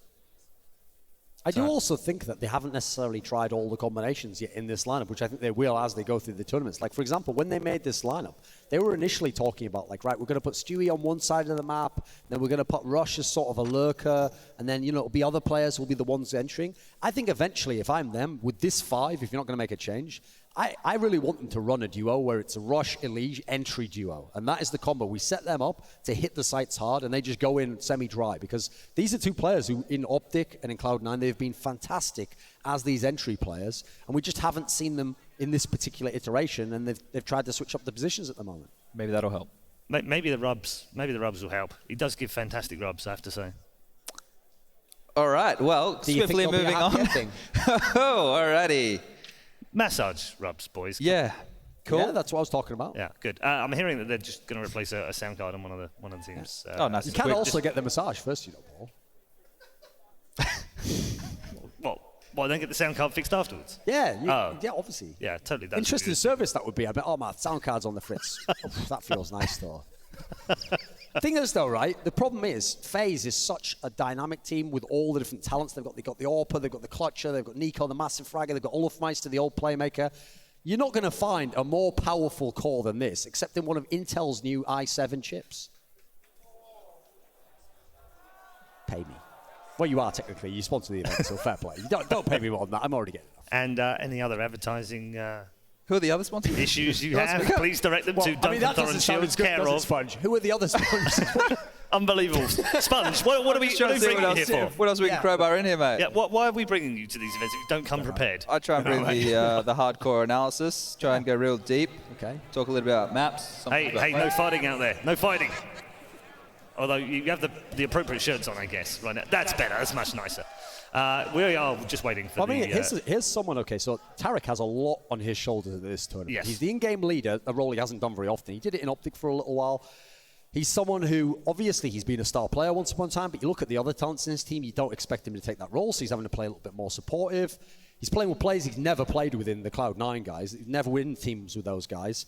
And then finally, remember, he is actually a native, I believe, of Brooklyn. He's actually from like this area in general. I remember watching the Valve feature they did on him, and he's the guy who was doing tweets before. It's like, I want to hear all the crowd, like really loud. Like he's really expecting that this will be a great day for him, and started really terribly. So there's one guy who can change things around right now. I mean, if he can come up with a game plan, or he can find just something that works, give us like something that's workable right now. You've got a play that works, a player that you want to set up, then you can get into the game. Because at the moment, FaZe plays no respect to Counter-Strike. Like, they're playing at the moment like, if I don't wreck you, my teammate's going to get you. So they're all actually playing super aggro as a result. Because normally people like Olaf Meister, Guardian, they're used to, like, if I die, it gets way harder for the team to win the round. Now, because they know that isn't the case, actually it's kind of freeing them up to get even more aggressive. And that means that the plays are just coming at you non-stop. And you feel like even on the T side, you're getting pushed back. Let's talk MVP for the tournament. It's a little bit early because we haven't seen the grand final just yet, but I know how much Lurpus loves talking about MVPs, so we'll bring that subject He's up not right here, now. Paul. It is actually Sponge. So who are the top three are in contention right now from any of the That's the tough players? one, I feel like, because obviously right now, with how they've done, Team Liquid's in the conversation already because they're in the final. Yeah. But you look at them, they haven't really had one MVP. Like, what's great is they have that core of the three players who do it all. Like, one's the aggressive young star with the crazy aim. There's Twists, right? Really good. Then they've got the guy who at the moment's been kind of the closer, the very clutch player, the really great spray, that's Elige. But then JDM's had some amazing picks, great AWPing. It's different styles. And the fact is, they tend to do it like map to map to map. It's never one guy who dominates the series. So I feel like that one's going to come right down to the final if they end up winning the tournament. That one's tough to pick from. I think right now, in terms of those three, as bizarre as it sounds, I might actually... I could go either way on all of them there. Like, I could say Elige because he closed some of the games, but JDM's had some really big picks to win the game. Okay, we'll get Sponges afterwards because we are hearing that we are ready. So let's get into our second map. Well, map 2 of the second semifinal, Cloud9 and FaZe going live now. Map 1 was a beatdown by FaZe, but I still believe New York. Do I have any believers with me? Cloud9 going to be starting on the CT side here on Overpass, and they need to get rolling quick. Yeah, they do need a lot to go right for them here, Cloud9. There's no disputing it. I think we've all seen what happened in the first half, so let's see if there's anything to be coming out of this one. As said, starting on that CT side, FaZe looking for their opportunities to begin this one off quickly, get it rolling and not drop anything too fast. Nico's going to be the one pressuring. Here he comes, and actually going to fall right back with it, but it's Rain from the other angle. 2 kills. All of a sudden, Cloud9 on the back foot. It didn't even look like they wanted to commit to it. Looked like they wanted to fall away. It's a good thing they didn't because they have demolished this defense. Skittle being forced back behind the smoke, and all of his teammates are dead. What an exceptional beginning from Rain, just powering through there. It was just brutal, wasn't it? Skittle trying to put up a good fight, but it is all but useless. FaZe pick up where they left off from map 1 by looking dominant, and this time it wasn't your Guardian, it wasn't Olaf, it's now Rain. If Rain gets a good game going, I'm terrified of this roster. It could be anyone, isn't it? It is pretty dirty. I mean, the big thing is, I'm glad the Des mentioned it, because I mean, it was the same thing with FaZe when they first got this roster. I mean, it's going to be a build-up, right? Like, we still have to see them tested in this event. So it'll be interesting to see what happens when they are tested. Cloud9 as well, they have a lot of moving parts. New players coming in, new in-game leaders, so they're going to have to shuffle things around, figure out what works, and focus on those and change some of the other things, but this is going to be fast-paced. Flashbang out towards long, break up a stack, and Automatic has no response. Rush is up next.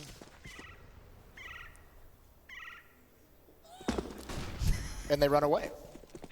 Yeah, show a little bit of leg, back away from it. They were scared of it him. rotates. They were scared of him. That's it? Yep. They were scared of Rush. Like, Rush plays this side of the map. Let's not go here. Oh, that's what all the demo practice, watching over was for. That's Where is Rush? It's all Kerrigan. Cerebral man, of course. We are going to be seeing FaZe turn attention elsewhere. Now, we do have Tarek, the only one really left dedicated towards B. There's not many others here. They did kind of rotate once we saw it, and look at this hit. It's quite nicely constructed. The Molotov doesn't land at barrels. That could have been an issue, but actually the issue is that they're damaged. There's 3 players quite low here. Rain, Kerrigan, and Olaf Meister.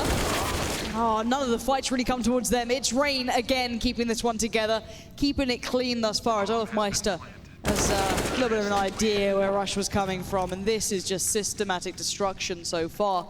Cloud9 again, this is what we're going to be saying. They need to find something. They need individuals to go off. They need to do that aggressive play. We want that brawl to come out when they can do it. But right now, it's risky and it's not easy to do. But This man, why is he allowed to be doing this again? It's like the pistol round all over. And these are the kind of fights he wants. Open spaces, you're basically just giving a headshot angle. He can toy with it, he can get in behind the cover, he can duck behind that ramp. You don't want Rain to be those fights. And you know, Duncan mentioned this on the desk as well. This is a map that is very, very kind to oppers. There's so many different angles you can utilize over in the bathrooms, even towards the B bomb site. So many different ways you can get aggressive and fall back and grab a new angle.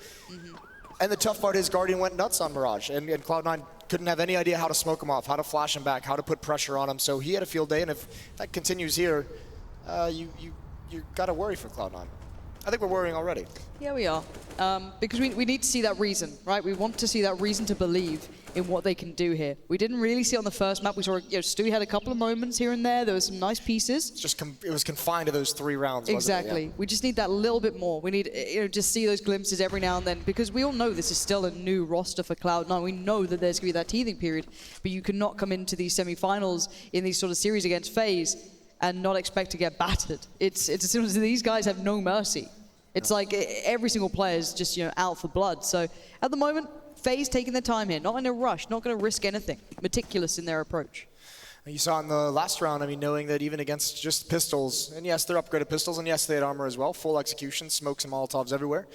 Imagine it'll be similar here, but they're going to let Guardian try and chase down some kills of this UMP, get him some extra money for the AWPs. Going around the smoke, he's ready, quick headshot, Tarek doesn't even get a shot off, and Guardian keeps moving forward, keeps getting kills.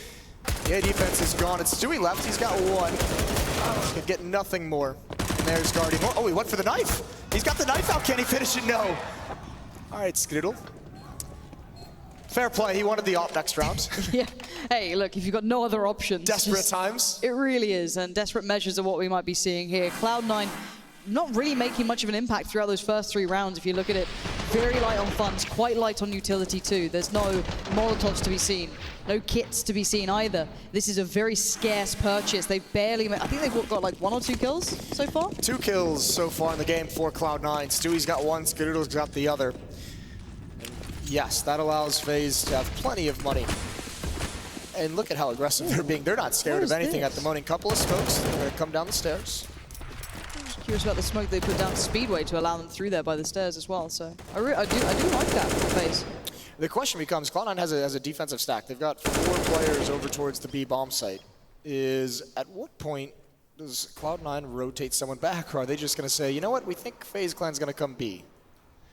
Because this is a lot of area that Stewie has to cover over towards the A bomb site, and essentially at the moment, because he's alone, he can't be aggressive. He just has to jump for information on both sides, right? He's just jumping behind the bomb site boxes, jumping behind the APC, and he's just hoping and praying the timing is right for him to see someone, and that'll cause a rotation, but boy, are you playing a dangerous game doing that.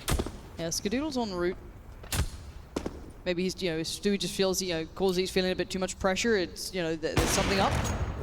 Then okay, and I think he's going to know something's up now. He's had a couple of shots rattle off, but Rain, Kerrigan, and Olofmeister are the main piece of this attack, and they still haven't necessarily committed anywhere. Yeah, but they have control of stairs as well, so they can throw a fake. They can execute, they can apply some pressure, and they can fall back if they want, but at the moment they're letting Rain take his flights. It's quite nice though, even with the limited amounts, Cloud9 are really slowing them down, and automatic able to get into the fight. Skidoodle, maybe this is it. Maybe Cloud9 can start fighting back. Guardian's still alive though. And this man is good at giving those bad dreams to these players, but it is shut out, it's shut down. And Cloud9 step in the right direction. There's it's not a matter of 1 round though, and we know that. We saw that on the last map. It's got to be consistent here. FaZe again took their time, quite slow, didn't throw the fake, even though the opportunity was there. They committed to it, and they got worked out. Yeah, great job, you can see here from Skidoodle. 2 kills there, man, known for his ulting, but that round doing it with the M4, getting the AWP as well, and keeping a lot of players alive. Keeping 4 players alive allows them to rebuy into this. They have now the Molotovs. Look at the aggression. You have to get Skidoodle into this game early if you want him to be able to challenge Guardian. You need to let him build up some momentum, and it might not even happen. Nico, I think that had to have been jumping over the wall. Dupree? Yeah, I think he... Is that what we're calling it these days, the Dupree? Is Dupree the killer or the killee? Killer. Okay. Generally. He's good at it. Right. I'll give him that. I'll give him that 1 shot. I don't know if he actually was, but yeah, it's good. Oh dear. Peace. See ya. Yeah, Rain coming up from stairwell, and that's just, staying up that aggressive for so long, you're overextended. You have no one's there to watch your back. That's too easy. So miscalculating the position he was in. And that's the thing that's not confusing, but it kind of keeps you on edge because Stu is his last teammate, but still, we can come back to that. This is going to be down to the players who are dedicated towards this B site, and now it's just going to be Tarek. They're burning alive, and he's been swept aside. FaZe are very much in control here. Stewie's just watched his teammates get obliterated, and there's nothing he can really do about this unless he gets a gifted a freebie. And that's not bad. Nico going down makes it a 1v3, but I think Stewie knows that even he has some limited capabilities here, but I don't know if they're going to give him much more to play with. Still got smokes and flashes up. Stewie has a look. Does have a kit too. Guardian's on short, Carrigan down by Monster.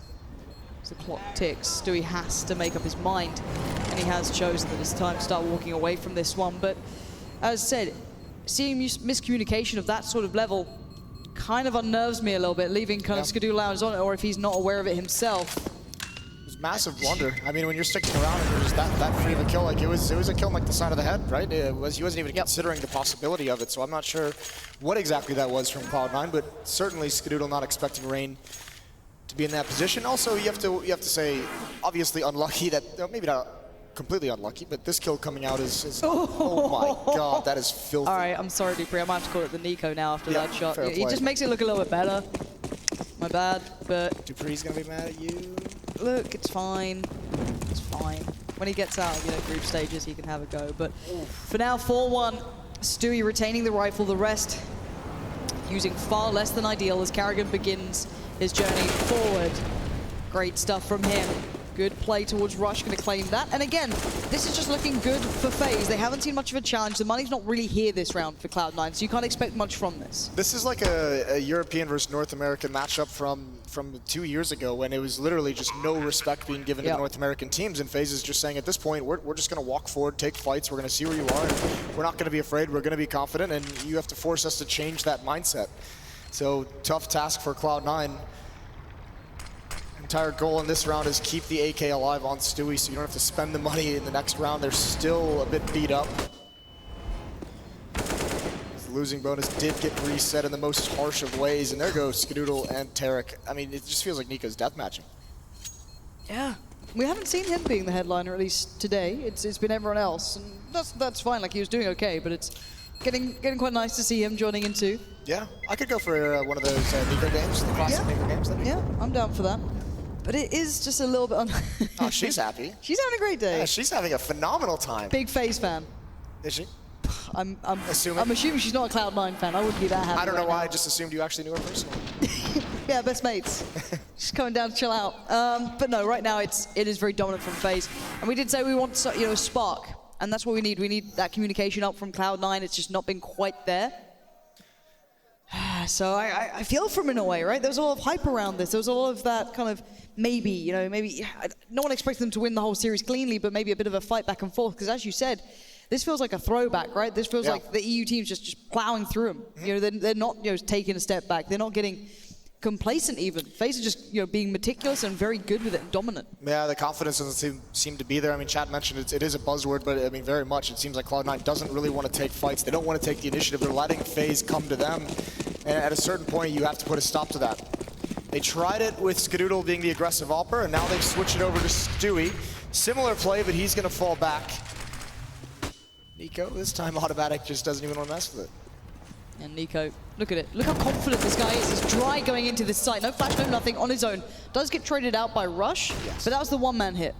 Yeah, that's nice. And I mean, that's a win for FaZe, even if he only gets one kill. All Rain, this is a timing. They just get around the corner. Look at Carrigan, he's just pushing forward. Again, the no respect. Skadoodle, you got to turn around.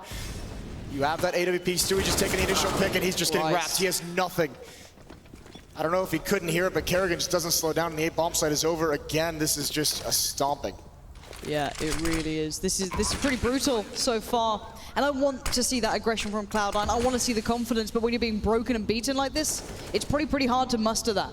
It's very hard, because you're never going to get a normal game against FaZe if you can't calm them down and tame them. You have to make them respect you. It's what it's what we used to say about Fnatic back in the day. About Virtus Pro back. About Virtus, yeah. Any of these teams that kind of can just run through. If you can't keep them to a bit of a stand, you can't remind them that they are human. They're going to do this to you. And FaZe aren't even looking human. They're looking inhuman. This is a semi-final. It is. Someone should tell Cloud9 They're having a rough time here early on. Tarek still with 0 kills, Rush and Automatic with 2. I mean, if you take away the round they won where they got 5 kills, I mean, they don't have too many left. They have 5 across the other 6 rounds. So, frightening situation. Rain's gonna lead the way. It's against Just Pistols.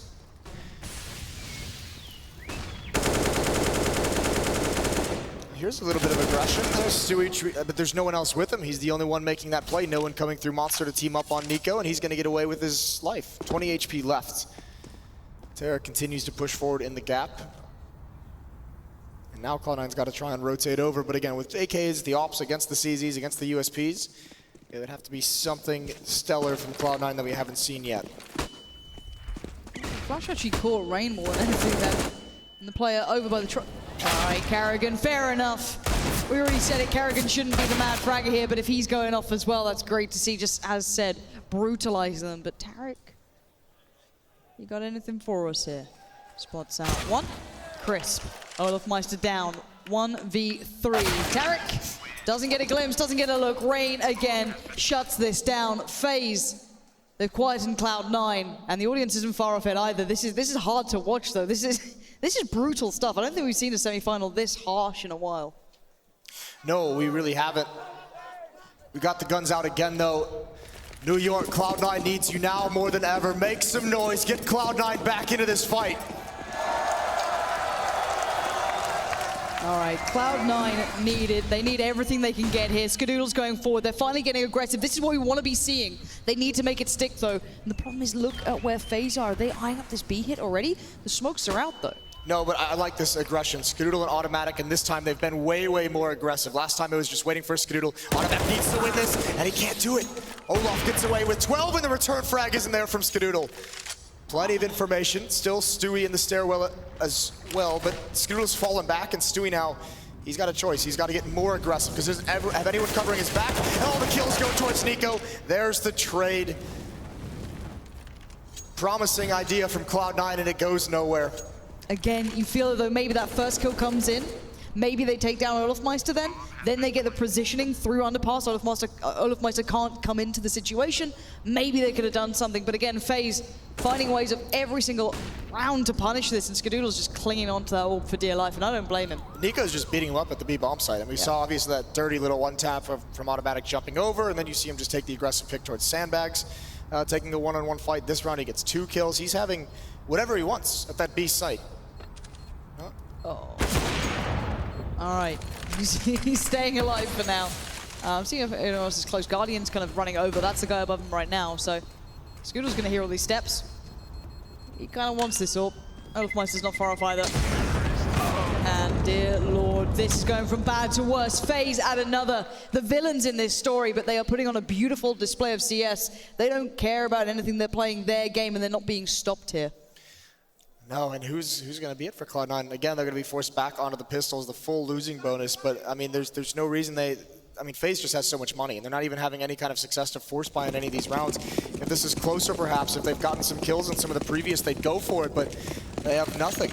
And it seems like they're out of ideas as well. Yeah, upgraded pistols. And again, credit where it's due. The way FaZe are approaching this, it does seem very kind of loose in a way, but they just win it out. They're winning the fights. They're winning out every single trade that's available. Yeah. It's so impressive to watch. So, again, for these guys, you feel as though they even have further depths to go to. We haven't seen them going back to the full-on strat. Everything else, they haven't really had to. Cloud9 are being run around.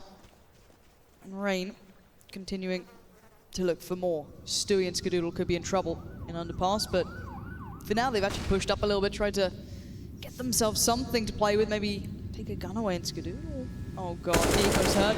And it's there's nothing. There is nothing they can find here. No, and I mean, they're trying to find different ways to be aggressive. We've seen it a number of times over towards A. They're trying to find something that they can do to have an impact, to get themselves started on the right foot. Even when the guns are out, they're still trying to be aggressive in different ways, and it's just all getting punished. But again, I mean, you do like to see this out of a team like FaZe. We've talked about the potential of this team. Everyone just very hopeful it would work out because of the skill, because of the players on this team.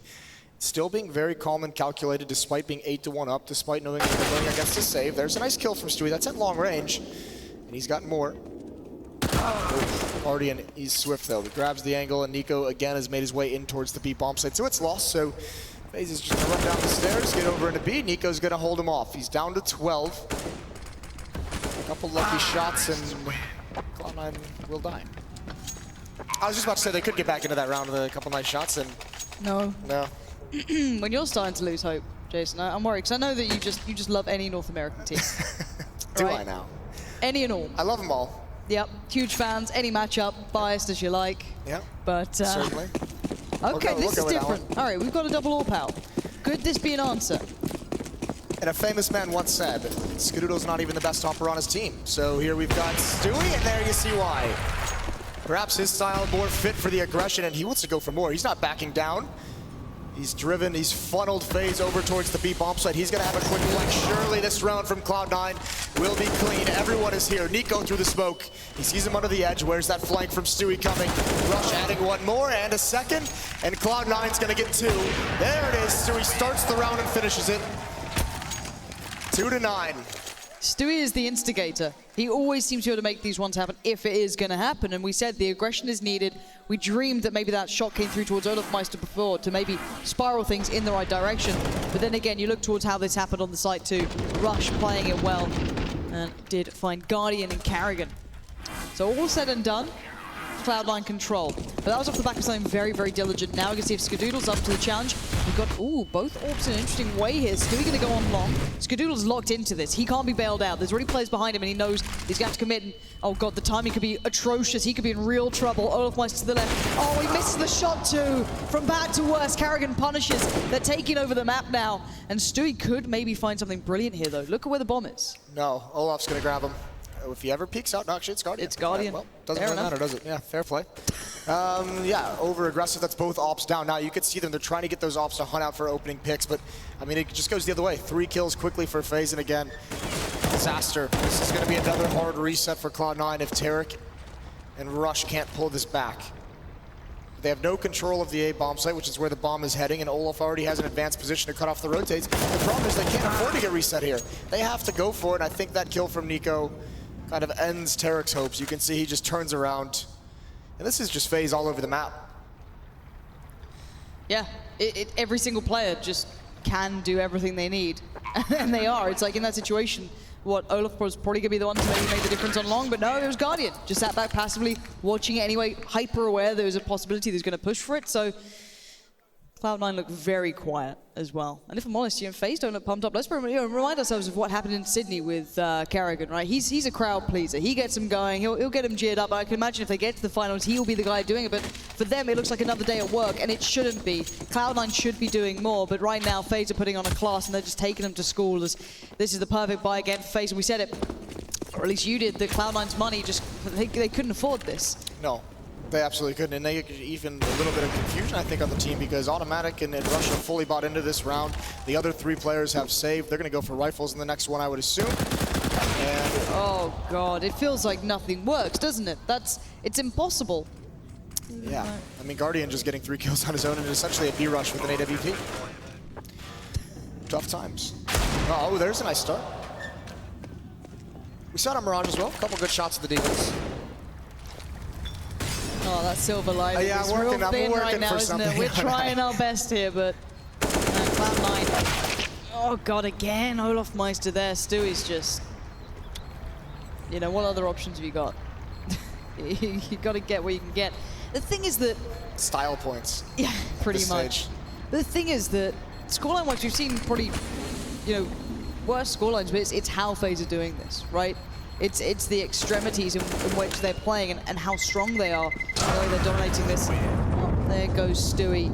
And again, very, very good stuff from FaZe. As much as this is a very harsh game to watch, if you're a Cloud9 fan, you have to admire what FaZe are doing to them. You do, and then you go and start to think,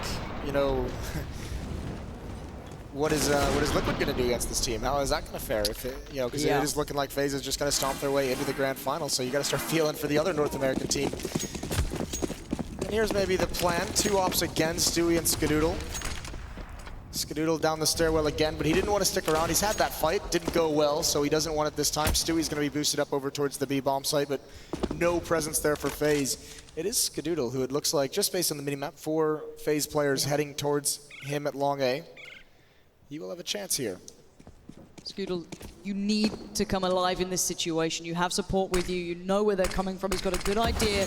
There's 3 players there. It has to be either Skadoodle or Stewie. One of the two. They've got to dismantle this round. Give them enough of a buffer to get past just the pistol in the second half. As now we wait. FaZe has used that smoke to creep up close to long. Here it comes. Molotov's out. Flashbang Skadoodle's going to be close up with the op, but he doesn't even turn. No chance for him. Stewie grabs 1. He needs more. There it is. That's the bomb as well. Almost a third, but he is eliminated eventually. Stewie is the spark that might be able to get this team back into some of these rounds, and now we need something from one of the other players. Rush, automatic, Tarek there. The bomb yet to be planted. A couple more seconds. Guardian, what is going on? This guy's an animal right now.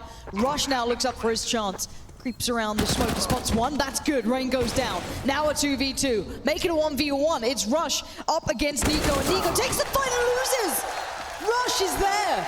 And maybe this is the window they need. It's small, it's minute, it is tiny, it is unlikely. But maybe they can claim something back from this. At least it can buffer them through the pistol round of the second half. Yeah, exactly, and that's about how small it is at the moment. They would love to have this 4th one, but still, that'd be something they haven't been able to do in this first half. They haven't been able to string rounds together. Again, Stewie's going to take the op. I'm assuming he'll keep it over Skadoodle, simply because his style is easier, is better for those kind of aggressive plays they're having the op do. They want the op to find that opening pick, and Stewie is much more aggressive in the way he hunts it down. And again, he's going to be up towards Party, or Picnic. This hasn't really worked too well. And again, he's going to get nothing from it. It's Nico taking, oh my god. Automatic is not having a good time in this game, and there's a trade from Rain. This is just brutality in every essence of the word. This is what you always got terrified of looking at that FaZe roster come together, wasn't it? Every single player looking beastly. Now, what can Cloud9 do? They're going to dig their heels in and try and find the right place to take this final stand of the first half in the second map here. This is a semi-final. It doesn't feel like it. It feels like this shouldn't even be allowed to be seen by this many people. There's something too brutal about it. But with 1 minute left, we're going to see eventually FaZe working their way around towards B. We've got Tarek and we've got Rush. These two need to lock it down. They need to be the guardians of this site. Nothing can get past them. 50 seconds now. First flash is being thrown.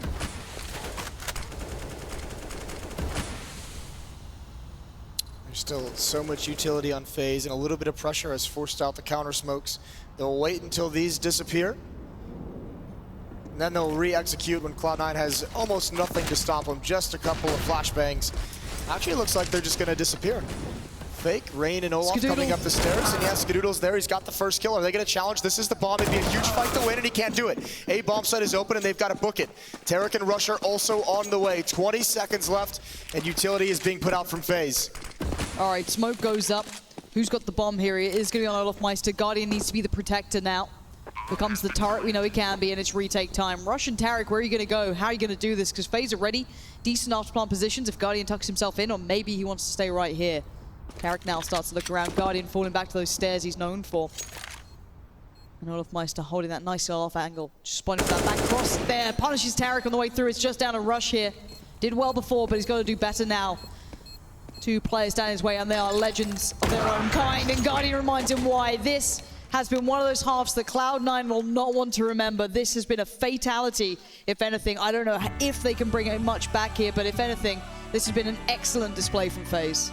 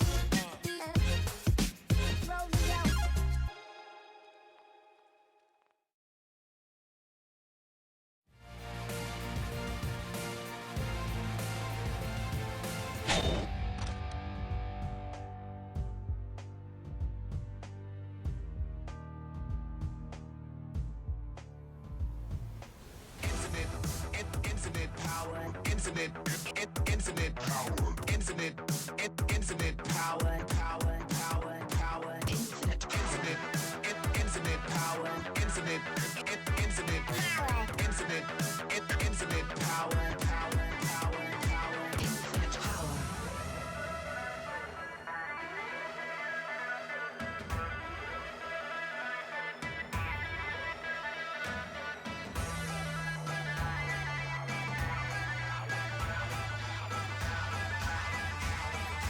Infinite power.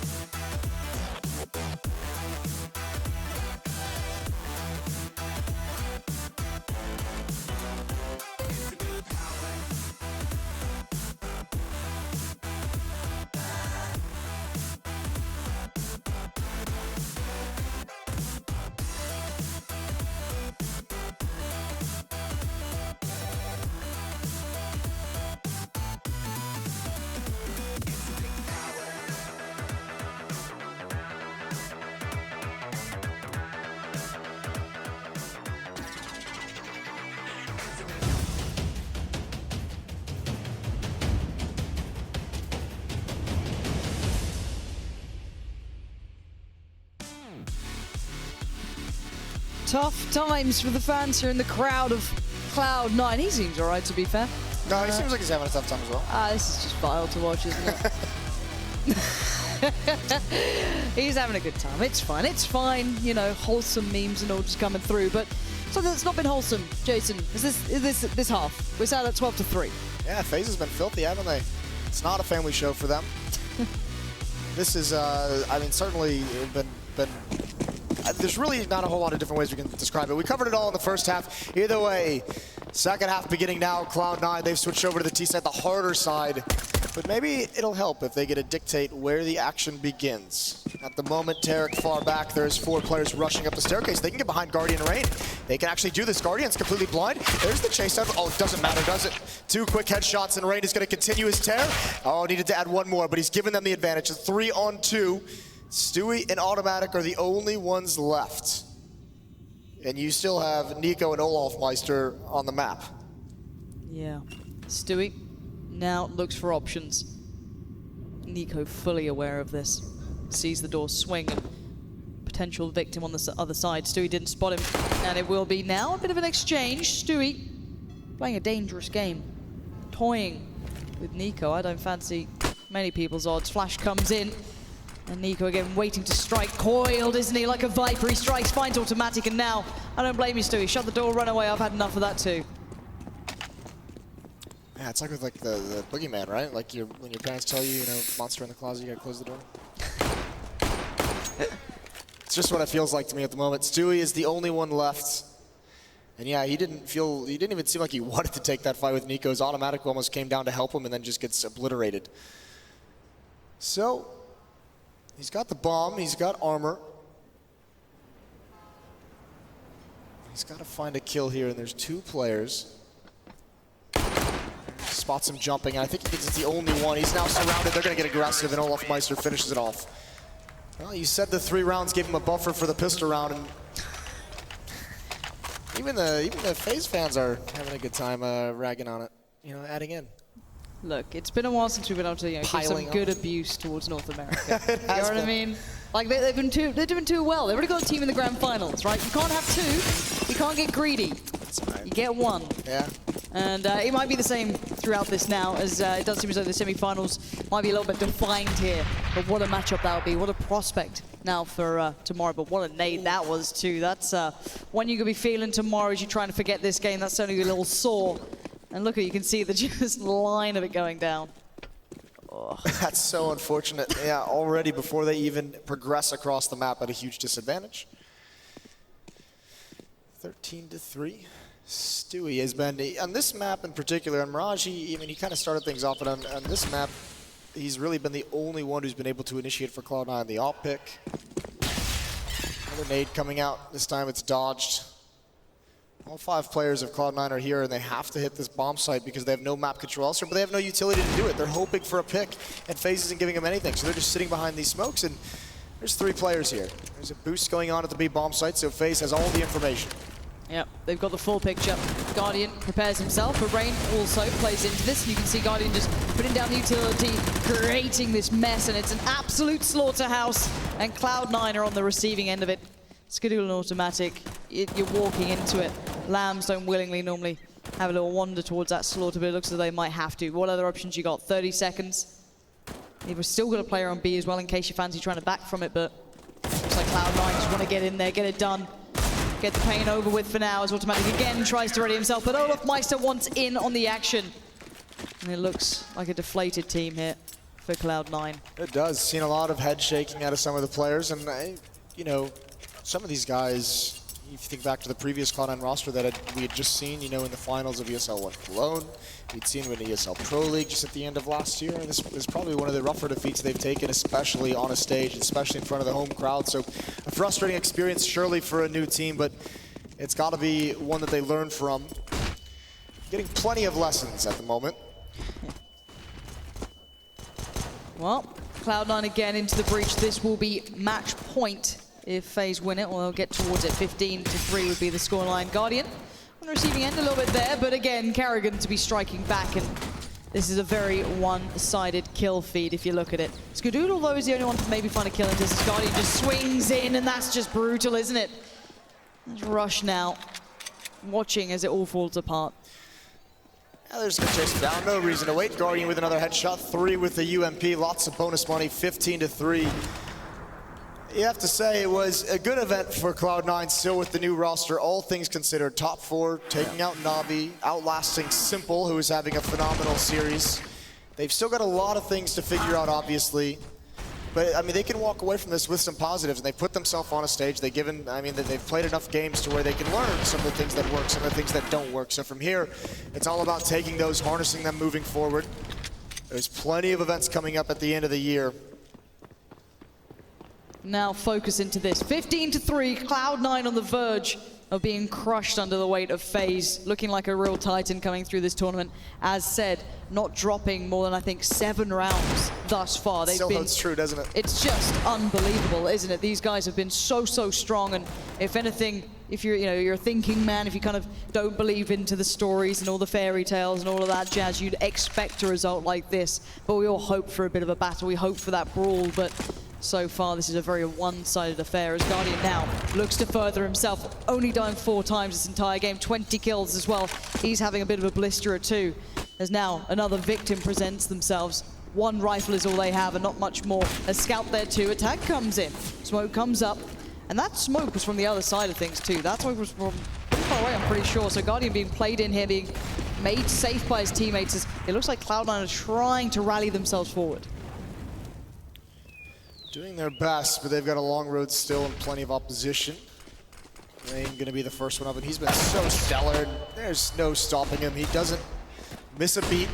Great headshot on Tarek. Now he gets aggressive, but Kerrigan takes that out for him, and actually it's just all the kills coming in so quickly. FaZe Clan, they stroll their way into the grand finals here at ESL 1 New York. Made it look easy. We said this roster has a lot of potential, a lot of talent, and you saw it there. Casual high fives as they stand up from their PCs. Absolute animals, though, you've got to say. Watching FaZe, it is scary. It really is. You see the potential of every single player. You look at Guardian, he's finding form again. Because, let's be honest, during Navi's, taper off, it was hard to watch sometimes. The guy wasn't on form, but it looks like he's right back in this, being played in well, good positioning. Olaf Meister having games coming through. Rain's consistent as hell. Kerrigan with that brilliant mentality. Nico, what a powerhouse he is as well himself. For Cloud9, this has got to be a loss that certainly stings. Wasn't a pretty one, but you don't come against a team like FaZe and expect to get away with much more. Right, I mean, you're definitely, even in victories, you're going to come out with some bruises, but still for Cloud9, I mean, like I said, it's a learning experience moving forward. This is, one of the first times this team has had this kind of a pressure put on them. You still have a lot of things to figure out. And FaZe right now, I mean, they had the same thing coming in with this roster, and they just seem to be a little bit farther along. Definitely the advantage of some leadership, but what can you really say? At the end of the day, I think you still have to give props to Cloud9 for a good top 4 finish. Absolutely, they did put up a great performance throughout the group stage. They took down some big names, certainly pushing Guardian's old team to their limit as well. So we're going to be seeing what can happen throughout this sort of thing. And I like the idea of what Cloud9 have done. They've certainly created a nice opportunity with this roster if they get the pieces in the right place. You've seen what Liquid were able to do. You could certainly see that apply with Cloud9. Yep. Absolutely. Yeah, I mean, the big piece of the puzzle, right, is it's leadership. So that's what the focus on. It was just a change in leadership over to Tarek. Stewie was doing it beforehand. They'll just have to figure a couple things out. All right, that's enough from us. Thank you very much so far, but let's hear from the man on stage. OJ, how's Carrigan feeling after that one? Well, let's ask him that, Lauren. Carrigan, you absolute heartbreaker. Yeah, I'm sorry about that. I mean, we have a lot of Cloud9 fans here, but the show you just put on, I mean, that was some awesome performance. Yeah, I feel the team is clicking in so many ways. We can play our city sides very good. We have a lot of clever players and playmakers, and it's hard to control when you're up that much. People want to do more stuff and get more into the game. But in the end, the whole team performance today was just amazing. I've talked about this lineup here as a bunch of rock stars. You've got some big names who come in from other teams. How are you making that all gel together? Because that, I would guess, is the hardest part of this. Me and Robin is having many hotel nights together, thinking about how to play different maps together. I think we have been showing the last few days in Atlanta and here in New York that we're hitting a good level of Counter-Strike right now, and I feel like we can even be better than now. We still do some mistakes, and I always feel like we improved our mistakes from Malmö, and here we are in the final. Did you watch the Liquid match earlier on? Yeah, I feel like Liquid has been on a rise lately, and they played really, really good in Mykonos, and winning a best of 3 against Astralis, VP, and SK, if they're able to beat us, D2 and North, maybe they're the best team in the world then. You think currently Liquid could be up there as the best team in the world? If they beat us in the best of 5 fight, they only need to beat North and D2 to actually beat the whole top 5 in the world. Well, I was talking to some of the analysts just before they came on. They were looking towards tomorrow's grand final. Best of 5, you against Liquid, has been a really mouth-watering proposition. I think it's going to be a good match. I mean, it's a best of 5 final, and it's going to be a long match, hopefully, for the fans and for us a little shorter. It is going to be great tomorrow. Just looking at how both of you made it through to that grand final. This morning, or this afternoon, Liquid, you know, it was long, it was 3 maps, it was double overtime, it was backwards and forwards. So they would be drained, but I would guess quite shocked. This for you here was, you know, it wasn't easy, but it wasn't the toughest of matches. You got through it really quite quickly. Who do you think is going to be in the better position tomorrow? I have to say us. I feel like we're in a very good shape this tournament. I think we have only lost maximum 6 rounds. In one match. That was against Astralis, and they won the pistol round, so we feel very confident going into the grand final tomorrow. Carrigan, it's always a pleasure to chat to you. Tomorrow is going to be an amazing grand final. Carrigan, please put your hands together for him and FaZe. Tomorrow, the grand final is on. A North American team taking on FaZe. It's going to be amazing.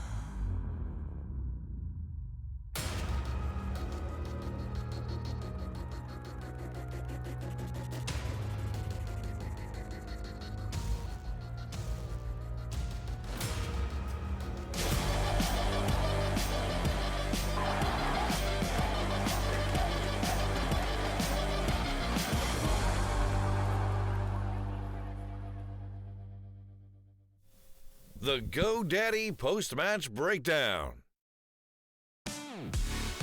18 rounds. The sum total of the amount of rounds conceded by FaZe in the entire tournament. Has any team reached a grand final of a Premier tournament with so few rounds against them? I don't know. It's the honest answer. You find out, you tell us. I'm pretty sure it's a very low amount because they dominated that game. Yet again, that's 4 straight maps at this tournament. No one's got an answer for these boys. Running around headshotting people seems to be working, Paul. Who knew? It's a great strategy. Who knew that Counter-Strike was that easy? Used to call that one. It was the 5 headshot strategy. Didn't work so well in my teams. But these guys are making it work, and it's good to see. Everyone's stepping up. It just looks super clean, super easy. You know, Nico just running through sewer on his own, grabbing picks on the B side. There's just no issues for them here, and they didn't even get tested by Cloud9. I don't know what you can even talk about. Like, I don't want to be harsh on Cloud9. All right, well, thanks for tuning in. They didn't even show up. They That's weren't it here. from us. I mean, what do you say for Cloud9? Other than it's part of the rebuilding, isn't it? They were just in the wrong place at the wrong time. Like, that could have happened to a lot of teams here, by the way. I think actually, like, here's the one thing I will say. If someone like Na'Vi had made it, at least Simple's at such a ridiculous amount, maybe he could have done something. This team's too new. Like, they haven't figured out the roles themselves. They obviously don't really have much of a map pool. Like, Mirage really was their best chance, and they got destroyed when they were on the T side. So that kind of set the tone for the whole series. And then I have to say as well, you add into the fact that Carrigan did the very smart veto where he kind of went to a weakness. That was going to make it even worse there. Like, if he'd have gone with the comfort route and he'd given them something that train that they like to play in, Cloud9 could have got a bit going, you know. It probably wouldn't have been as dominant fashion. So I think the two factors combined, smashing Cloud9 on their map and then picking a map that they're not strong on anyway and they would have floundered on, made it such a lopsided series. There could have been moments Cloud9 could have got into it. I also think this has to be the most intimidating kind of team to play against. Sure. Because what do you do when that onslaught's coming at you? I mean, normally when you play against teams, like in sports especially, you have this concept called the scouting report. What you do is you know roughly what the star player likes to do, and you try and, you know, keep him a little bit away from that, or you're cognizant of what he's going to do. Exactly. There wasn't really the option to do that because everyone was rolling in this series. Depending on the map and where you were going, you're going to get wrecked by people pretty much everywhere. And so I can't blame Cloud9 really. This is a rare example of where, sure, I certainly think they got perhaps a little fortunate to get to this point in the tournament without really being super tested, you know. The groups played out the way they did because we have to do the invites months in advance, you know, and we never know where people stack up after roster changes. Maybe they were fortuitous in that sense, but there was nothing they could do here. I don't really see any flaw in their approach. Sure. Yeah, and as I've said, it's a relatively new project. It's still building, and obviously part of that rebuilding process will be learning from matches like this. But you have to ask, what can they really learn? Because that was just a juggernaut coming through the town, wasn't it? They just got in the way. Yeah, there's nothing you can take from this game, right? There's nothing you can look at. There's no glaring mistakes. They didn't really do anything wrong. They just got completely beaten down, like just out-aimed across the board, completely run over. So I don't think there's any issue for, like, okay, so sure, it's not a great result. It's definitely not something you want to have on your record. Probably frustrating. Yeah, and sure, they're going to be, you know, heartbroken. You know, they thought they could give us an All-American final, but it's just not to be. And I don't think we should bother getting too stuck into, you know, breaking down what they can do better or what they did that was terrible. It was just an amazing performance by FaZe, and so far this tournament looks like they're hot. I think the scary thing now, for opponents anyway, not for us because we'll enjoy it, is if that's FaZe in a building process, not the end product, and they get on a run like that, and then they get confidence from that, who can stop them is becoming the bigger question, isn't it? Here's the thing. First of all, that style that they were playing there, as they settle into some rough kind of roles and a kind of a system, it won't be as wild. Like, part of it there was it was so free for all, and then everyone was at peak level. That was kind of the limits of what you'll ever see. I think actually you'll see they'll rein in it a little bit. You think so? And they'll be a bit more focused in what they do. And then they'll be very, very dangerous in that way, but they'll have like a dimensions and a quality to them. And you'll know, like I'm saying, a scouting report, you'll know roughly what they're going to do. And then they might end up being the best team, who knows?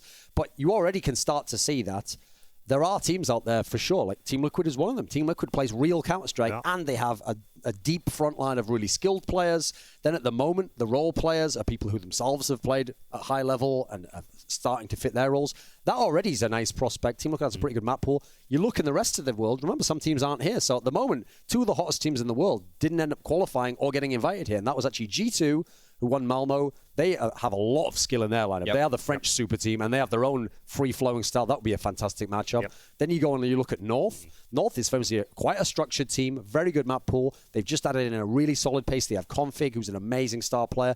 I think you put all these teams up, these are really interesting prospects. And then obviously you have to actually include the team who didn't get to the final, SK. SK is a team veteran. They've played against all the other opponents.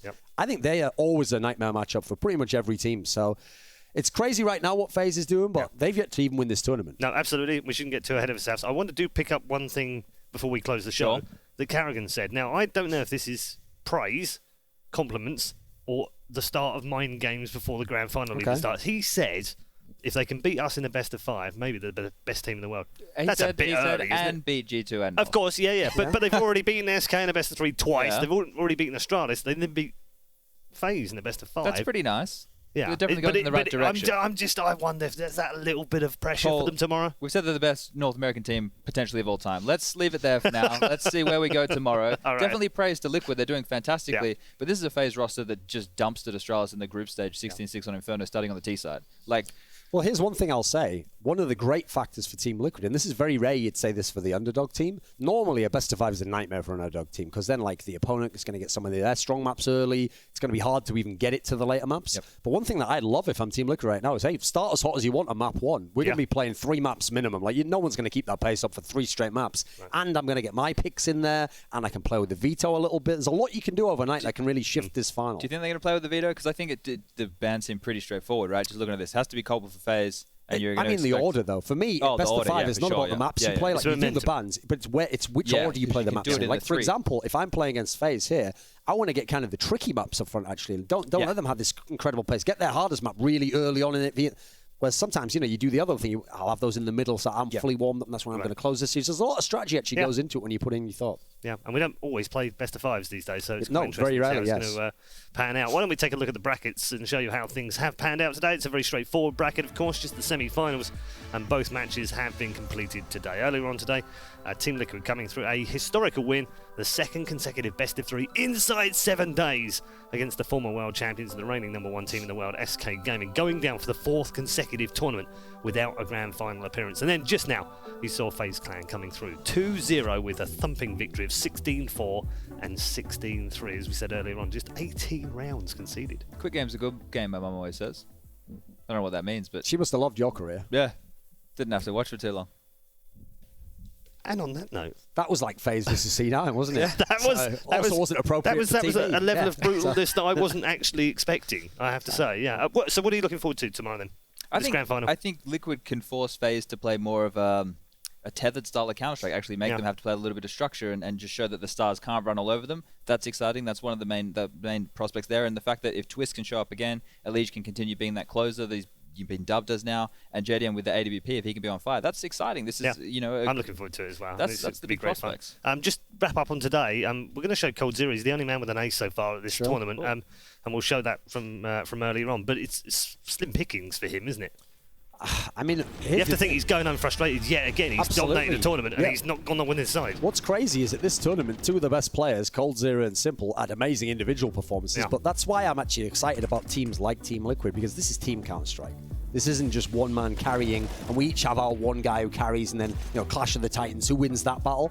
That might not even matter. Like Team Liquid, they didn't have anyone actually think it was good as Cold Zero in the series. Guess what? They won the maps that they needed to, and they're in the final now. That's exciting, and we've never seen that from a North American team. Oh, it's good stuff. Thank you very much to both of you. It's been a great day. We've had a lot of fun here and enjoyed our 2 semi-finals, but it has come to an end. And we, of course, look forward tomorrow to a best-of-5 grand final. Once more part of the Intel Grand Slam. These teams will be the first to win one in that particular Grand Slam system as well. So that to look forward to as they enter the $1 million challenge and chase for that $1 million. And also, who's going to pick up their first ESL 1 title? Because that's also on the line for both teams. Can an American team win tomorrow for the first time at ESL 1? Join us and find out then.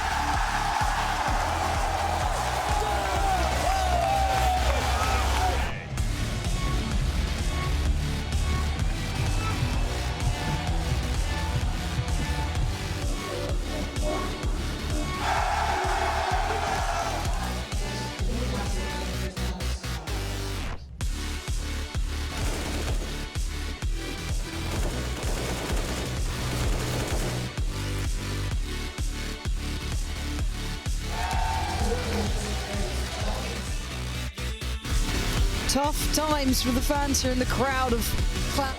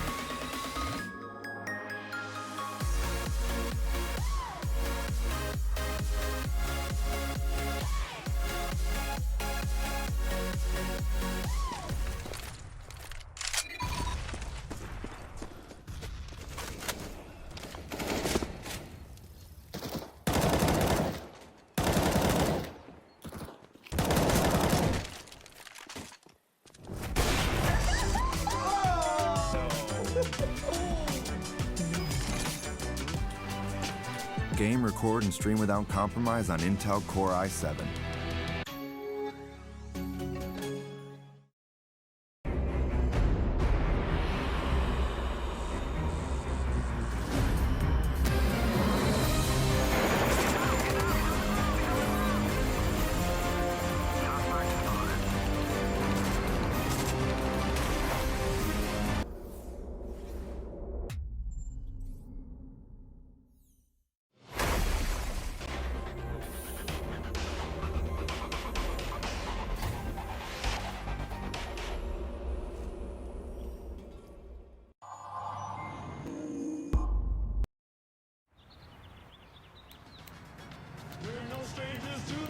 Whoa, that's amazing. Hey, I'm the internet. I know a bunch of people who would love that. The internet loves what you're doing. So build a better website in under an hour with Go Central from GoDaddy. Type in your idea, select from designs tailored just for you, and publish your site with just a few clicks, even from your mobile phone. The internet is waiting. Start for free today at GoDaddy.